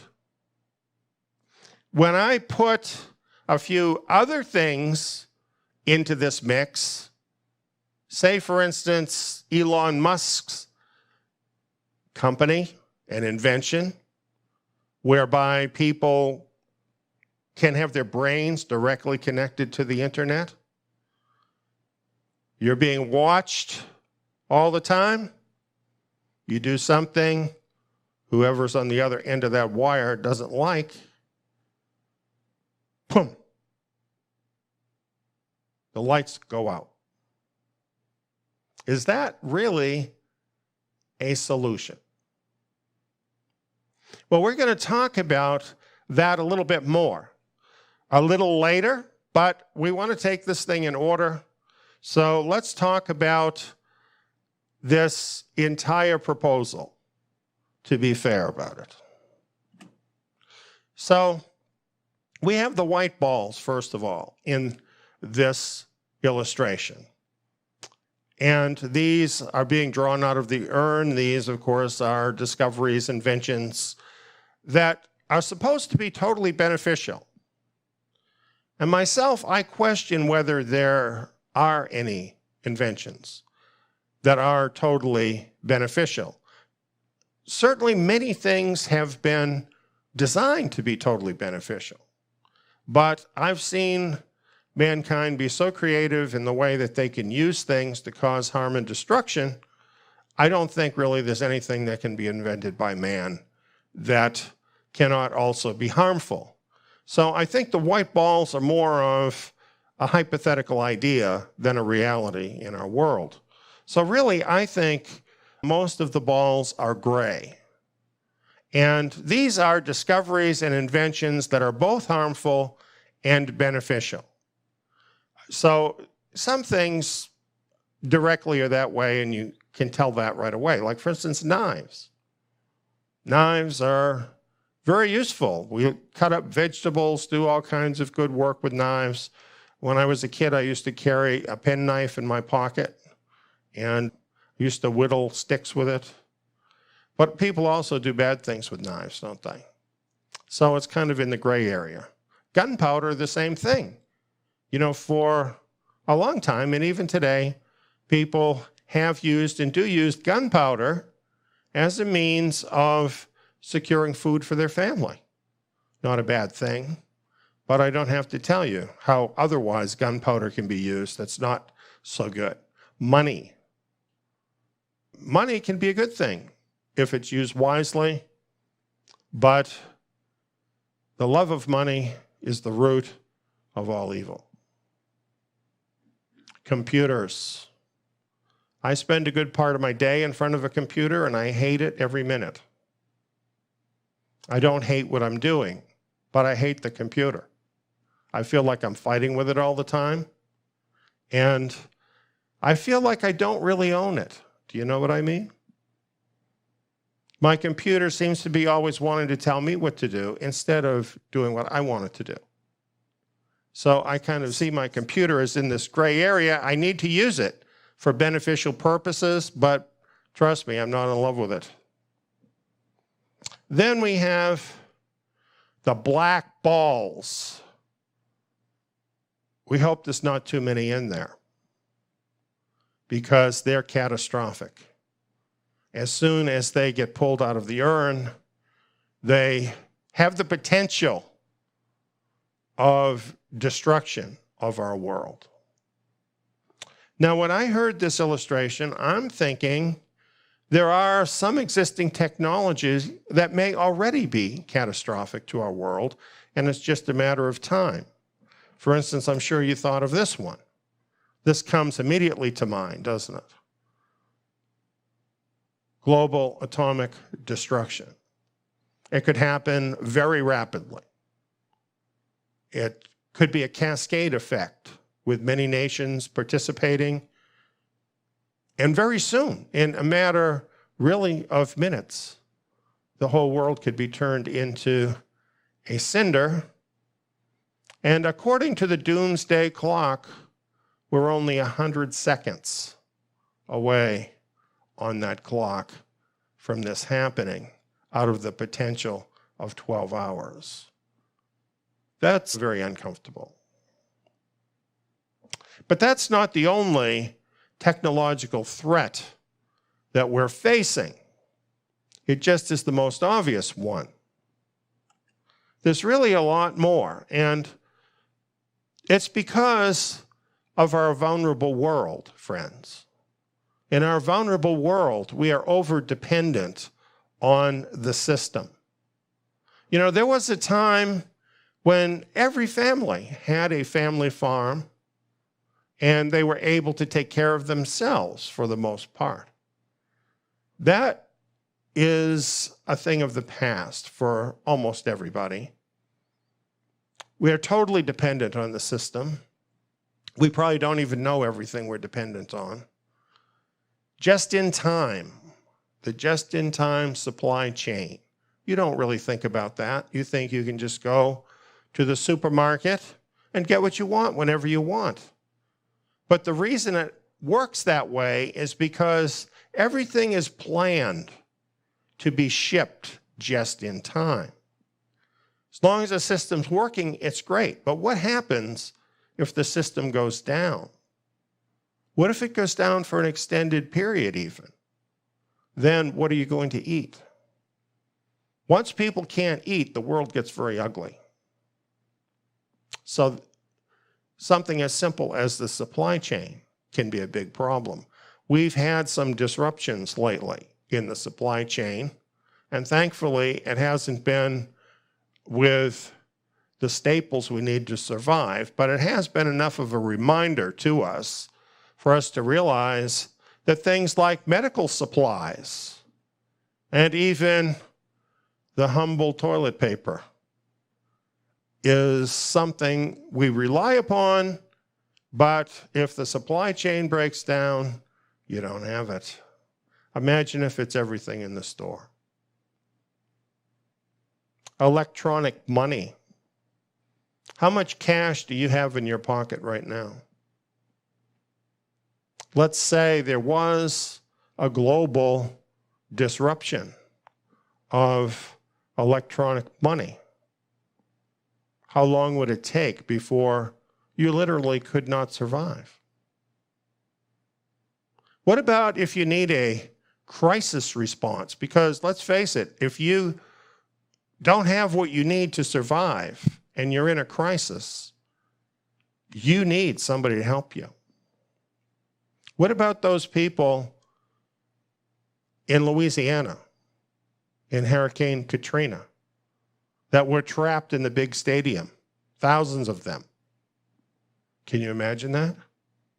What if that happened to a whole country, to the whole world? We are so dependent on the system. And of course, if you have a massive breakdown in the system and society reacts to that harshly, you could have a cascading effect of violence throughout the world that could literally destroy civilization. So system failure is a huge thing. Well, what could cause that? How about a global internet crash? Any system is literally impossible to rule out every conceivable threat. The nature of catastrophe is exactly that. You don't see it coming.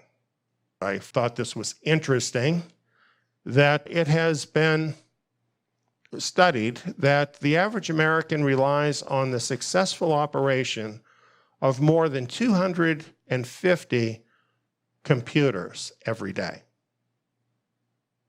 Every day.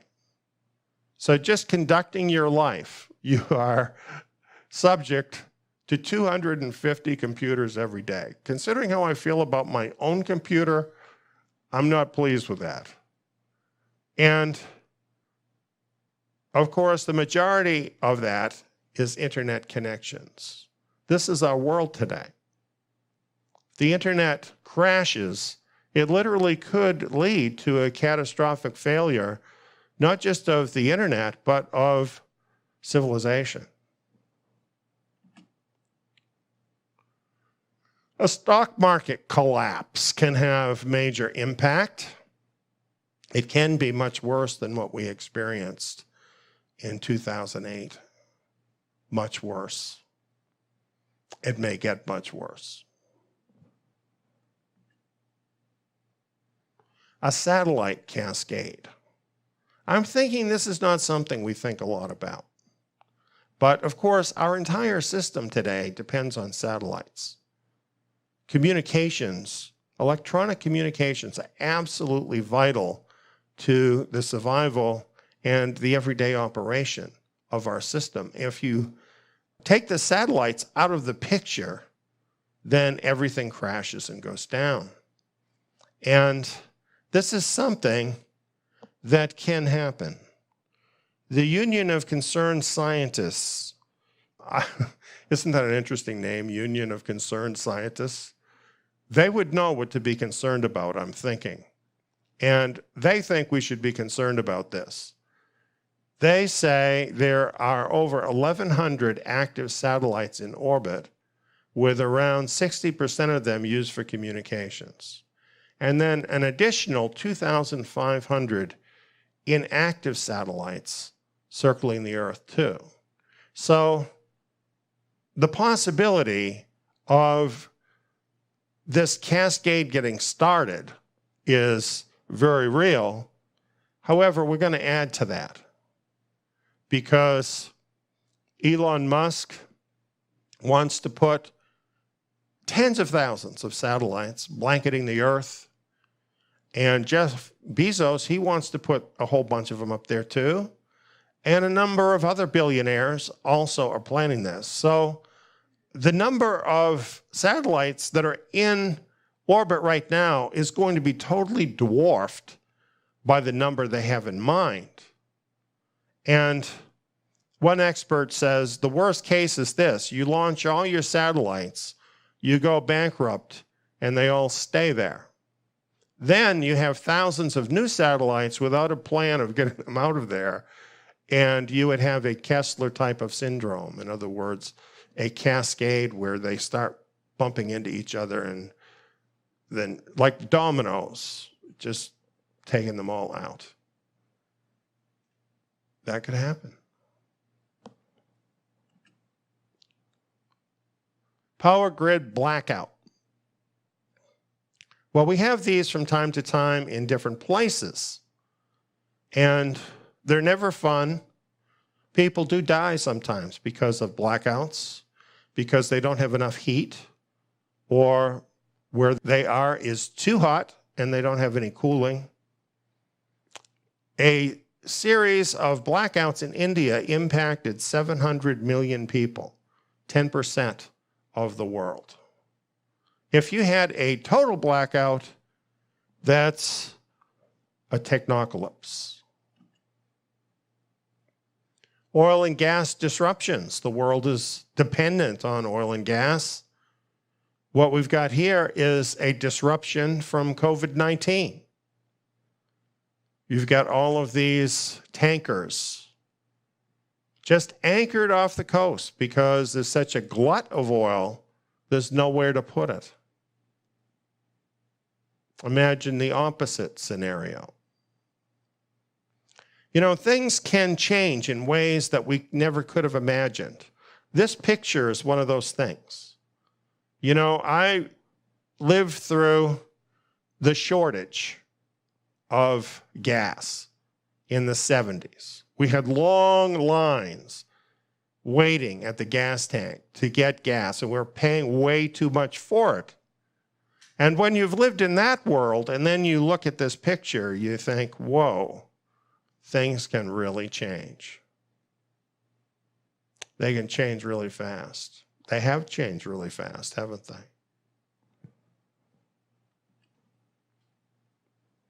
I always thought this was a very scary possibility. A water supply attack. This seems to be a favorite of TV shows and movies as well, because we're so vulnerable regarding water. We absolutely have to have it in order to live. Do you have a well? You might have a well where you live. Most of us don't now. We depend on that water company to pump that water to us all the time. What happens when that stops? What if there's a coordinated attack deliberately taking out the entire infrastructure? Well, that sounds pretty ridiculous if you had to send people all over the place to do it. But in the computer age, that's a whole different story. If you can get a computer virus into all these different systems, you totally can take down the entire system. And don't think it can't happen. Don't think it can't happen. There was an attack against Yahoo, and the attackers literally got a hold of half of this country's data of the people in the country. This is a huge problem. And let me say this too. We have quantum computing coming. Quantum computing works in an entirely different way. The encryption that we're all depending on to keep out the bad guys, quantum computing can break through that in seconds. As a matter of fact, it can go backwards into other things that you already have out there on the internet, things you've forgotten about that are under encryption, and obtain data and information that was never meant for anybody to have, but quantum computing opens all the doors. Big problem. And then, of course, we all hear about the rogue AI, right? Don't we have an interesting future coming up? Isn't technology such a great thing? At best, it's in the gray area, isn't it? At best. Yes, it does have some benefits, but the downside, just one time, could be a real killer. As a matter of fact, you know what? It is a real killer. Since 1970, we've lost 52% of the Earth's bird, mammal, fish, reptile, and amphibian population. Entire species are dying out at a rapid rate. What is the cause? Well, the people who are causing it don't want you to know what the cause is. And you know, they're the ones that fund all the studies and basically hold the reins of power. So they want to keep this in the gray area. Because if we found out about the chemicals that they're putting into the food and into our environment that ends up in the water, that ends up all through our environment. Things like plastics, GMOs, electromagnetic radiation. How about that? Can you imagine when we add, like, I don't know, 60,000 satellites all beaming microwave energy towards the Earth? How much worse that will be?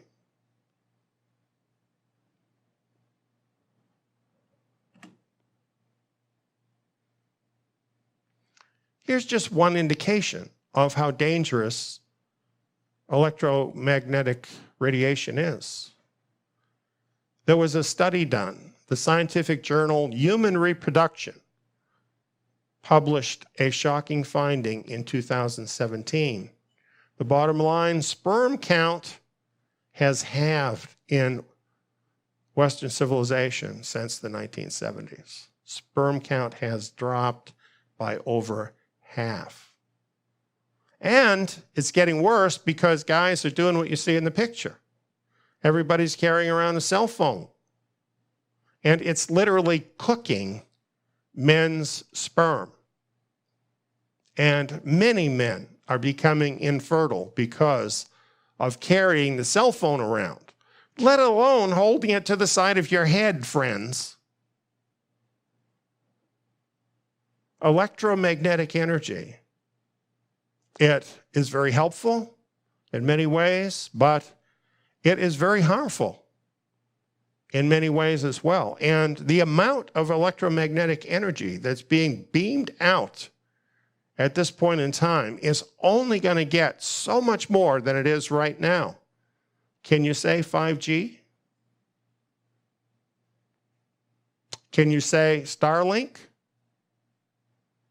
If the animals have already died off by 50% in the world, if we're literally becoming infertile as human beings, what does that tell you about the future of the world in this situation? To me, we're already in a black ball situation. It's just a matter of time.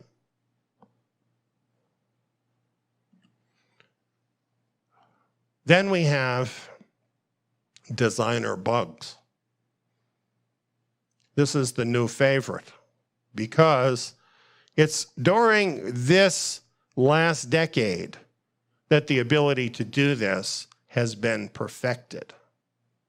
As this article points out, new tools from the field of synthetic biology could endow scientists with the frightening ability to design and manufacture maximally dangerous pathogens, leapfrogging natural selection. Leapfrogging nature is how I would put it. And it also says, no obvious physical or biological constraints preclude the construction of such potent biological weapons. According to biosecurity expert Piers Millett, if you're deliberately trying to create a pathogen that is deadly, spreads easily, and that we don't have appropriate public health measures to mitigate, then that thing you create is amongst the most dangerous things on the planet. I guess I should let you read it too.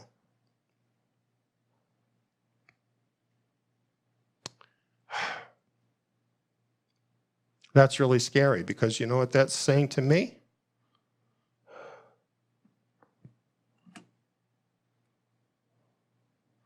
A year ago, we were warned. A year later, it happened. Humanity has drawn the black ball from the urn. At this point, we're all very fortunate, actually, because the bioweapon that was released into the world that brought the world to a halt isn't killing very many people in comparison to what could be happening. Now, I don't mean to minimize the deaths because they're horrible. But the truth is, to me, it looks more like a shot across the bow than the main event. Because it would be possible. The people who did this could do it. It would be possible. to make a synthetic virus that was far more deadly, that would kill virtually everybody. That could happen. We should be very concerned about this because this is something real. This is happening in our world right now. I can understand why they keep trying to put a lid on this, to keep us from knowing that this is a synthetic virus. But if you dig, the information's out there. I have presented the information too. And there's no doubt that this was sliced and diced and put together for a specific purpose. This is the black ball, dealing with genetics, rearranging the building blocks of life. Why couldn't that destroy the world?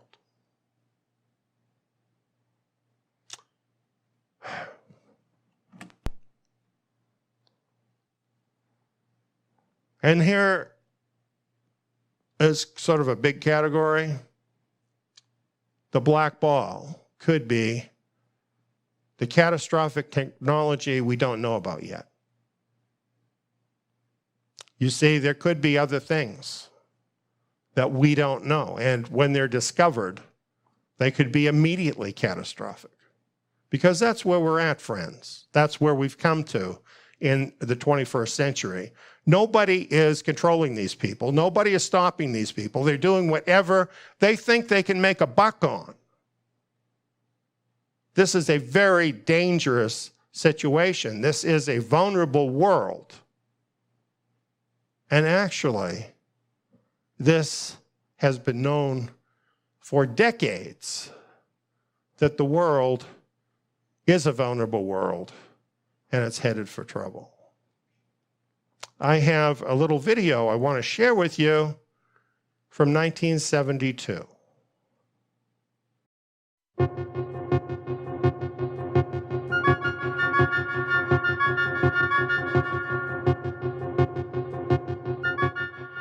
It's not some science fantasy effect from 2001. This electronic display emanating from Australia's largest computer is a picture of the condition, past, present and future of planet Earth.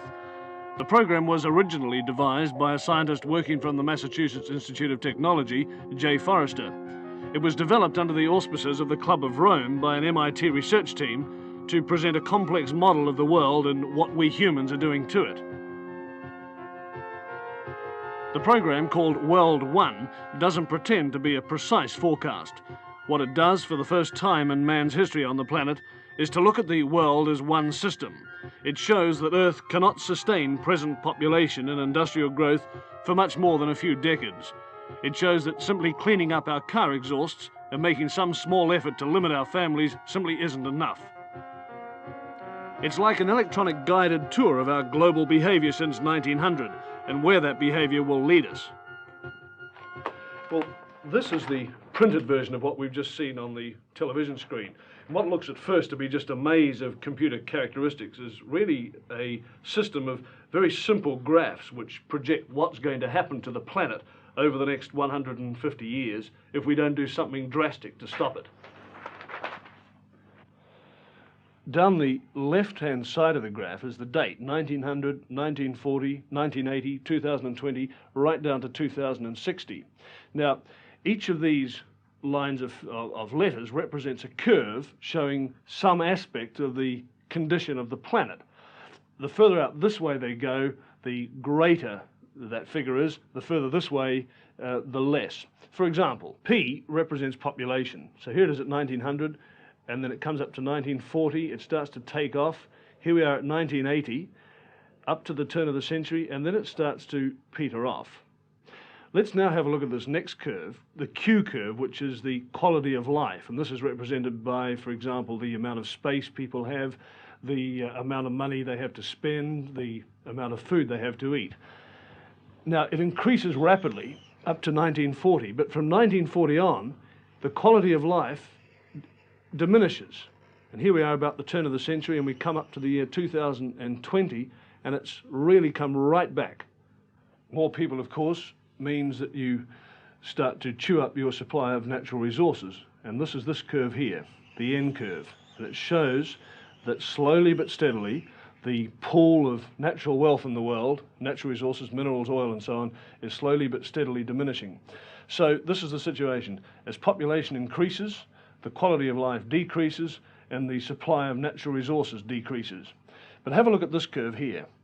This is called the Z curve, and it represents pollution. Now, predictably enough, as the population increases up to 1980, pollution increases. There's more rubbish. But from 1980 to the year 2020, pollution really takes off. This is assuming, of course, that we don't do anything about it. So the year 2020, the condition of the planet starts to become highly critical. And if we don't do anything about it, this is what's going to happen.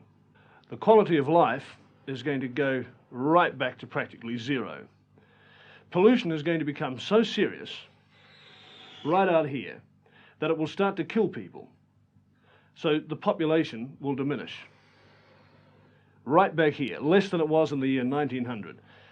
And at this stage, around about the year 2040, 2050, civilized life as we know it on this planet will cease to exist. Call it Apocalypse 2040. In the early 1970s, a computer program called World 1 predicted that civilization would likely collapse by 2040. Researchers at Massachusetts Institute of Technology, MIT, had programmed it to consider a model of sustainability for the world. As you have just seen, the bad news for us is that the model seems to be spot on so far.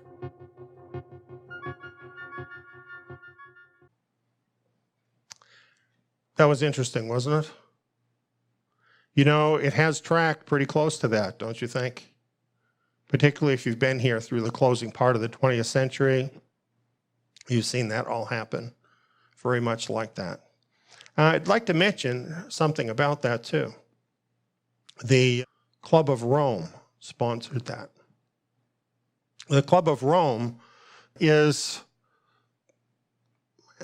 a group of the elite. And they have had a plan for a long time. There's actually more on this video, but I didn't have time to share it all, where some of the people from the Club of Rome are interviewed, and they're saying what their plan is. And amazingly, it's very, very similar to what Nick Bostrom is saying now. They've had the same plan all along. And it makes me wonder, as I look at that computer model, if that's actually tracking data or if it's tracking the plan of the Club of Rome and the rest of the elite. Just kind of an interesting question. Well, I'm a Bible teacher, and I've taught a lot about the passage of time and things that happen from the standpoint of Bible prophecy. And what I've seen is that Bible prophecy has agreed with essentially the main things that we saw in that video as they have unfolded. And that video kind of shows us you get to 2020 and everything starts going to pieces. Did you notice that? Did you notice that happened? Did you notice the world kind of got a little shove right at the beginning of 2020? Connect the dots.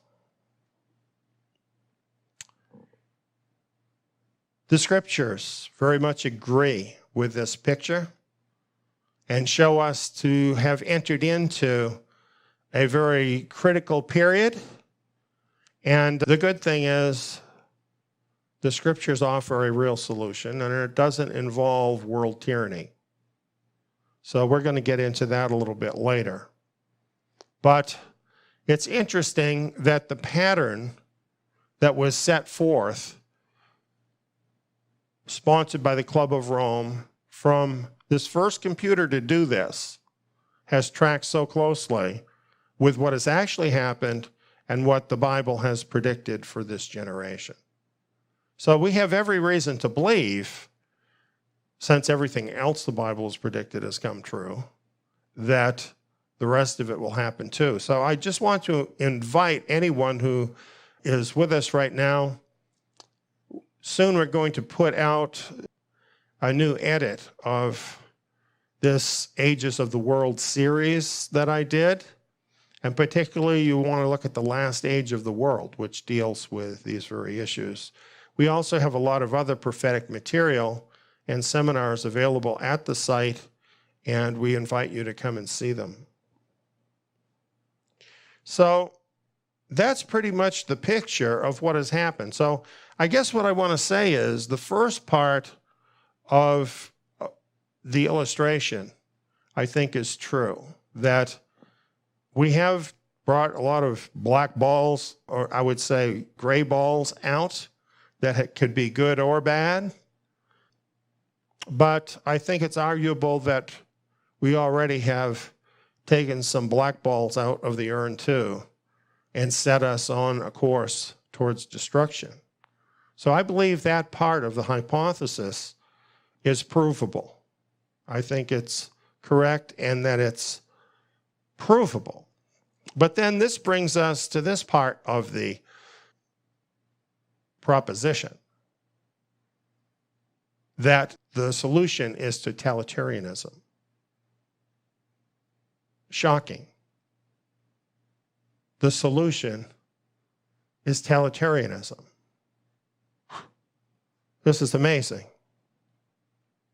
There are 5 reasons that I'm going to share that totalitarianism won't work.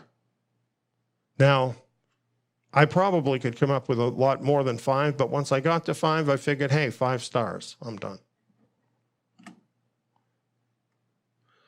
Here's the number 1 reason.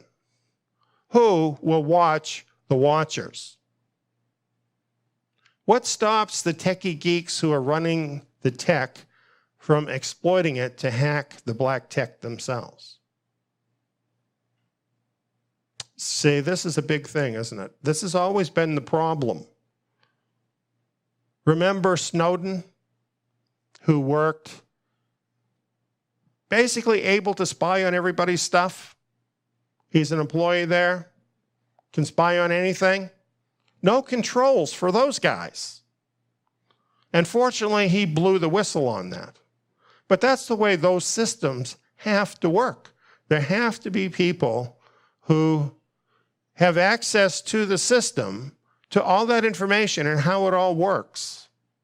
So those people are bound to find out about that black technology. All you need is just one of them to think, well, I could make that work, and then I could be the greatest person in the world. So watching all the people who aren't doing the watching isn't really going to help much. Watching the caretakers, that's a better proposition, and that never happens. Then, of course, we have the petty officials and enforcers of the system. We've had a lot of experience with them lately, haven't we? You give people a little more power than they usually have, and you're bound to have some of those people that go crazy with it. You know what I mean? That is happening. It doesn't take too long before those kind of people can make the cure worse than the disease. And of course, they're all going to skate too. So, you know what? It's really the worst people in the world that tend to gravitate towards those positions. Those are the people most likely to use the black tech against the world.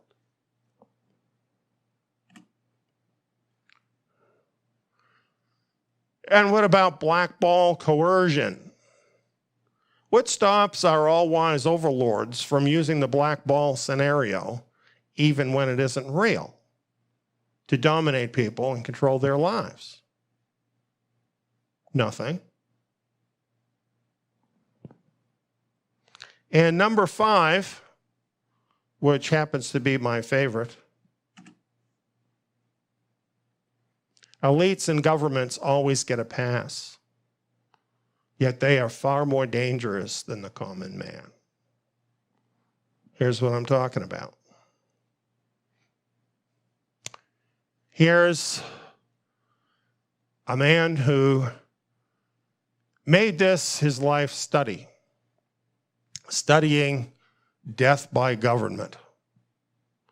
And he published this book, which has great detail, well studied out. And in the 20th century, he found that governments murdered about 169 million people. Think about that. I'm not talking about wars here. I'm talking about intentional killing by a government of unarmed people. Governments are very dangerous. And statistically, they're more dangerous than anybody.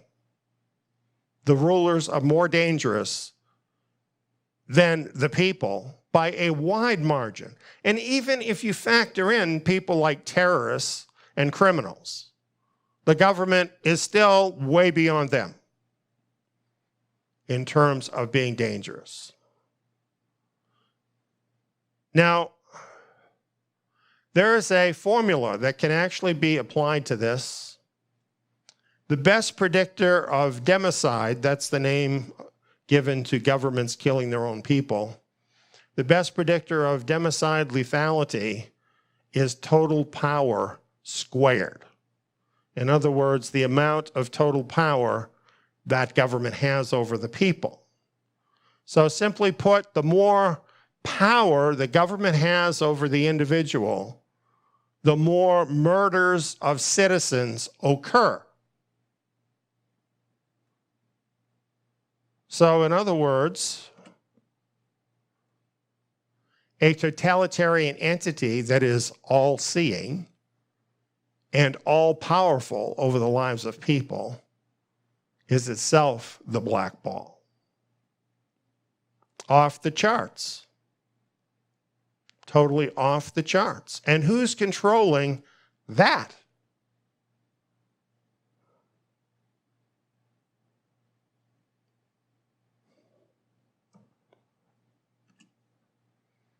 When I considered all of this,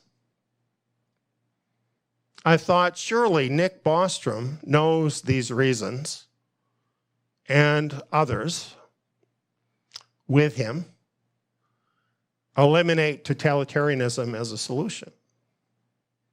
It's a preposterous solution. And, you know, most of us are not college professors, but we can figure this out, that this is no solution. So I'm wondering, why put forth a solution that is obviously wrong?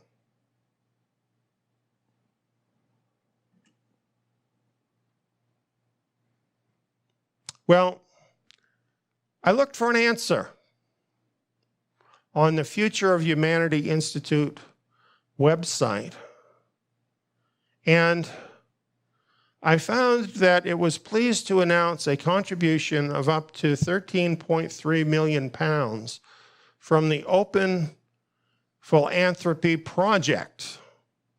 This was the largest donation in their history.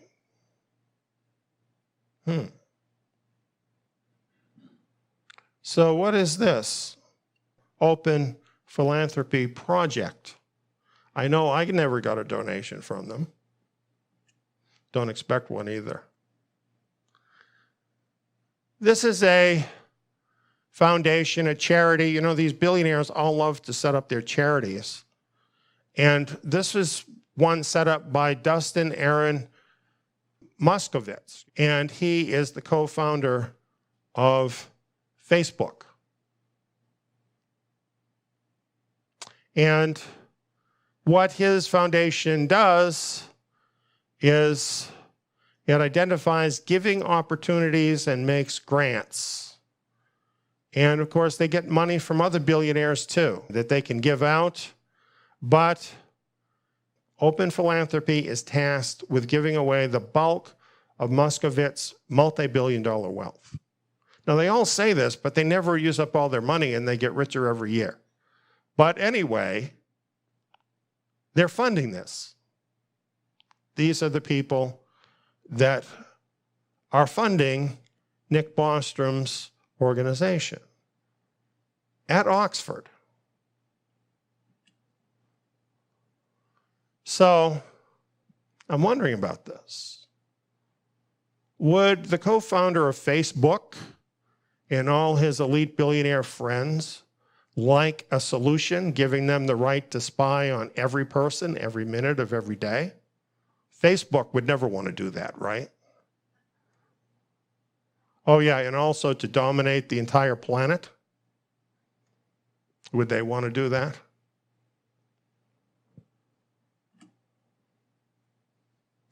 Would the globalist elite pay money for a new excuse to surveil and dominate every person? Do you think that would be worth a contribution to Oxford? Could this be just one more example of how the elites get academics and scientists to produce results favorable to their interests? You know, I used to be very impressed with various studies that would come out. I remember years ago, a study came out showing that Americans needed to eat according to the food pyramid. And you know, on the widest, fattest part, making up more than half of the food pyramid, is all kinds of sugar and carbohydrates.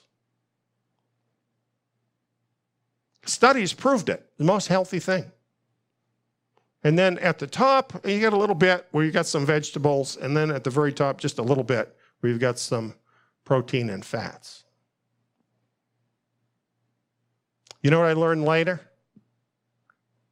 All those studies, they were all sponsored by the food industry.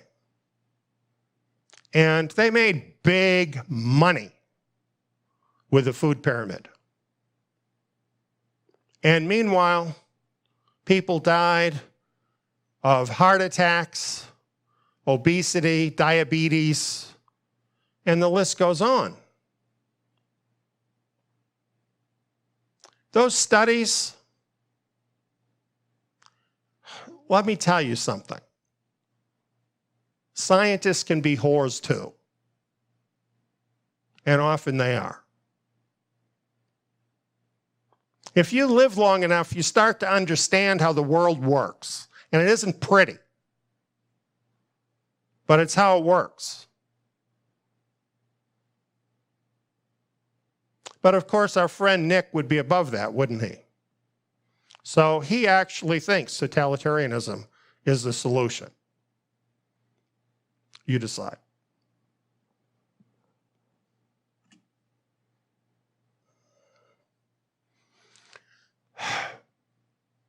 So why did they fund this? Why did the elite fund this at Oxford, the most prestigious institution on the planet, arguably? Why did they fund it? They need the support of this theory. And now that they have it, this vulnerable world hypothesis, it is energizing the elite. Because you know why? It gives these morally degenerate people who are totally selfish, but don't want to be seen by the world as being selfish, a moral justification to do literally anything to force humanity under a yoke of global tyranny powered by unprecedented technology. You see, now they can claim they're doing it for you. It's all for your safety, friends. Have you ever heard that before?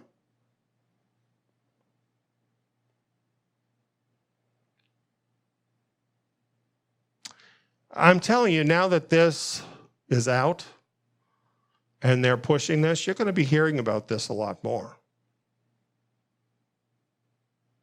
And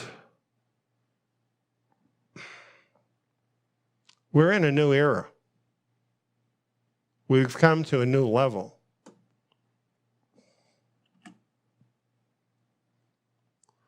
The globalist elites are now making covert war on all ordinary people of this world to bring everyone under a global totalitarian technocracy. And most of us do nothing to defend ourselves. We don't even believe it. Most of us don't even believe it.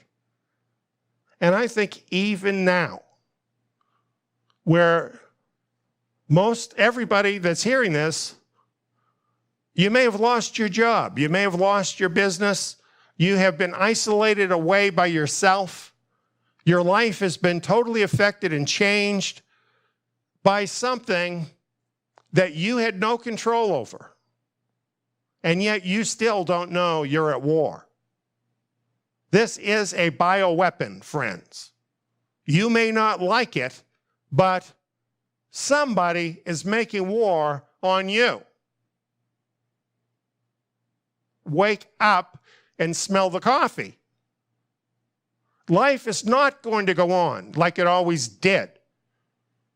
I know you want things to get back to the way they were. Well, they never are going to. Never.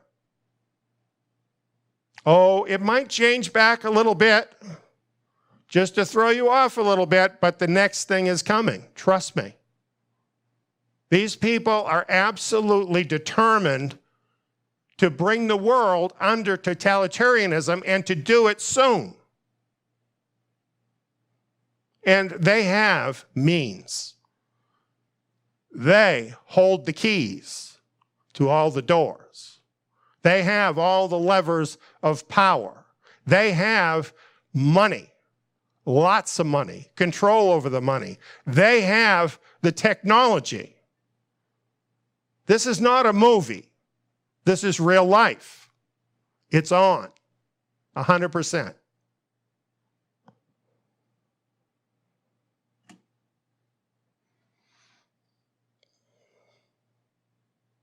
Now the happy stuff. There is a solution. I'm so happy about this. There is a solution. There is a vulnerable world solution. And before I tell it to you, I want to tell you this. There's not a thing in the world you can do to make it happen. I'm going to tell you what I'm not going to say. I'm not going to tell you to contact your senator and congressman. You know why? They're on the take too, probably. And if not, they're powerless over this. And you're powerless over this. There will be opposition.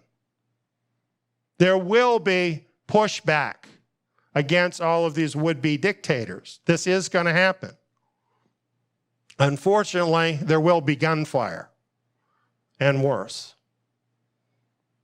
Don't get connected with that because it's a lost cause. You know, America's over. The America you knew or thought you knew or that you believed in, that's over now. It's just a matter of time. You can't bring it back because its time is over. I don't like telling you that. Somebody has to tell you. And if you happen to be a spiritual person, don't take my word for it. Talk to your Father in heaven and say, is this true? Is it really true that America's over? And have the courage to listen. Because you need to catch up with what's going on if you're going to get through this.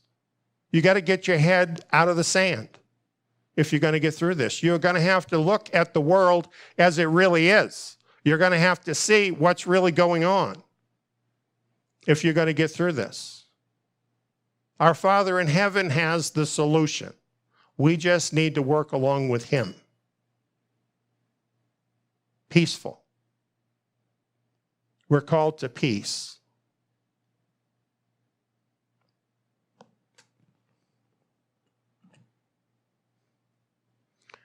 Well, here's a good place to start for a solution. Stop stealing from the Creator's urn without his permission. What makes these people think that they have a right to cross barriers that the Creator deliberately set up to break and enter into his areas to mess with his stuff?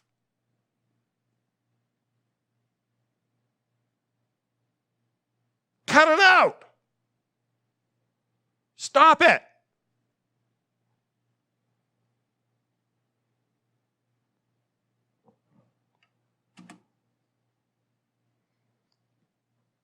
And I know what they'll say. Well, there really is no God. The fool has said in his heart, there is no God. They are corrupt and have done abominable iniquity. The things we're talking about are abominable iniquity. And the excuse, well, if we don't do it, somebody else will, doesn't work. There is somebody watching you. He who created the world is watching you. You are accountable whether you want to accept it or not accept it. It's still true. It's his world, not yours. Hands off.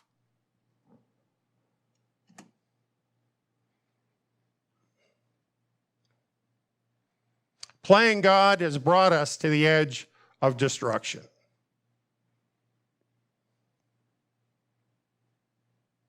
Right now.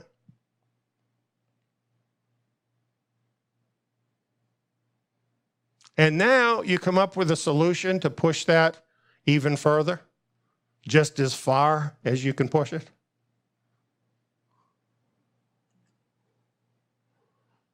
Which is to say, the fools will not turn back to God and repent. So the solution is not convincing these people to change their mind and be good people. They already made their choice. They wouldn't be who they are unless they'd already sold out to Satan, would they? So stop worrying about them. They're the enemies of God. They're the enemies of humanity. If some of them repent, all the better, but don't expect it.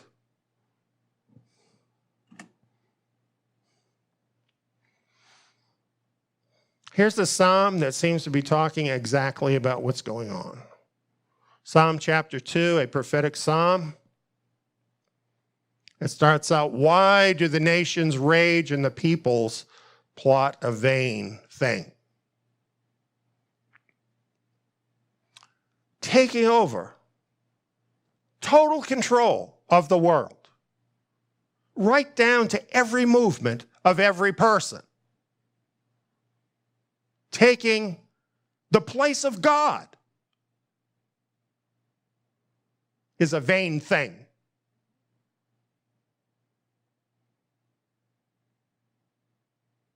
The kings of the earth take a stand, and the rulers take counsel together against Yahweh and against his Messiah.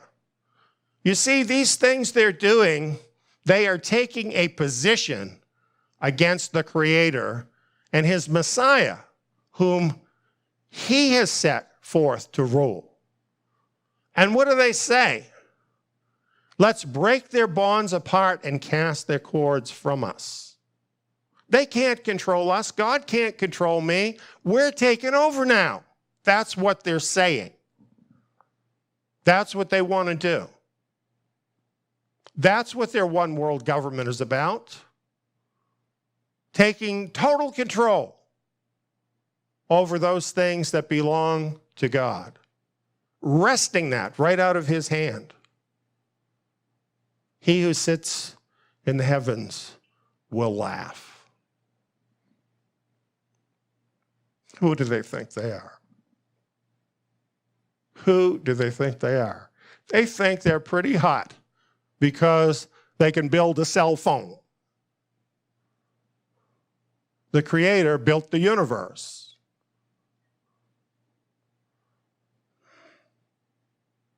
He will speak to them in anger. Yet I have set my king in my holy hill of Zion. Long ago, he determined who would rule this world.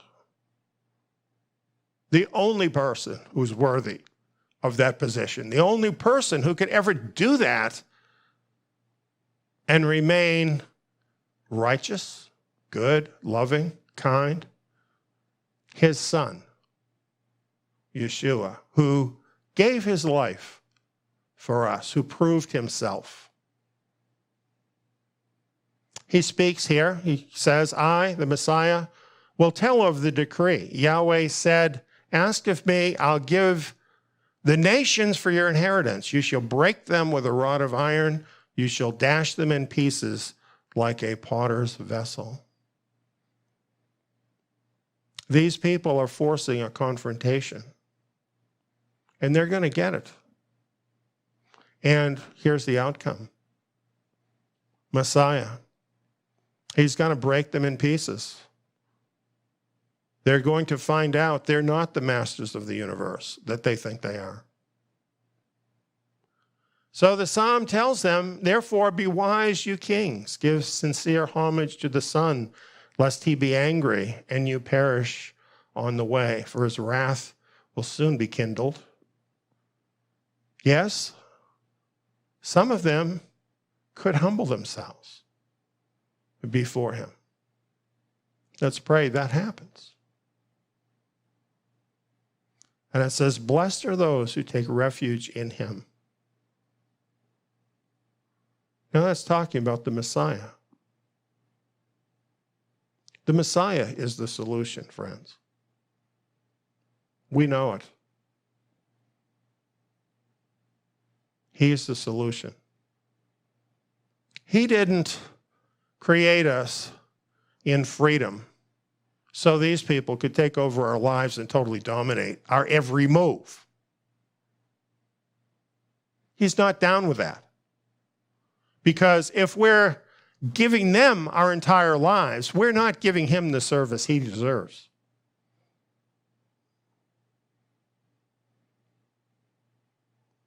So he's not going to be happy with this, and anybody that knows and loves him isn't going to be happy with this either. And this is going to come to a confrontation.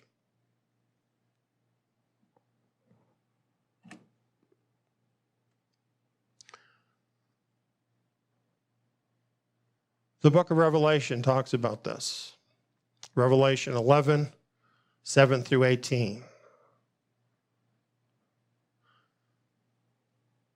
Revelation gives us a look into the future of the end of these days, speaking this prophetic prayer. We give you thanks, Lord Elohim, the Almighty, the one who is and who was, because you've taken your great power and reigned. The nations were angry, and your wrath came, as did the time for the dead to be judged and to give your bondservants, the prophets, their reward, as well as the holy ones, and those who fear your name, to the small and the great, and to destroy those who destroy the earth. That's the solution. Get rid of the people that are causing the problem. That's not our job. That's his job. And he says when he comes, he's going to do that. He's going to destroy those who are destroying the earth. And it is going to happen. Unfortunately, it's the only solution that will work.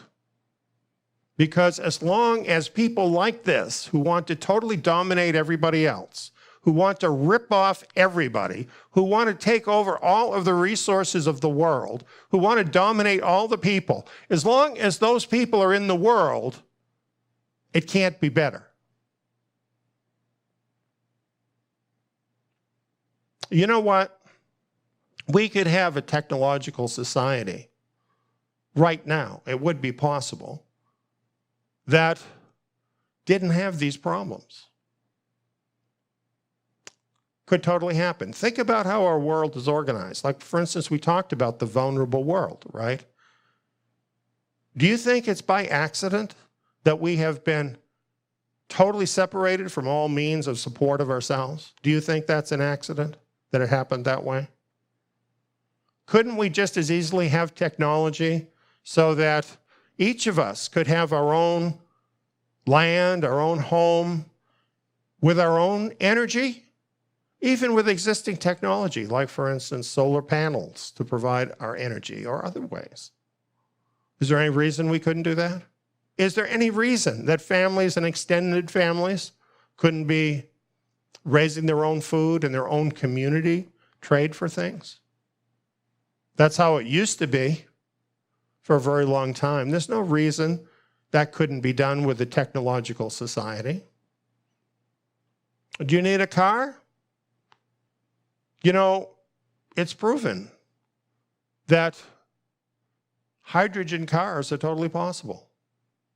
You could actually use water as fuel. You wouldn't be dependent on Exxon, big oil, at all. Everything is set up in such a way that we're all dependent on the elite of this world, and we are all supporting them. And they are draining everything away from us. It's all set up that way.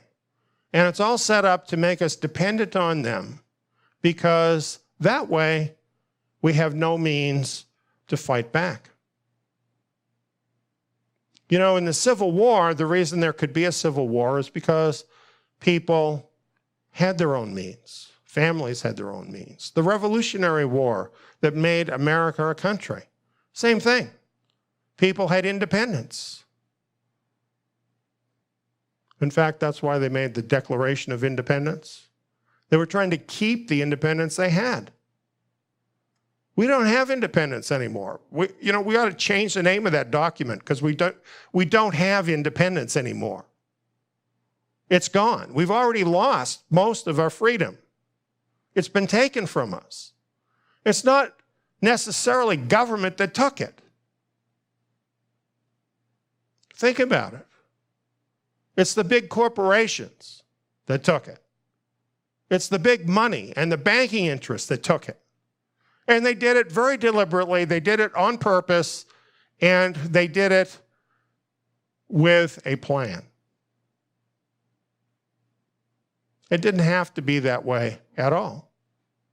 If they had had the interests of humanity at heart, it wouldn't be that way. No matter how much they act as if they actually cared about humanity. If you care that much, give up some of your billions to help people. Like all of it. They don't do that. They set up a foundation, and somehow they end up richer than they were when they started. This is what they do. It's not going to change. Not as long as it's like this. Some people have thought socialism or communism was the way to go. Then we'd all be equal, right? Except some are more equal than others in that system. These people that we're talking about always gravitate to the top. Trust me. They are actually empowered by Satan to get into those positions in order to rule the world the way he wants it done. That's what's going on. So there's no system that we can devise that's going to change that. Righteous people, that's what's needed. Righteous people ruling the world. There's no system for that. There's no system that can accomplish that. Only the Messiah can accomplish that. This is not a pie-in-the-sky dream. So much in the Bible that has been foretold and prophesied has occurred, much of it during our generation. And it is unfolding. Messiah has a plan too, and he is unfolding it. And that is the solution.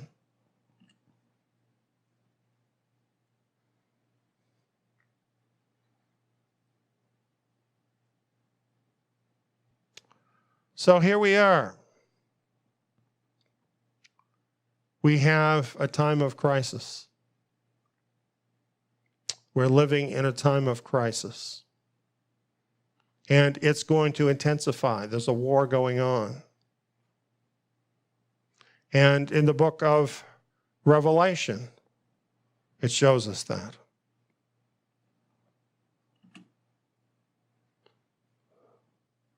Global totalitarianism. That's what we're looking at. You know, there's never been totalitarianism like this. They've wanted to do it, but they haven't been able to do it. Just imagine what they're proposing. Being able to use technology to track every person's movements in real time all the time. And whatever they don't like, to be able to instantly censor. And of course, the very worst possibility is if Elon Musk's vision goes along with this, and we have our brains actually wired into the system. Imagine that. What they're envisioning, there's nothing like this. There's never been anything like this. Yeshua talked about it in Matthew 24. He says, "For then there will be great oppression." Isn't that a good name for this? Great oppression, such as has not been from the beginning of the world until now, no, nor ever will be again. Could you describe this any better than that? Unless those days had been shortened, no flesh would have been saved. But for the sake of the chosen ones, those days will be shortened. Isn't that exactly what we've been talking about? Facing the possibility of the end of all life on earth. And we're there. And we're reassured. For the sake of the chosen ones, those days will be shortened. Messiah will step in. He'll put an end to that. He is the solution.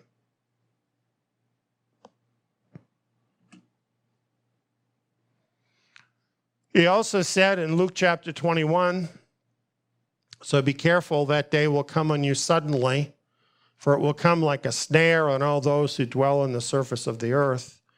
Therefore, be watchful all the time, praying that you may be counted worthy to escape all these things that will happen and to stand before the Son of Man."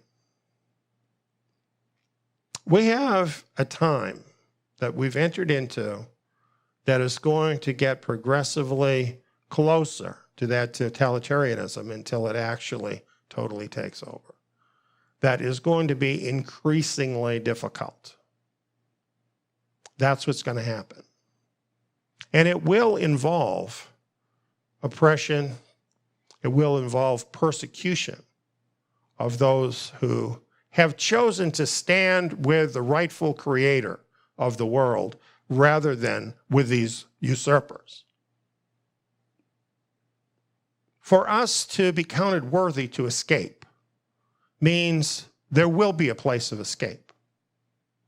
There is a plan.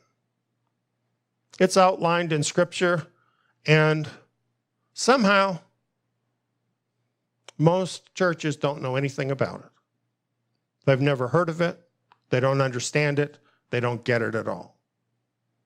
Instead, they've put their trust, many of them, into a pre-tribulation rapture. They got all their marbles in that. And that's all based, unfortunately, on an error. That's not the answer. It's not the answer.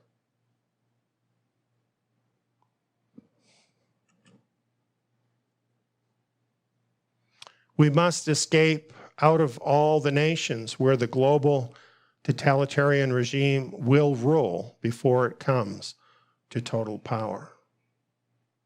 You see, if you're still in the situation you're in right now, where you are just totally dependent on the system, wherever you live in the world, how are you possibly going to resist this global totalitarianism? Well, I'm sure you have to give me that. But you're probably thinking, yes, but we're talking about the whole world, so how can you escape that? Well, there is a plan for that. There is a place, in fact, that some 4,000 years ago, the Creator promised us to be our safe place in this world. If only we would side with Him. If only we would honor Him. There is a plan. There is a place. Pray that you will be counted worthy of being part of that.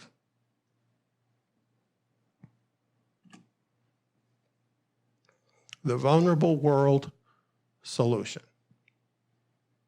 We've got so much more. Hours.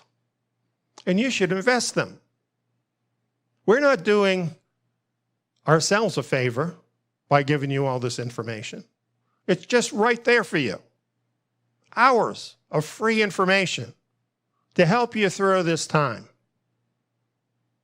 And I just want to invite anyone who's just learning about this to take the time to come and get your spirit fed and find out what there is in store to help you to get through this time. Thank you for listening.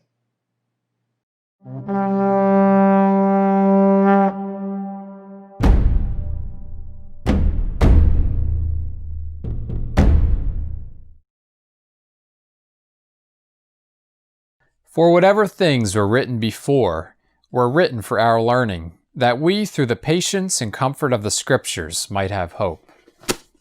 You know, the apostles, they were Torah scholars. This is why I'm doing Zion Academy.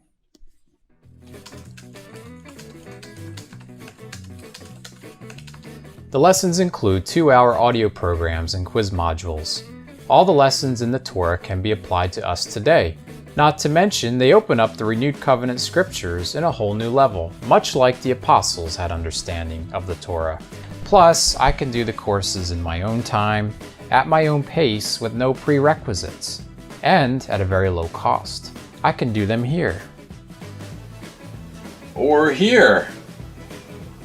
Zion Academy students are provided with study materials, the Zion Messianic Scriptures, in-depth verse-by-verse programs, and quizzes with your final grade and a certificate at the end of the course. Zion Academy also offers assignments for students who would like to opt in to take part in the Zion Tabernacle live Shabbat meetings. Become immersed in the Torah. Find out how you can become a Zion Academy student at zion.org.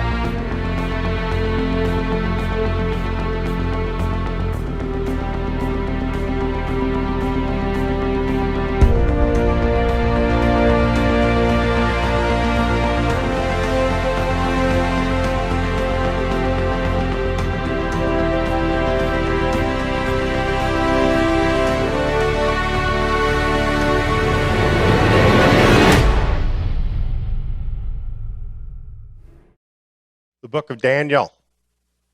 We're excited about it. You know, the book of Daniel literally was written for us. It's written for the people who would be alive, specifically of the remnant that would be alive in the final generation, when that great beast would emerge and take over control of the whole world. Daniel and his 3 companions were like us, like the remnant scattered through all of the Gentile nations. They didn't belong there. They were different. And somehow, when this great beast would emerge and take over the world, as Babylon did in the time of Daniel, they would need to continue to be faithful to Jehovah, the one and only true God, while there was tremendous pressure that would be put on them to conform to the ways of the beast system. Now, we tend to think this is a new thing. For instance, when we read in the book of Revelation about the beast that is to emerge in these final days that will rule over the whole world, we tend to think that's a last days thing.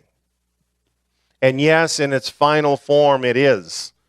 And this is the very worst expression of it that is soon to come upon the world. However, this has been going on for a long time.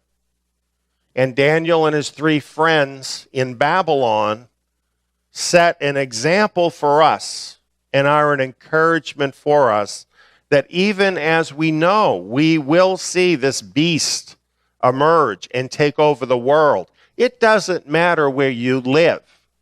Do you understand that? The beast is going to take over the whole world. Many of you think you can go and hide out in the country somewhere, that you can choose some rural location and somehow get off the grid and the beast will not know about you. Have you heard of satellites? High technology? The answer for us is not in becoming survivalists. It's not in what we know. Yes, some of those things might help us. I'm not saying that that's all bunk. But the real answer is not in what we know. The real answer is in who we know. Let's see that as we look at Daniel chapter 3. Now, this is a favorite chapter. People love this story. This is real big with Sunday schools. Daniel chapter 3. Sometimes I wonder if they really know what this story is about. That this story is about something that soon all of us will be facing. Let's read the first verse.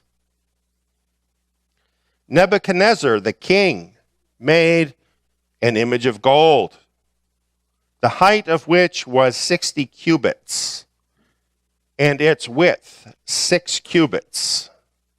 He set it up on the plain of Dura in the province of Babylon. Now let's think about this statue.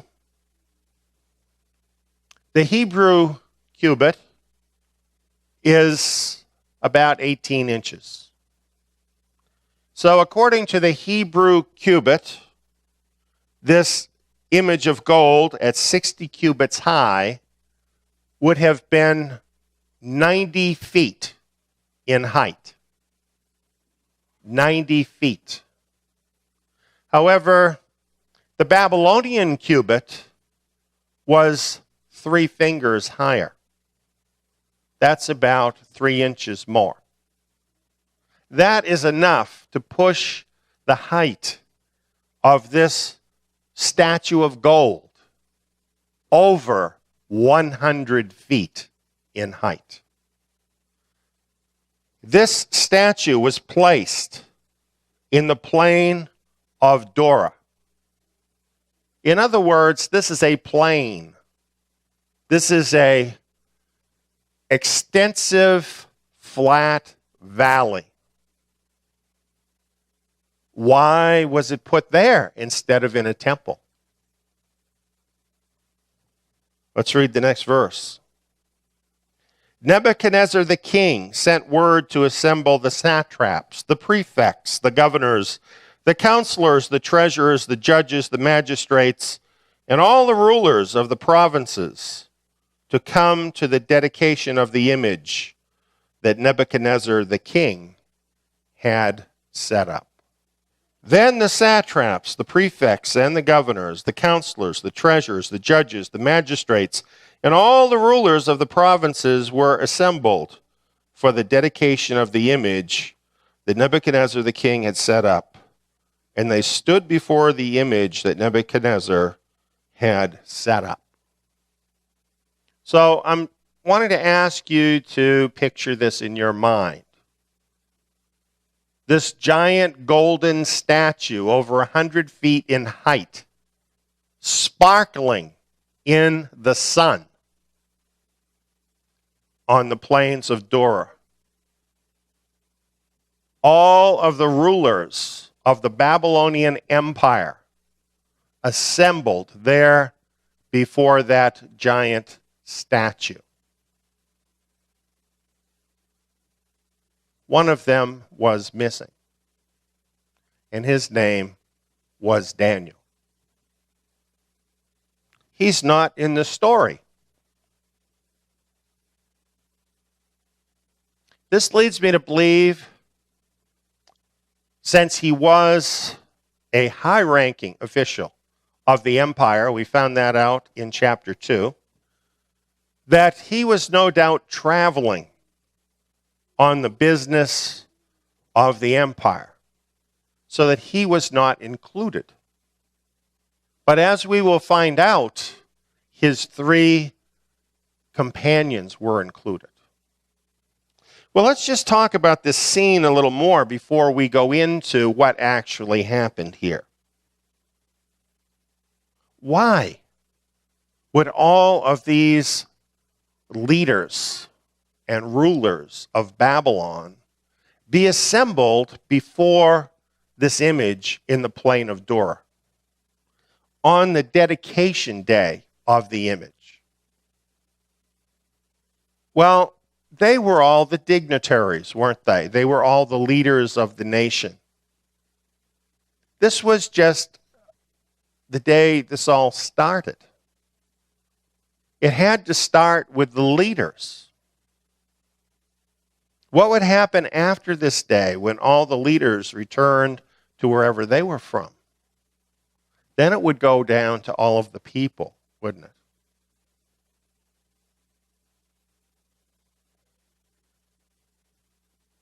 You know,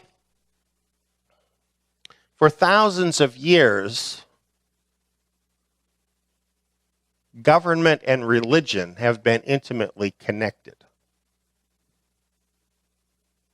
People who live in the United States, where supposedly there's a separation of church and state, don't fully understand about this phenomenon of how religion and the state have worked together down through time.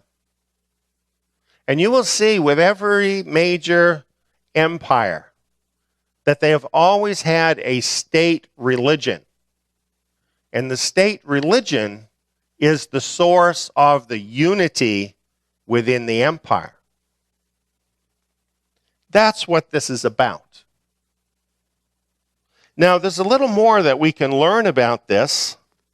I want to share a quote from Gill's commentary, who in turn is quoting from the Talmud.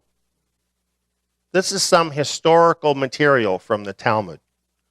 And it's probably based on real historical information, and not all of this information is available to us today.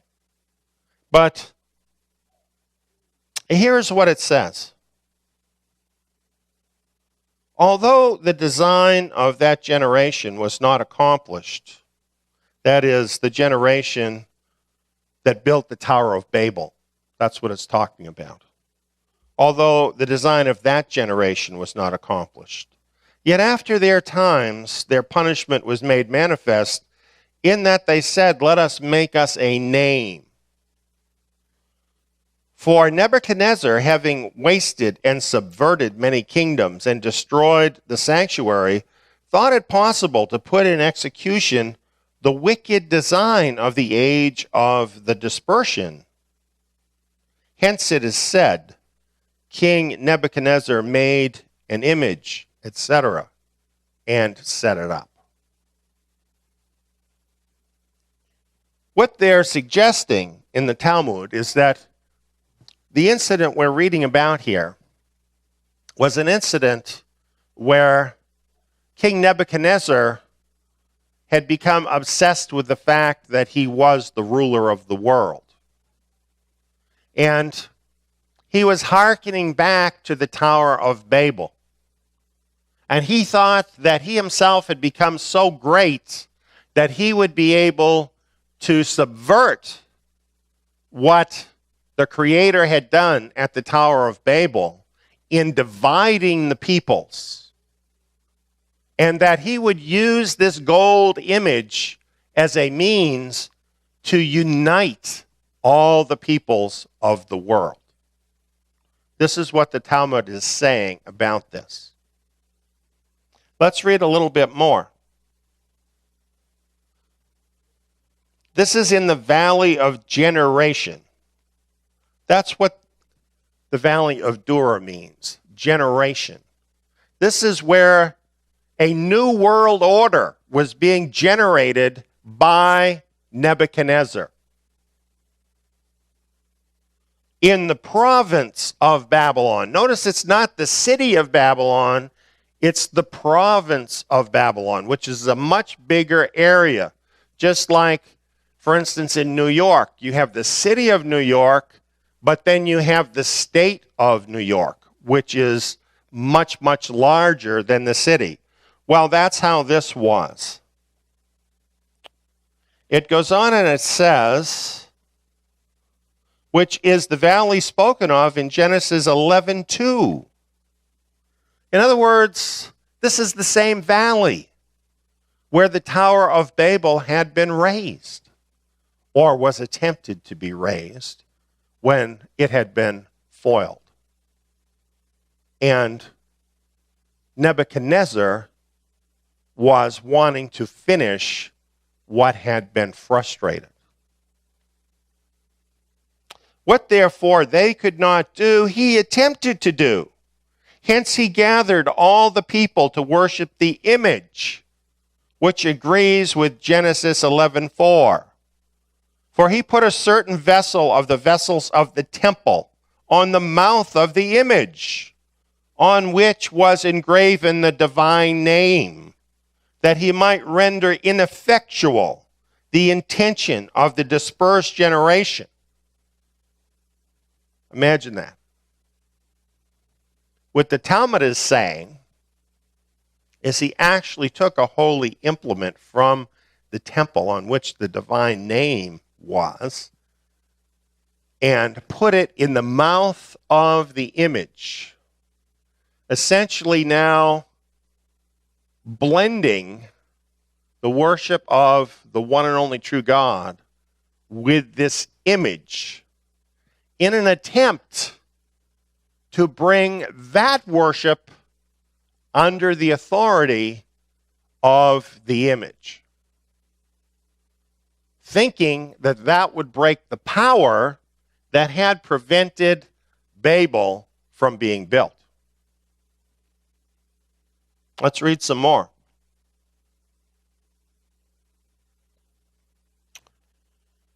But Scripture says in Jeremiah 51:44, "And I will punish Bel in Babylon, and I will bring forth out of his mouth that which he has swallowed up, and the nations shall not flow together any more unto him." I bet you didn't know there was a scriptural basis for this, did you? It's a prophecy in Jeremiah. "For Daniel came and caused that vessel that was swallowed to be taken out of the mouth of the image, whence it fell and was broke to pieces, which is the same as that in Genesis 11:4. So this is a very interesting account of what happened. We have no scriptural record that tells us that Daniel did this, but we do know that Nebuchadnezzar ultimately failed. That as great as the kingdom of Babylon became, it itself was destroyed. It did not accomplish gathering all the nations into one eternal empire. But that was, in fact, the goal, and it's not hard to see that from the text here. Because Babylon was a polytheistic society. There were many gods in Babylon. And apparently, Nebuchadnezzar didn't care that people worshiped other gods, so long as they worshiped the state god.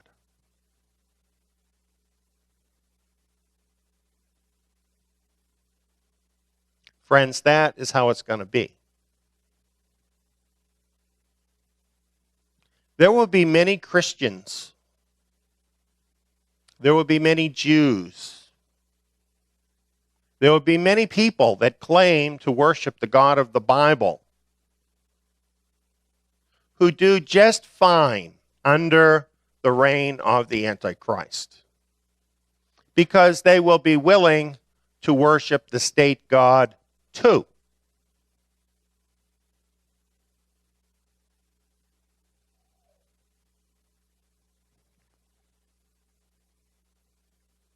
Well, let's imagine now all these leaders standing before this image.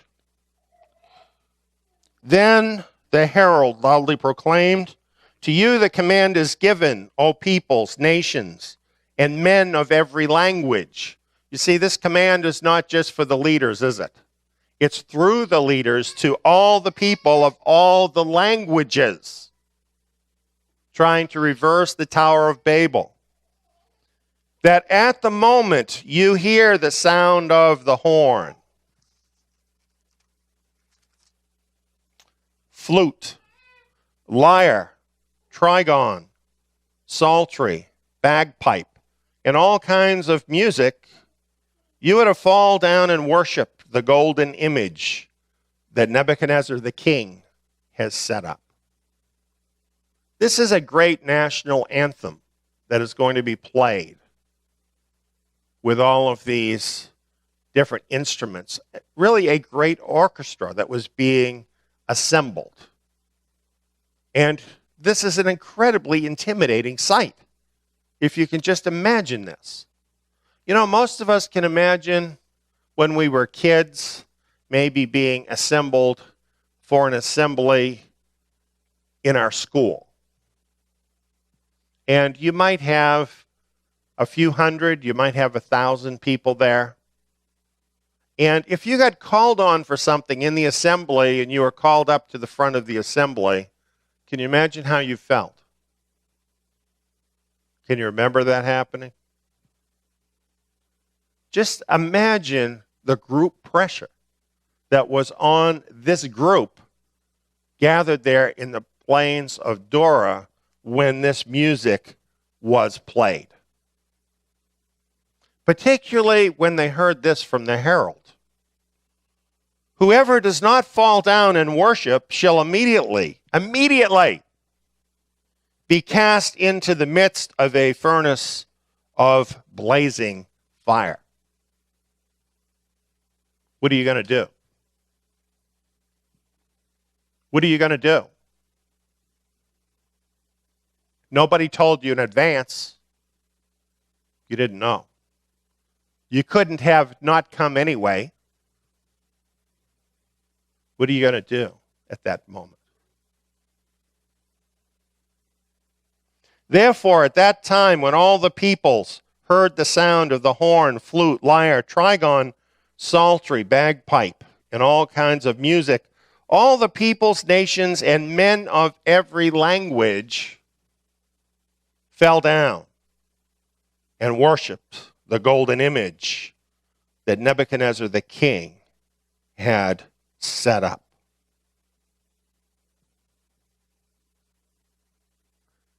Friends, you're reading about the future here. You're reading about the future. That's what's going to happen when this beast finally emerges. It will be demanded that every person will worship the beast.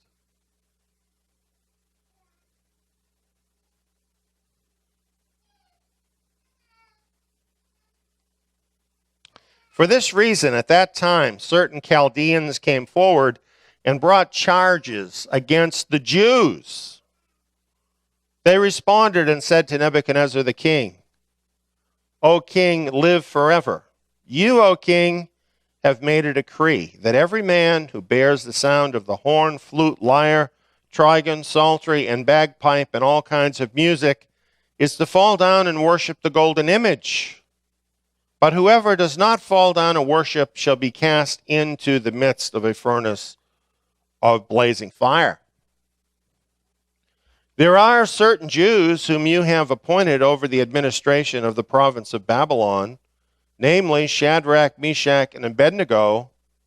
These men, O king, have disregarded you. They do not serve your gods or worship the golden image which you've set up. Do you suppose in these days to come that we may have enemies that might say something very, very similar to this, to those dignitaries of the beast system? You can count on that. These men thought they had something to gain, you see, because if the king would just follow through, there's 3 new posts that are going to open up that some of those people, probably the very ones who are saying this to the king, could then step up into. Because we know that's what these people are all about, isn't it? Getting up another rung on the pyramid. And they will say and do anything to get there. So this is what happened. Now the king is in a certain position here. He may have high regard for these men. But what happens if he makes an exception? Well, then the whole thing falls apart, doesn't it? Then other people might say, well, I worship this other god over here, and so I would like an exception too. Well, it goes on, it says, Then Nebuchadnezzar in rage and anger gave orders to bring Shadrach, Meshach, and Abednego. Then these men were brought before the king. Nebuchadnezzar responded and said to them, Is it true, Shadrach, Meshach, and Abednego, that you do not serve my gods or worship the golden image that I have set up? You know, he couldn't believe it. Those people think that everybody has a price. And nobody is so devoted to their God and their beliefs that they will risk their life. And you know why they believe that? Because they would never do it. Well, he continues on. Now, if you are ready, at the moment you hear the sound of the horn, flute, lyre, trigon, psaltery, and bagpipe, and all kinds of music, to fall down and worship the image that I have made, very well. Hey, he's given him another chance. What a nice guy. But if you do not worship, you will immediately be cast into the midst of a furnace of blazing fire. And what God is there that can deliver you out of my hands? He had become God. Think about it. That's what he was saying. I'm God now. There is no God above me. There is no God that can turn around what I have said. That's what he is saying. Is this not the message that we expect to hear from the Antichrist once he is installed into power?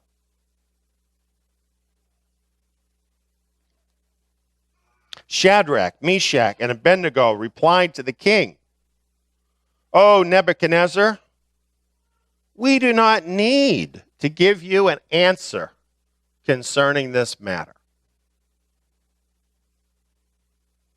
If it be so, our God whom we serve is able to deliver us from the furnace of blazing fire, and he will deliver us out of your hand, O king. But even if he does not, let it be known to you, O king, that we are not going to serve your gods or worship the golden image that you have set up." Now that's more than a great Sunday school story.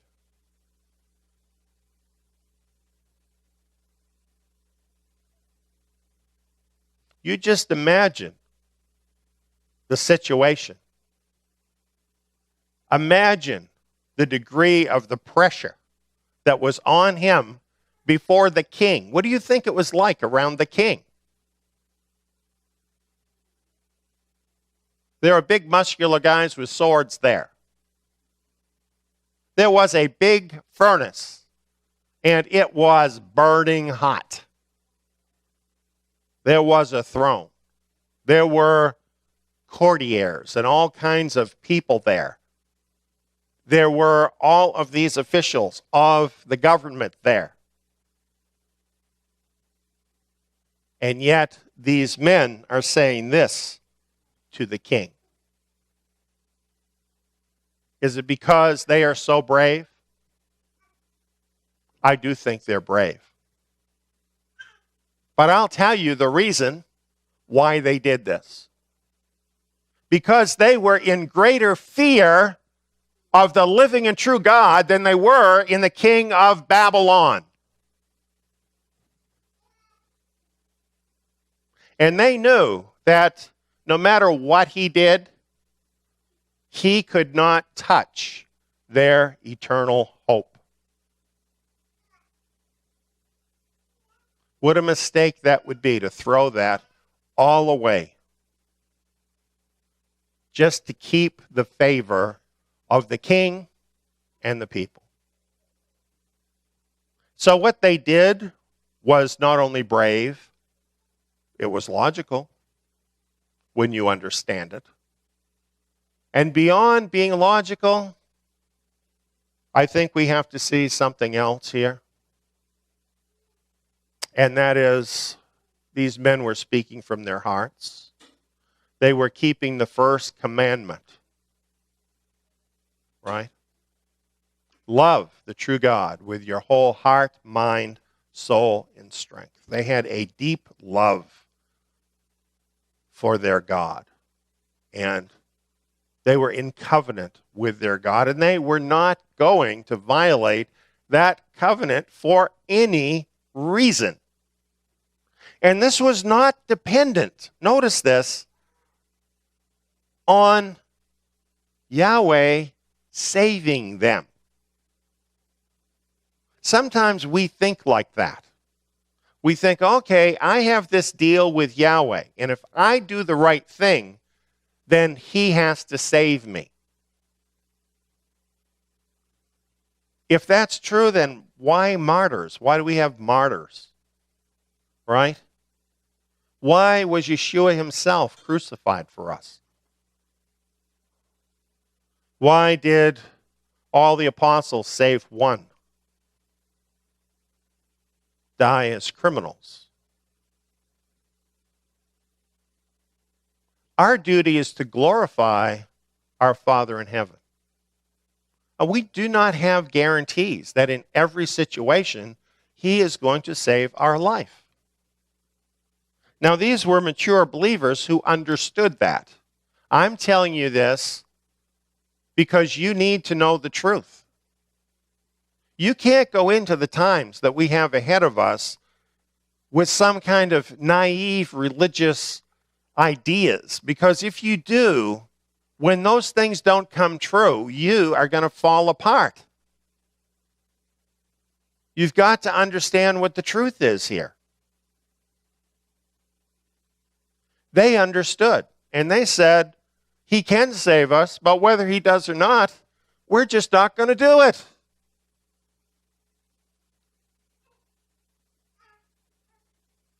Yahweh can help us. He can keep us from that moment if he chooses to. He can give us the strength to speak the truth and to endure it. Or he can save us. And whatever he does is just fine because it's his will. And the important thing, victory, friend, victory is being faithful.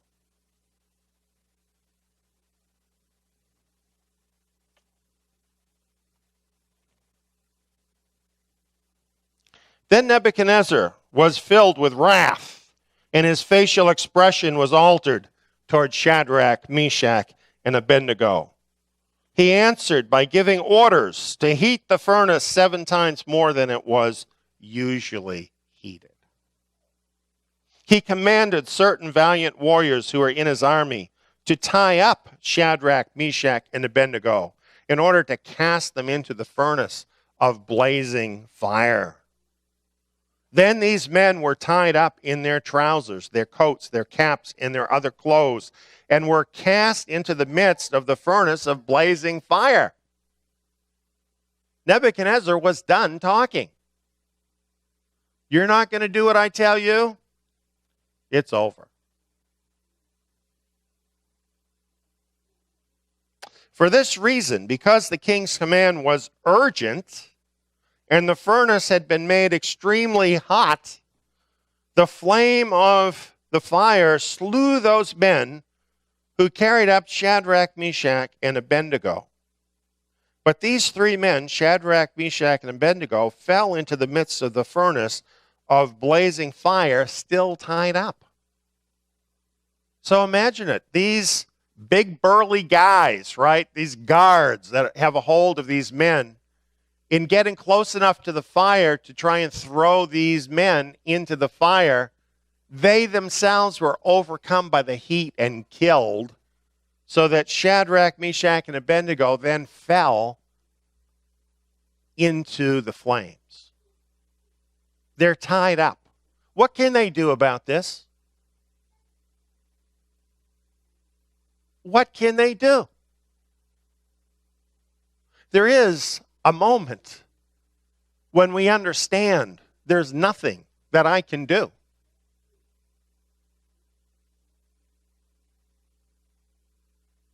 That's where they were at. Then Nebuchadnezzar the king was astounded and stood up in haste. He said to his high officials, "Was it not 3 men we cast bound into the midst of the fire?" They replied to the king, "Certainly, O king." He said, look, I see 4 men loosed and walking about in the midst of the fire without harm. And the appearance of the 4th is like a son of the gods.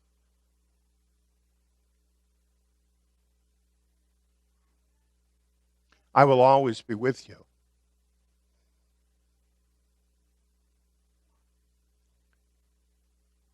That's the promise.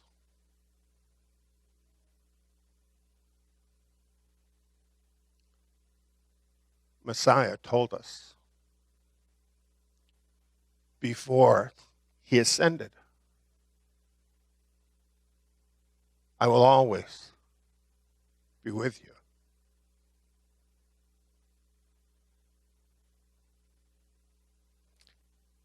He was there for them. And he's been there for all of them. Have you read about Stephen? Yes, he was killed while having a vision of the Son of God enthroned in heaven. His body was killed, but his spirit was already moved beyond that.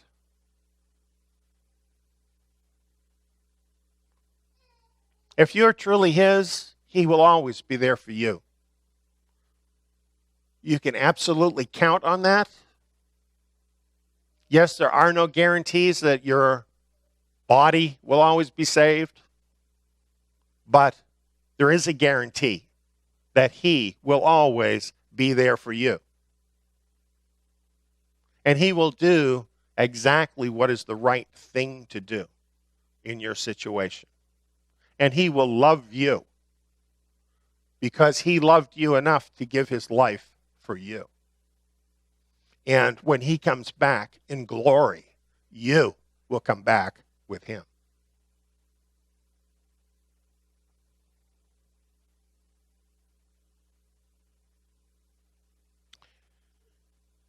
Then Nebuchadnezzar came near to the door of the furnace of blazing fire. He responded and said, Shadrach, Meshach, and Abednego, come out, you servants of the Most High God. Hey, you know what? He's not the Most High God anymore. Nebuchadnezzar, he's not the Most High God anymore. He's saying now their God is the Most High God. He's had a lesson in humility. And come here. Then Shadrach, Meshach, and Abednego came out of the midst of the fire. They did that under their own power. They went in all bound up, thrown in or nearly thrown in by these burly guards. But when they came out, they walked out under their own power. That's what Messiah was able to do for them. And the king has a very different attitude now. Now he's willing to listen. The satraps, the prefects, the governors, and the king's high officials gathered around and saw, in regard to these men, that the fire had no effect on the bodies of these men, nor was the hair of their head singed, nor were their trousers damaged, nor had the smell of fire even come upon them. You know, that day when they went to that plane and they saw the image and they heard the music, they probably thought that was the greatest sight that they could ever see. But they were wrong. Because when the living and true God made his move, that is when they saw the greatest sight they could ever see. That is where the real power is, friends. That is where the real power is. Don't be afraid of the beast system. It can get a little scary watching this thing grow, watching the technology they have and their capabilities. But don't let that wow you too much, because our God has real power. And even those people will have to acknowledge it.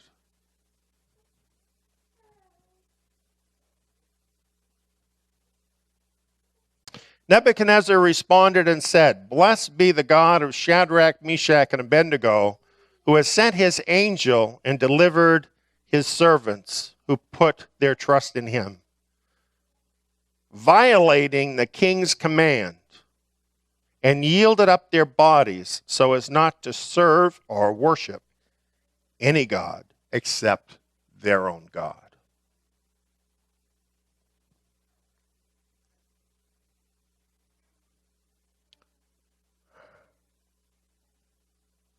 This is what's happening. Here's the plan. A one-world religion. It's in the works. And it will be composed of all religious organizations. And they will be allowed to have their separate distinctiveness, as they like to say. But they will all have one thing in common, and that is they will all be worshiping the beast and telling their people to worship the beast. Anybody that doesn't get on board with that is worthy of death.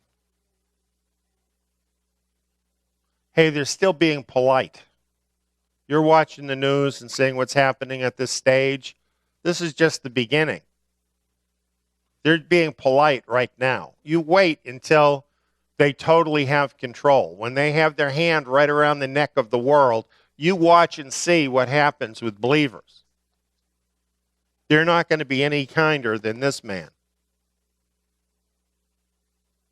But they're going to be faced with something they can't imagine.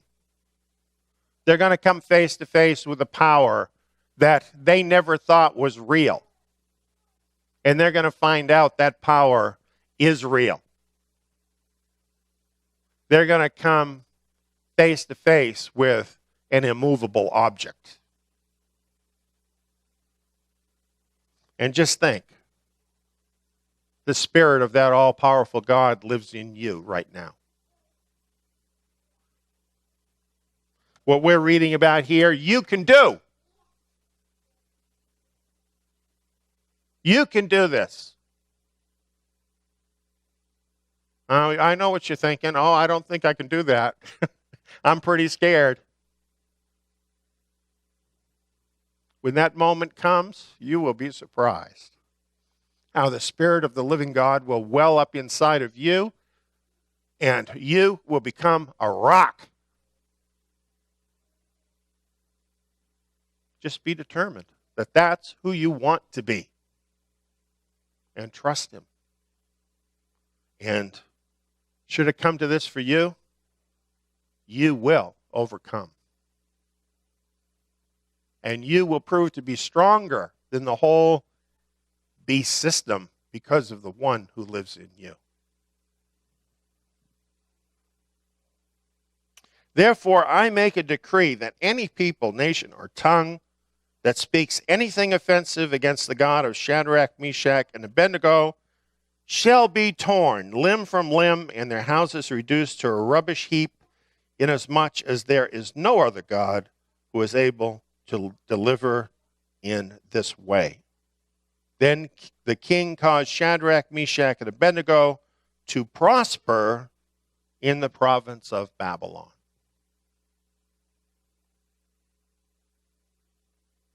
Turned out well. Turned out well for Shadrach, Meshach, and Abednego. It always turns out well for the people who put the living and true God first in their life. It's not what you know, friends. It's who you know. Thanks for listening. Until next time, Shabbat Shalom.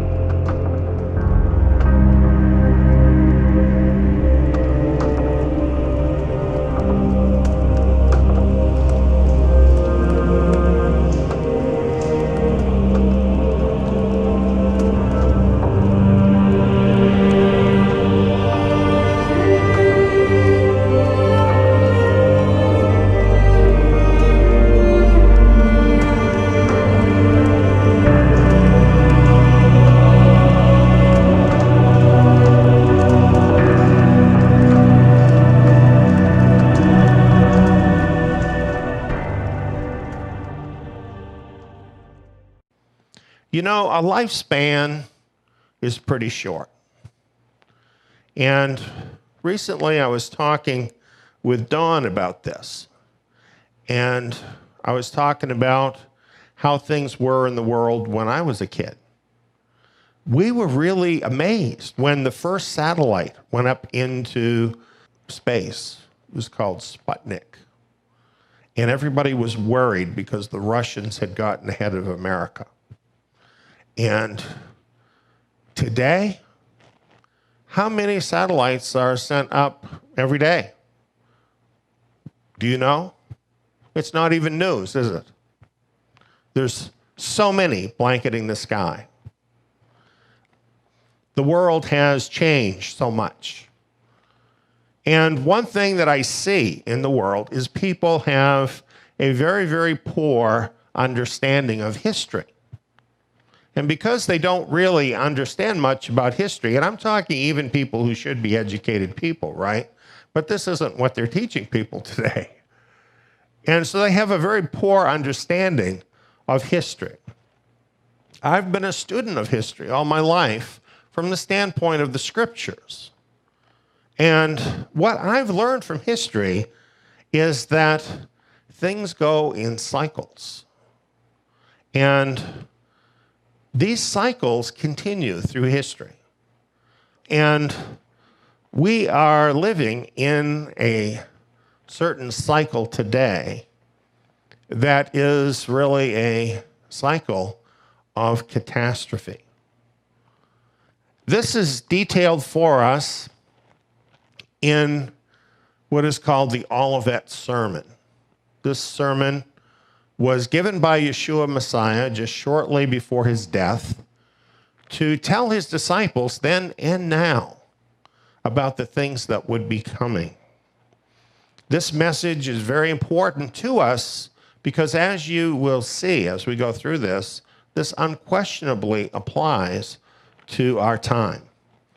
So this is from Mark chapter 13, but you will find Matthew's version of this in Matthew 24, which is somewhat more extensive. and Luke's version of this in Luke chapter 21. And having all three of these Gospels is very important because from comparing them, we learn certain things we wouldn't know if we didn't have all of them. And you'll get an example of that tonight. So think about cycles in history, ages in history, and think about how those ages come to an end. That's really what we're talking about tonight. That's what Messiah was talking about. Now, as we go through this, I'm not going to go into each part of the sign that Messiah laid out. What we want to talk about tonight is more having to do with the big picture. I want you to understand something about the ages that Yeshua is dealing with here. I want you to get a picture over literally thousands of years. If you can see time that way, you'll have some inkling of how Messiah actually sees time. He is not locked into our short little lifespan. So he is able to tell us about the big picture. And that's what we really need to look at here. Here's how all this came up. It says here in Mark 13:1 and 2, as he went out of the temple, one of his disciples said to him, "Rabbi, see what kind of stones and what kind of buildings." Now, we've been talking about what was happening this last time that Yeshua went to the temple. Remember, he went there to judge it and to judge the power structure that was represented there. And he did judge them as worthy of destruction. And he told them that. So all of that had just happened now. And he's coming out of the temple. And you know what's happening? His disciples are looking at the buildings and are very impressed with the buildings. Now, somehow it seems to me they didn't fully get what Messiah had been saying because they're impressed with the buildings. Do you understand what I'm saying to you? The buildings were impressive, okay? But Yeshua was not impressed with the buildings. He said to them, "Do you see these great buildings? There will not be left here one stone on another which will not be thrown down." With those words, he foretold the end of what is referred to as the Second Temple Jewish era or age.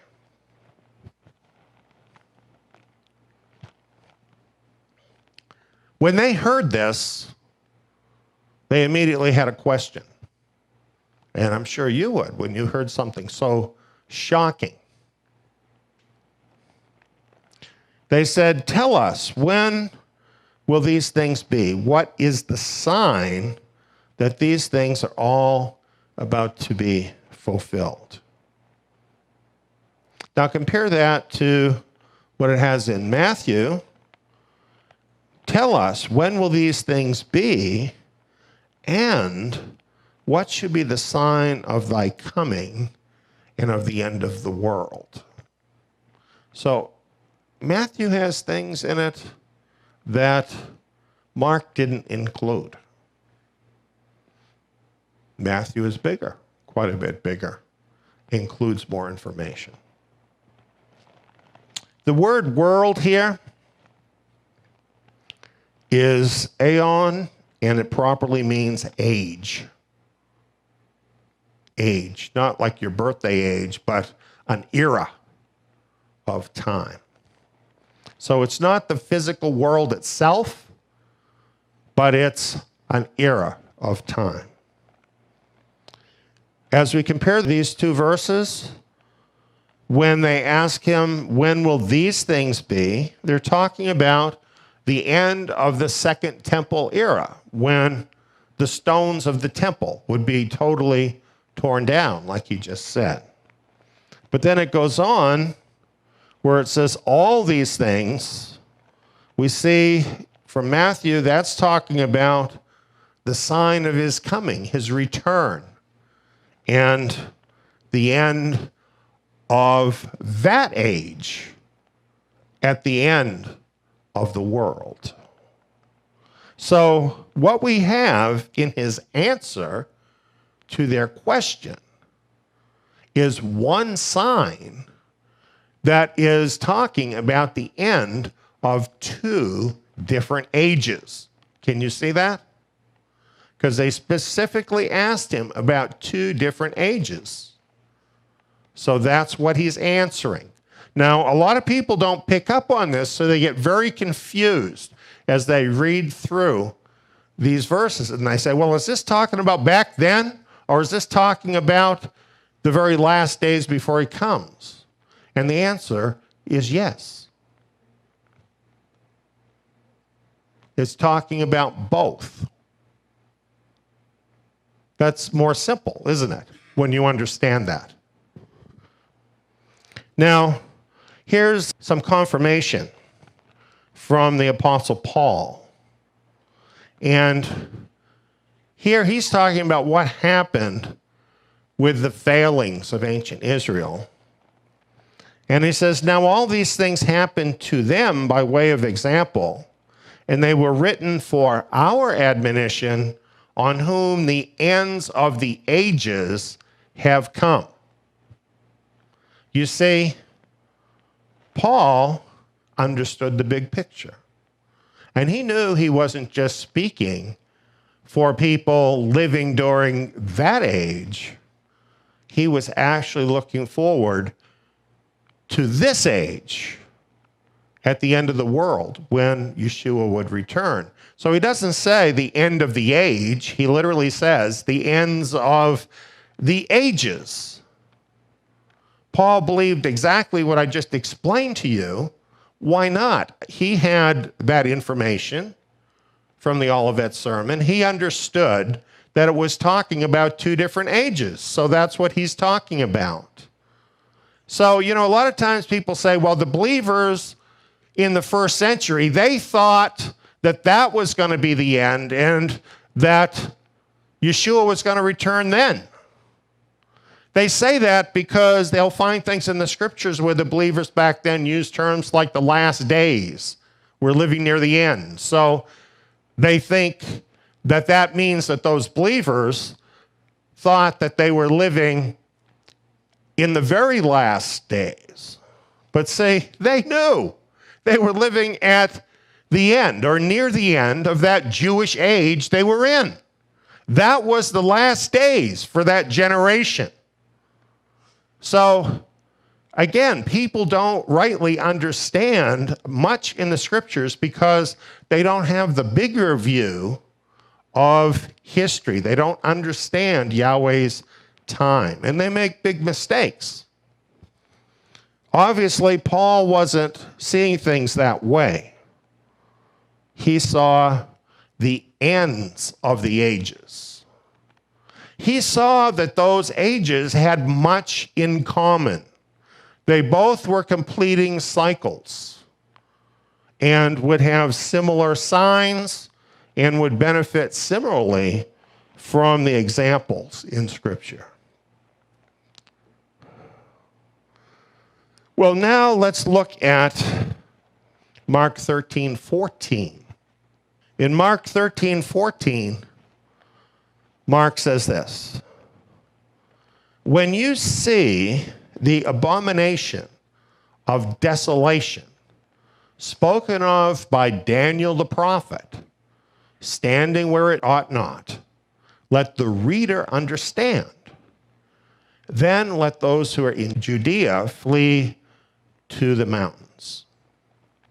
Matthew says the same thing. It mentions the abomination of desolation.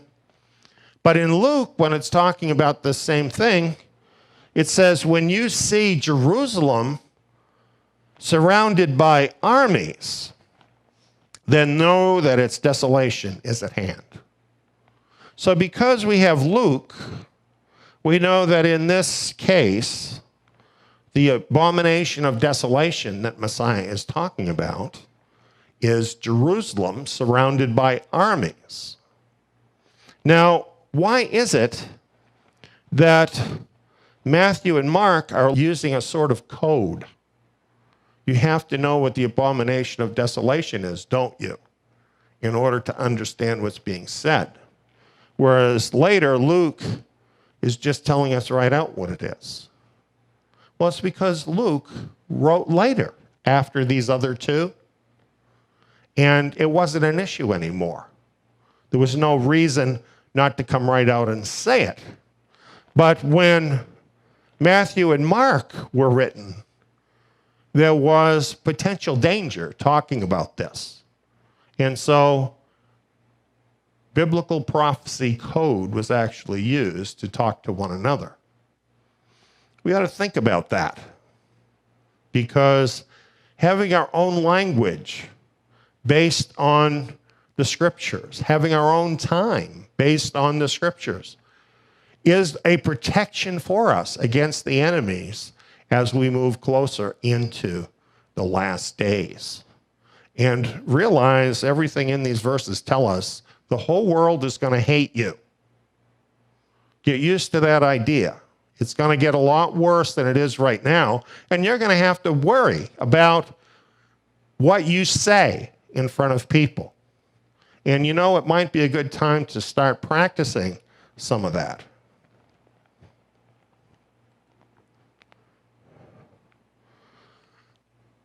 Now, let's talk about the timing in that generation when Messiah was talking to them, okay?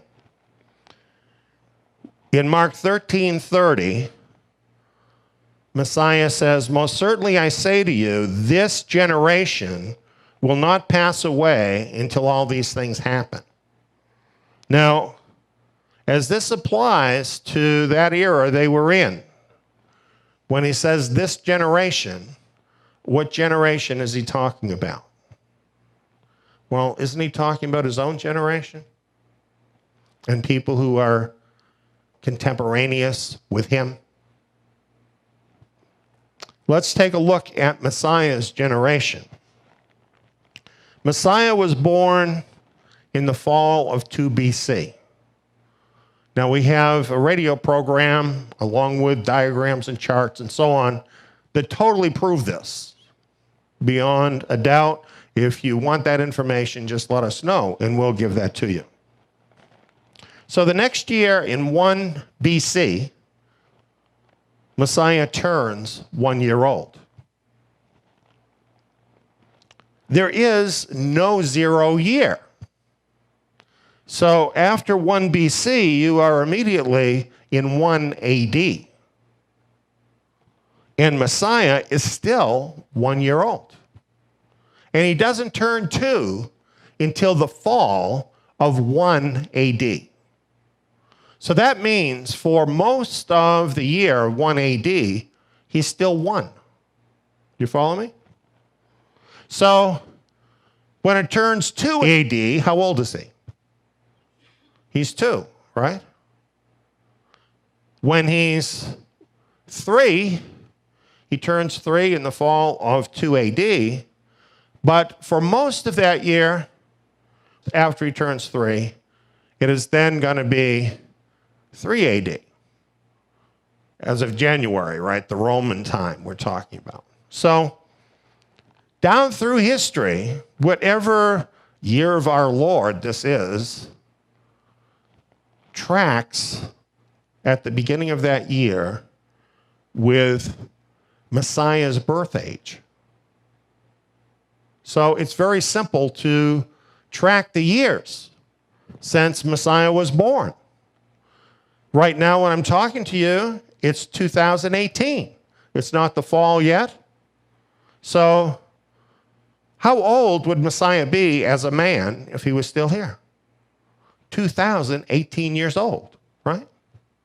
Doesn't that make it easy to figure the time? That means that at age 70,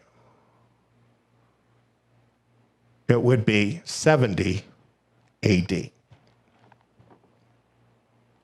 Now, here's another chart that I made up that has some of the important events that happened during that 70-year period, starting with Messiah's birth and ending with the destruction of the city of Jerusalem with its temple.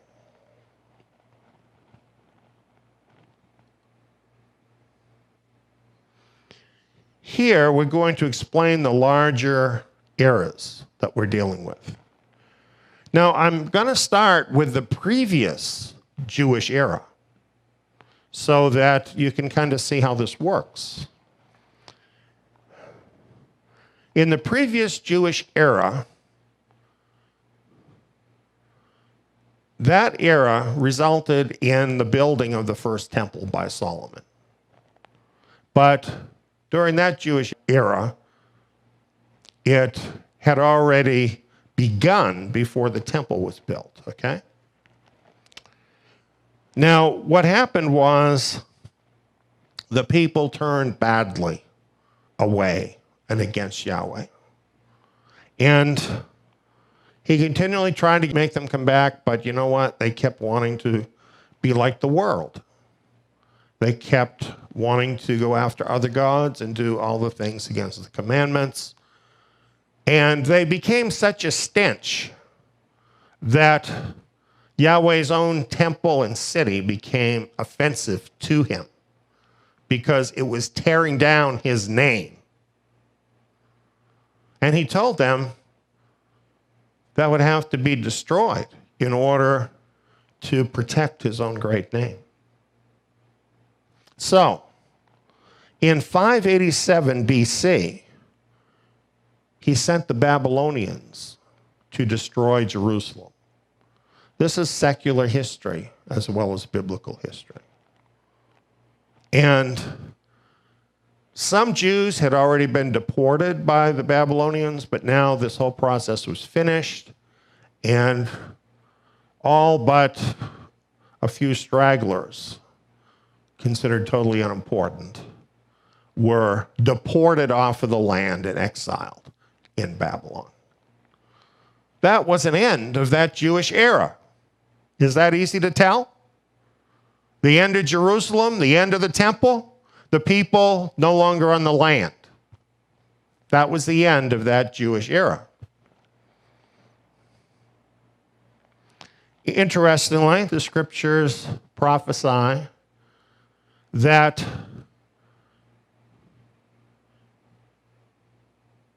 the Israelites, the Jews, would be exiled from the land for one generation, for 70 years. Here's how it worked out. In 539, Babylon fell to the Persians. The Persians were nice to the Jews. Good folks, really. And they said, well, you can send people back to your city. You can rebuild your temple. But you know what? Most of the people didn't want to go. They had gotten used to Babylon, and they liked it. A lot like the believers in the world today, isn't it? How many of them are going to go home with us in the second Exodus? A few, comparatively. A remnant who care more about spiritual things than being like the world. The more things change, the more they stay the same. Do you see what I'm saying about cycles? So anyway, a very small remnant returned. And they encountered lots of difficulties because there were other people there now. You don't just leave for 70 years and not have anybody else move in, right?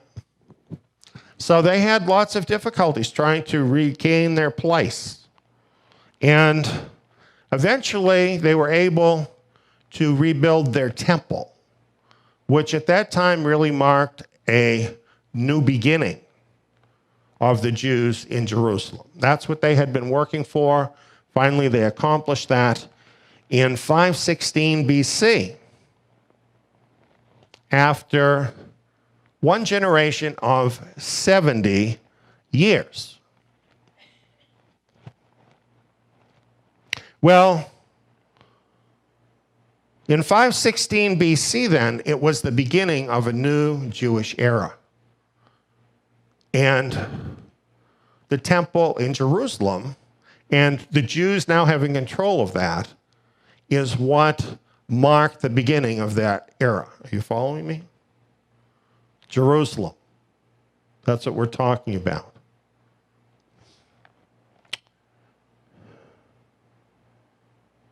That made Jerusalem Jewish once again. Jerusalem is Yahweh's time clock. 516 BC. They get to 2 BC. That's a long time later, isn't it? Hundreds of years. There's prophecies telling about the time. We're not getting into all those tonight. But the people were dull. Most of them didn't get what's happening. It took people from the east who weren't even from Jerusalem to know and understand what was going on when Messiah was born in 2 BC. Magi from a distant land in the east saw the signs in the sky and came to Jerusalem seeking the Messiah.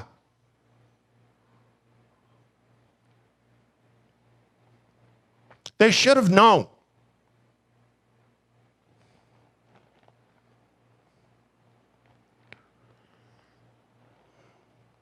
That era continued.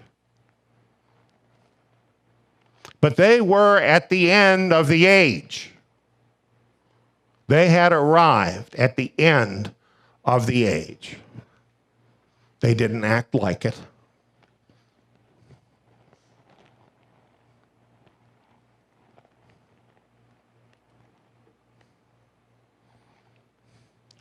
Luke 19, 41 through 44, we have these verses. Speaking of Messiah, it says, "He wept over Jerusalem, saying, if you, even you, had known today the things which belong to your peace, but now they're hidden from your eyes. For the days will come on you, when your enemies will throw up a barricade against you, surround you, hem you in on every side, and will dash you and your children within you to the ground. They will not leave in you one stone on another, because you didn't know the time of your visitation." Think about that. They were being visited from heaven by the Son of God, and they did not know the time of their visitation. And because of that, look what would happen to them. Destruction was going to fall upon them. It is a sin not to know the prophetic time when you should know it. And there are consequences to not knowing. And we're going to see that as we progress here in the book of Mark.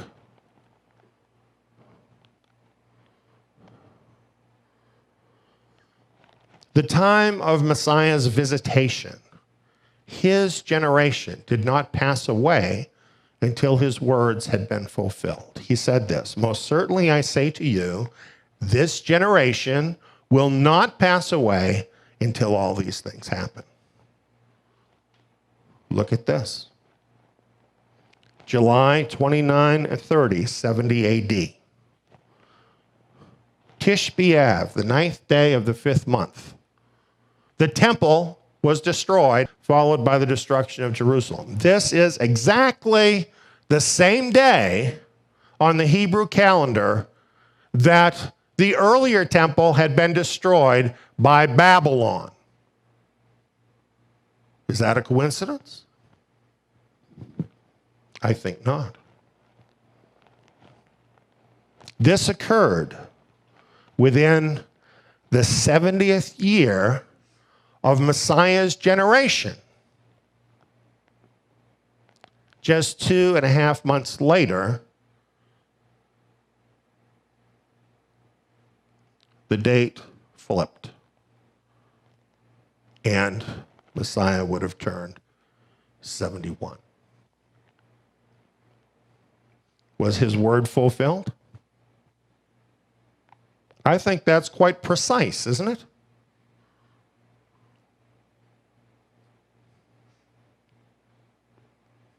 That's the end of that Jewish age.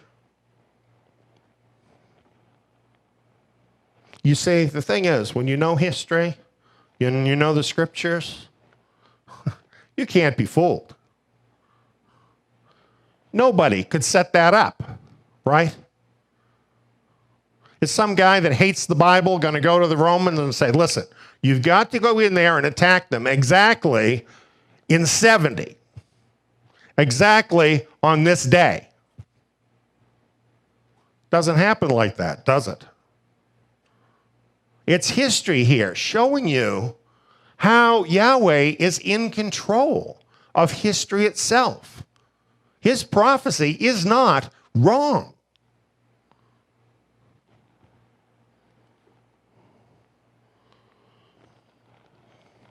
Mark 13:14, when you see the abomination of desolation spoken of by Daniel the prophet standing where it ought not, then he says, let the reader understand, then let those who are in Judea flee to the mountains. You see, when destruction fell on Jerusalem, everybody who was caught in there was in trouble. Over 1 million people. According to one estimate, 3 million people were killed by the Romans. And many more were taken into captivity.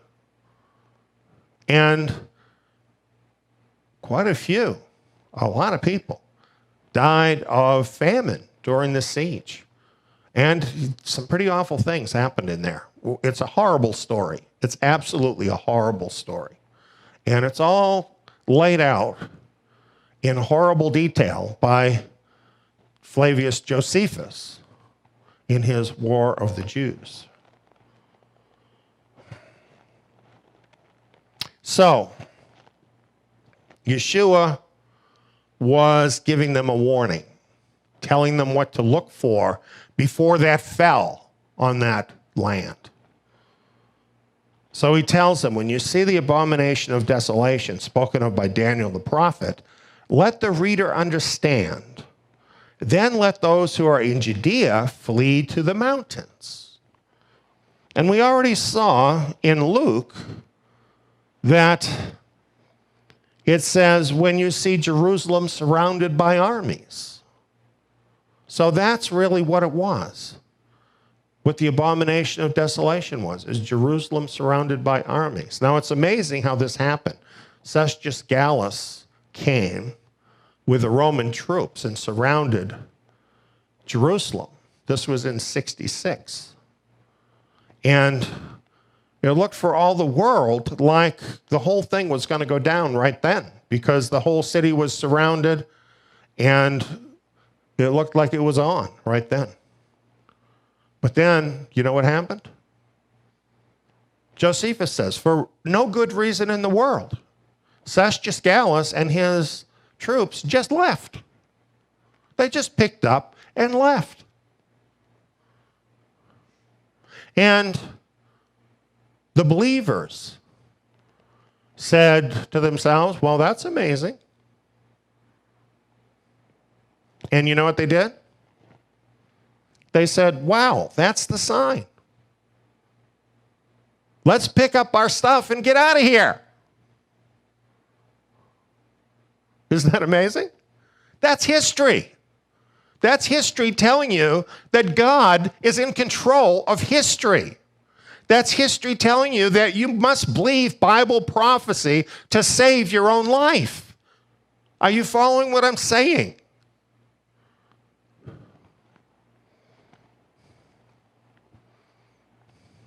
Realize that in this case,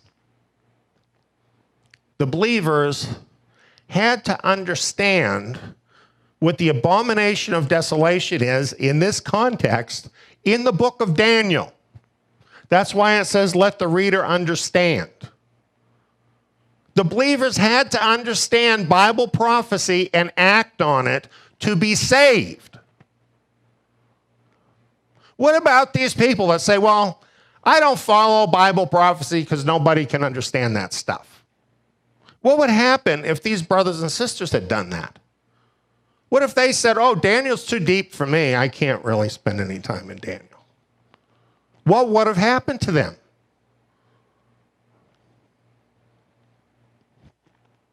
Yeshua gave them a clear sign. When they saw it, they needed to act on it if they were going to survive.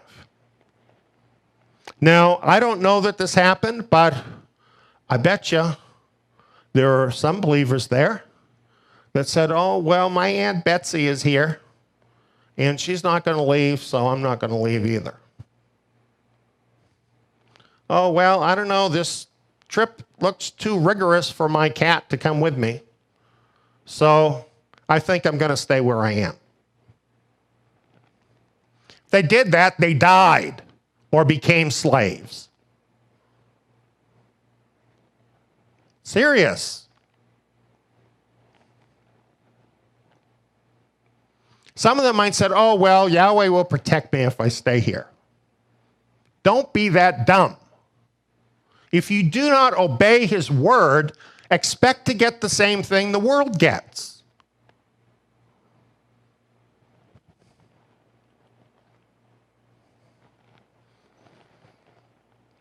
Here's proof from history as to what happened. This is from a church historian from the 4th century. So he's writing it from a Gentile Christian perspective. He says, the people, Nazareans of the church in Jerusalem, were commanded by an oracle given by revelation before the war to those in the city who were worthy of it, to depart and dwell in one of the cities of Perea, which they called Pella. To it, those who believed in Christ traveled from Jerusalem, so that when holy men had altogether deserted the royal capital of the Jews and the whole land of Judea, the judgment of God at length overtook those who had committed such outrages against Christ and his apostles and totally destroyed that generation of impious men. Don't you think this is remarkable? Don't you think this is like one of the most important things that ever happened in history? Messiah came. He told them that that generation would see this end of Jerusalem. He gave the sign to his followers, and here we have a historical account that they listened to what he said, they acted on it when they saw the sign, and they were saved, and the rest of Judea suffered this heavy end. Neon lights, right?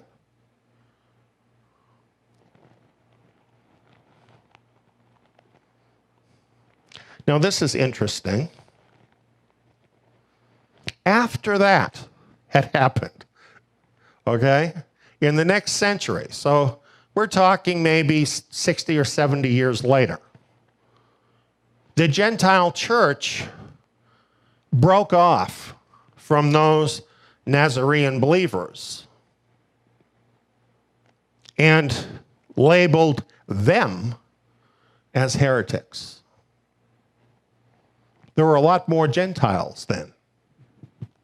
So, you know, people regard the original group as being the heretics and the Christians that broke away as being the continuation. It was actually the very opposite, right? Isn't that interesting? Another church historian wrote this about it. This heresy of the Nazarenes exists in the Decapolis in the region of Pella. From there it took its beginning after the exodus from Jerusalem, when all the disciples went to live in Pella because Christ had told them to leave Jerusalem and to go away since it would undergo a siege. Because of this advice, they lived in Perea after having moved to that place, as I said. So he's calling the believers who obeyed Yeshua Messiah heretics.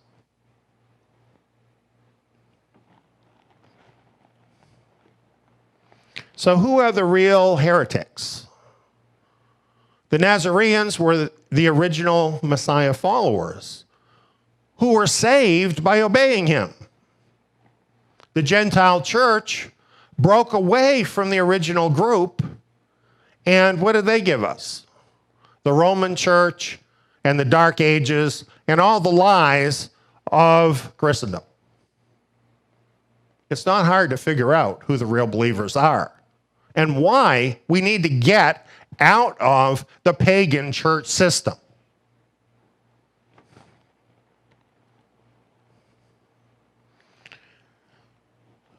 Well, that gives you the picture, I think, pretty well of that Jewish age. Now you understand there had been an earlier Jewish age, and that one didn't end well either. There was a generation there for them to get their act together. Then there was another Jewish age. We just talked about the end of that, when Messiah came, right? One generation of 70 years, giving them a time to repent, giving those who would listen a chance to be separated out from those who were going to receive the judgment. That's exactly what happened during that time period. And then in the end, kabam. Luke 21 puts it like this. When you see Jerusalem surrounded by armies, then know that its desolation is at hand. Then let those who are in Judea flee to the mountains, where they fled to Pella. This is in the mountains of Syria. Let those who are in the midst of her depart. Let those who are in the country not enter therein. For these are days of vengeance, that all things which are written may be fulfilled. Woe to those who are pregnant and to those who nurse infants in those days. For there will be great distress in the land and wrath to this people. They will fall by the edge of the sword and will be led captive into all the nations. Jerusalem will be trampled down by the Gentiles until the times of the Gentiles are fulfilled. This is so simple that it amazes me that people don't understand this. It is so simple. What Yeshua is telling us is that era, that age of the Jews in Jerusalem was going to meet a violent and bloody end. Isn't that easy to say? And then they were going to be led captive into all the nations. Did that prediction come true? And then it says, Jerusalem will be trampled down by the Gentiles. Did that happen? Was there now a new age, an era, where Jerusalem was trampled down by the Gentiles? Did that happen?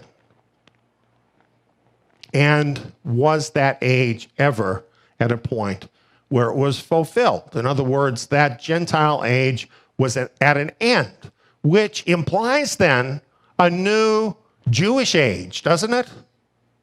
Doesn't it?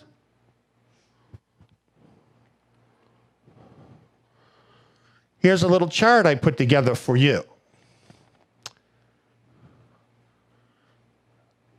70 AD. Jerusalem was destroyed. All that we talked about happened. It was the Romans that did it. And now Jerusalem was in their hands. And it is true that later, in the 2nd century, there were some Jews that tried to mount opposition to try and get Jerusalem back again. But that failed. Later, the Byzantines, Christians, had a period of time where they ruled over Jerusalem. Later, there were Muslim conquests, and this kind of different Muslims did this. And then, of course, there were their Christian crusaders that took back Jerusalem, or I shouldn't say take it back because they never had it, who took Jerusalem. The Mamelukes and Ottomans, Muslims, took Jerusalem. And in 1917, the British took it at the end or near the end of World War I. And finally, in 1948 to 1967, it was under the control of the country of Jordan. You see why it uses the language, the times of the Gentiles? Because there were different times here, a lot of different Gentiles. The scriptures are very specific in the word choice. Jerusalem will be trampled down by the Gentiles until the times of the Gentiles are fulfilled. Well, what would you expect to happen when the times of the Gentiles are fulfilled?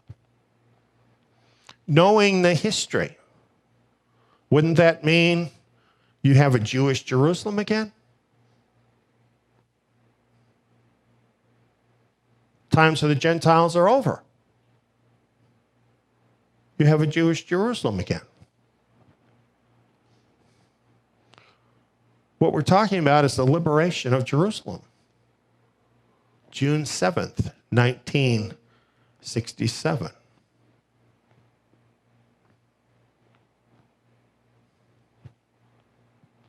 Can anybody argue with that? The Six-Day War.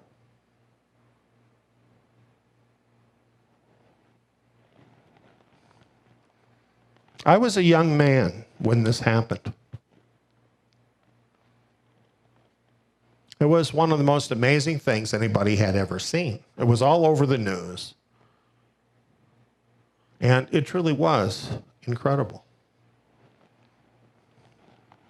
The Jews were once again in control of Jerusalem, and they still are. Jerusalem will be trampled down by the Gentiles until the times of the Gentiles are fulfilled. So what does this mark? Does it not mark a new Jewish era in Jerusalem?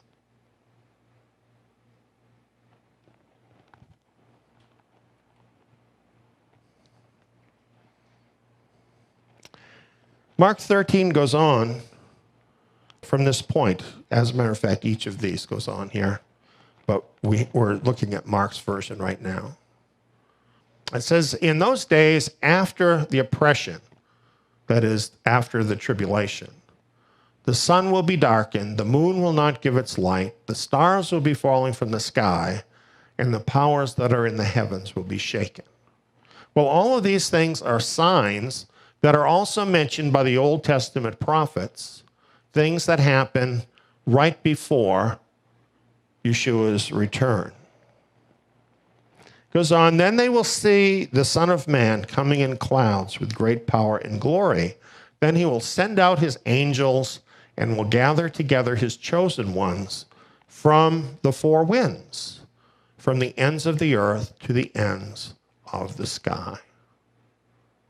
So how does this third age of a Jewish Jerusalem end?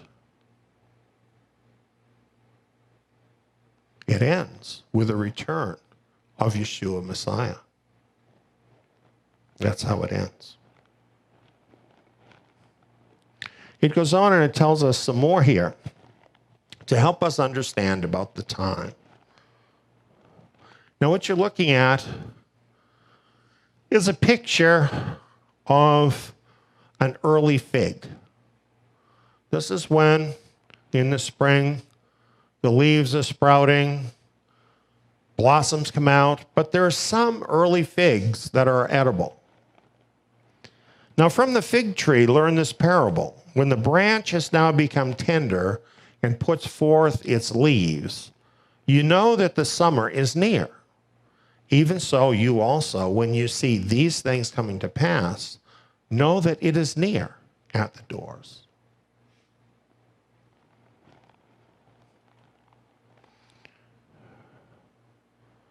Let's go through this. Now, Gill's commentary has a nice explanation of what this is saying. It says, when its branch is yet tender, Gill writes, through the influence of the sun and the motion of the sap, which was bound up and congealed in the winter season. And my comment here, bound up in the winter. The winter is this long period of the Gentile times, right? But sap is now flowing. Israel is once again in the land. And puts forth leaves, and Gill writes, from the tender branches, which swell and open and put forth buds, leaves, and fruit. And I put new growth. New growth. Could this be the returning remnant of Israel? And it goes on, you know the summer is nigh, spring being already come. In other words, the fig tree putting forth her green figs is a sign that the winter is past, spring has already come, and summer is at hand. So I think this is where people make a mistake about the fig tree. A lot of times they say, well, the fig tree is Israel, and the beginning of the generation has to be then when Israel became a nation. But when you look at the words more closely, what this is telling you is that the sign occurs when it's already springtime. In other words, there's already evidence of Israel in the land. So it's later than the very beginning. And a couple Sabbaths ago, I brought up this slide, which was from our presentation in Matthew about figs. And it's not exactly correct to say, well, figs picture Israel. They don't just picture Israel. They picture rotten Israel and righteous Israel, right? And according to Jeremiah, the good figs are the figs that are the first ripe figs.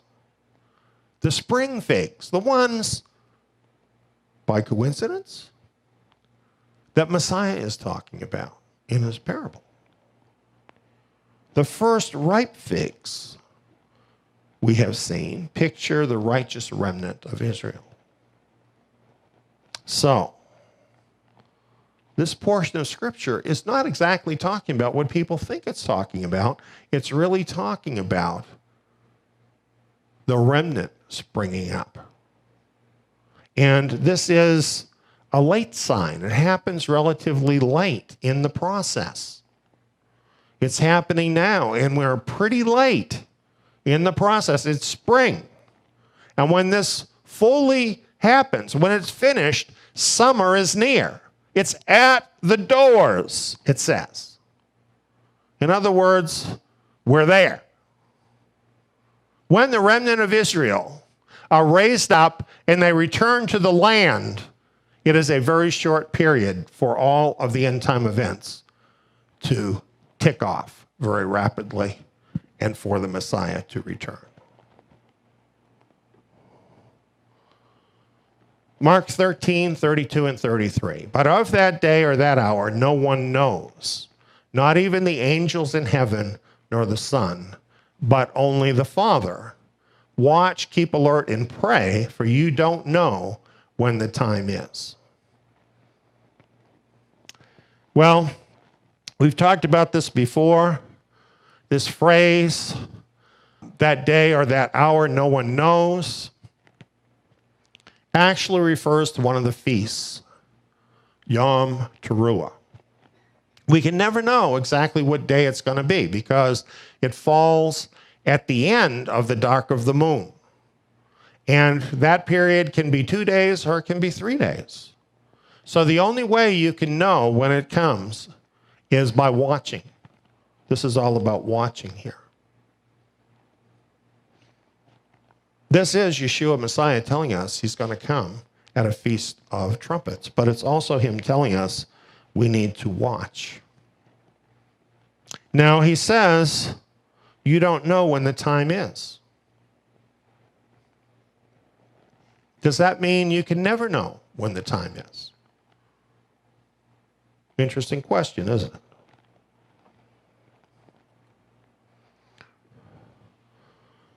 Mark 13, 35 through 37. Watch, therefore.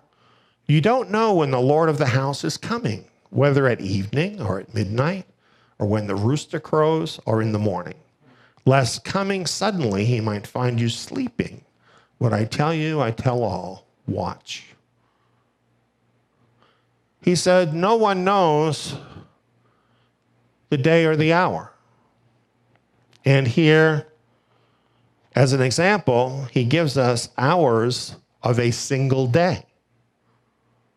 He doesn't use a metaphor of months or years. He's using a metaphor of hours in a single day. What do you think we're going to be doing when we get to that Yom Teruah? I don't know about you, but I'm not going to be sleeping. I'm going to be watching.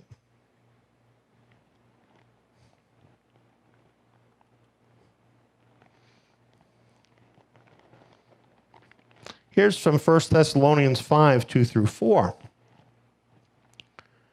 For you yourselves know well that the day of the Lord comes like a thief in the night. We heard that from Peter, didn't we? A verse from Peter that was read tonight. For when they are saying peace and safety, then sudden destruction will come on them like birth pangs on a pregnant woman, and they will in no way escape. But you, brothers, aren't in darkness, that the day should overtake you like a thief. Well, this stacks up pretty well with what we saw with Messiah's generation, doesn't it? They had all these signs. They had a particular sign to look for, a prophetic sign. So they didn't know when it was going to happen, but then once they saw the prophetic sign, did they then know it was about to happen? They did, didn't they? You see, for a period of time, people might not know. But then when the prophetic signs happen, then we're going to start to know, aren't we? Look at this. Have you thought about this? the months of anti-Messiah's reign define the time with certainty. When we get there into the tribulation, we know that the anti-Messiah is going to rule for 42 months. This is expressed in prophecy in a number of different places. 3.5 years, 3.5 times, 42 months. It's given to us in different ways so we can know exactly the time. So, when anti-Messiah's reign starts, will we not then know the time when Messiah is going to come? Isn't that a lot like what happened in the first century when they saw the armies? So you see, when he says no one knows, it doesn't mean forever nobody will know. Certainly when it happens, they'll know. Back up 3.5 years, when the Antichrist is in power, they'll know. What about backing up some more? Are there other prophecies that will tell us the time? Not the day or the hour, but the time, so we can be ready. Well, we're not in darkness like the world. It should not catch us like a thief. As we've already seen, not knowing the time is a sin that can get you killed. We will need to know the time.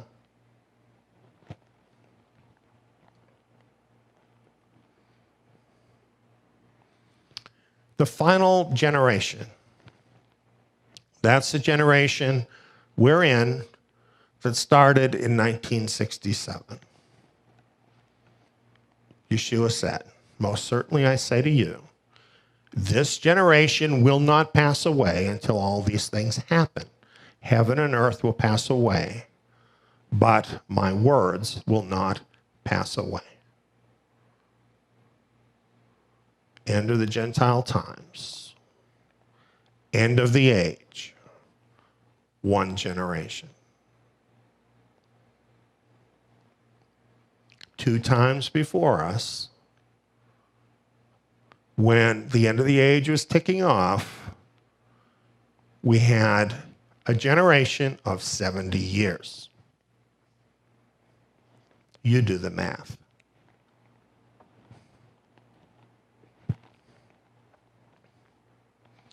Here's a chart that I adapted a little bit that was from a video that was mentioned tonight. This is a video that was from a presentation in 2015. We have this on DVD and other places, should you want to have it. And I'm not going to explain it all, but what it's showing here is the biblical Shemitah cycles since 1967.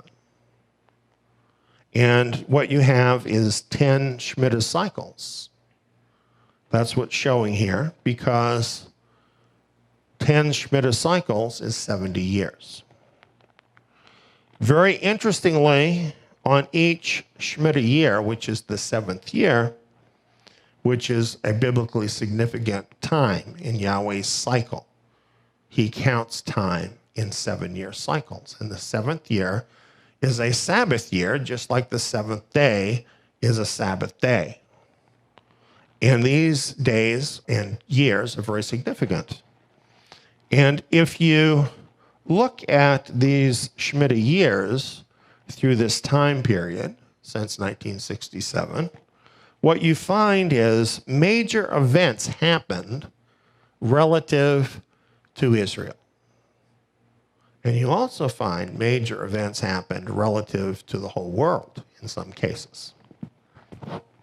The last Shemitah year was 2015. And it was a doozy. It was an amazing year, spiritually speaking. And remember that star I talked about that shone and was the sign that Messiah had come?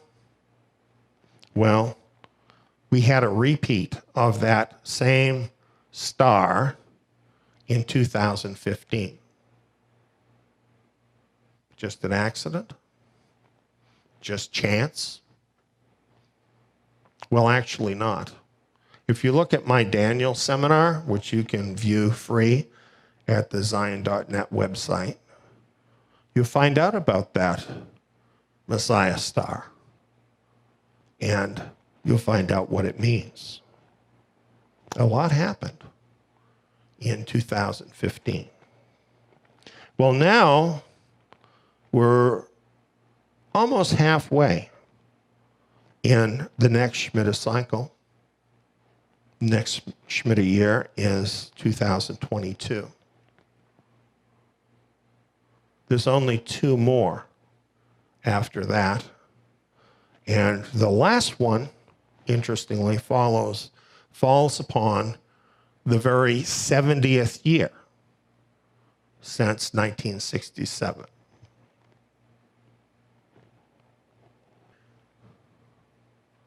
We have 2.5 Shemitah cycles left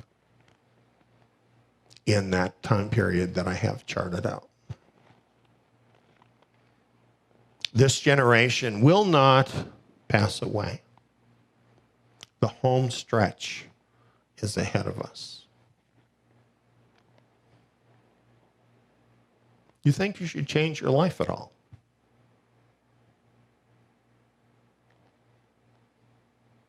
Do you think you should talk to Yahweh about it at all? About what this means for you? If you want to know, he will make that known to you.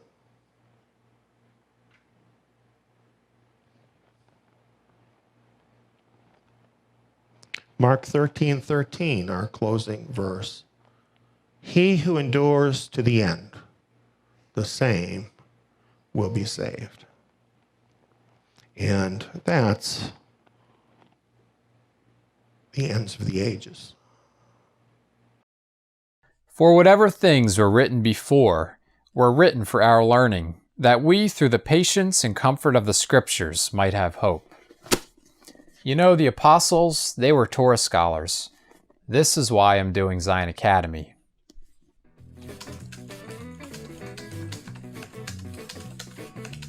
The lessons include 2-hour audio programs and quiz modules.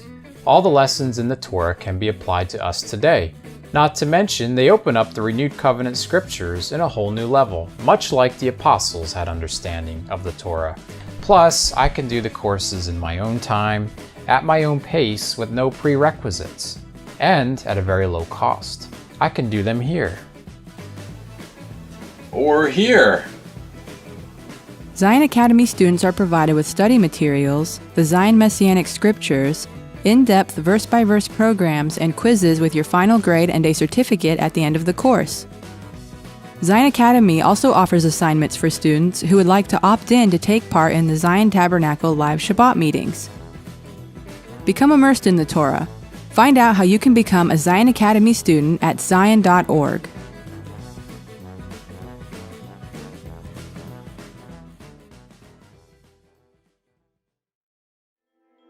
Prophetic Fulfillments Just Ahead is a seminar by Eliyahu ben David on Bible prophecy concerning the scattered remnant of Israel. Featuring 7 hours of Bible prophecy, plus bonus content. Understand prophecy about the last days. Discover lost truth about the remnant. Order your copy today at truthpoint.info.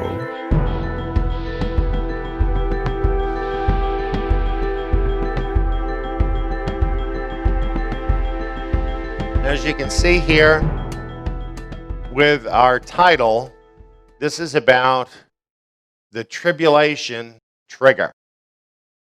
And on my graphic, doesn't it just make you not want to push that button?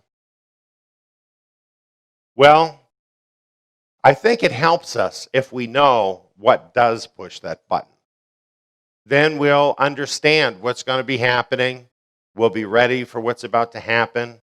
And these things are included in Scripture to make us ready here in these last days. It's very interesting that the book of Ezekiel speaks of Gog. And it says, you shall come like a storm, you shall be like a cloud. And in Daniel, it says that the king of the north will come like a whirlwind, which to me is about the same thing as a swift cloud. And in Isaiah here, where it mentions a swift cloud, the word cloud actually means darkness. And it's reminiscent to me of Joel chapter 2, where it talks about Gog as a locust horde. And when a locust horde comes, it's like a cloud that fills the sky. It connects these celestial events with the great day of his wrath. So, the great day of his judgment has been ongoing, but now the great day of his wrath begins, where he's actually pouring out vengeance upon the wicked. And this outpouring of his wrath begins with the destruction of Gog and Gog's hordes.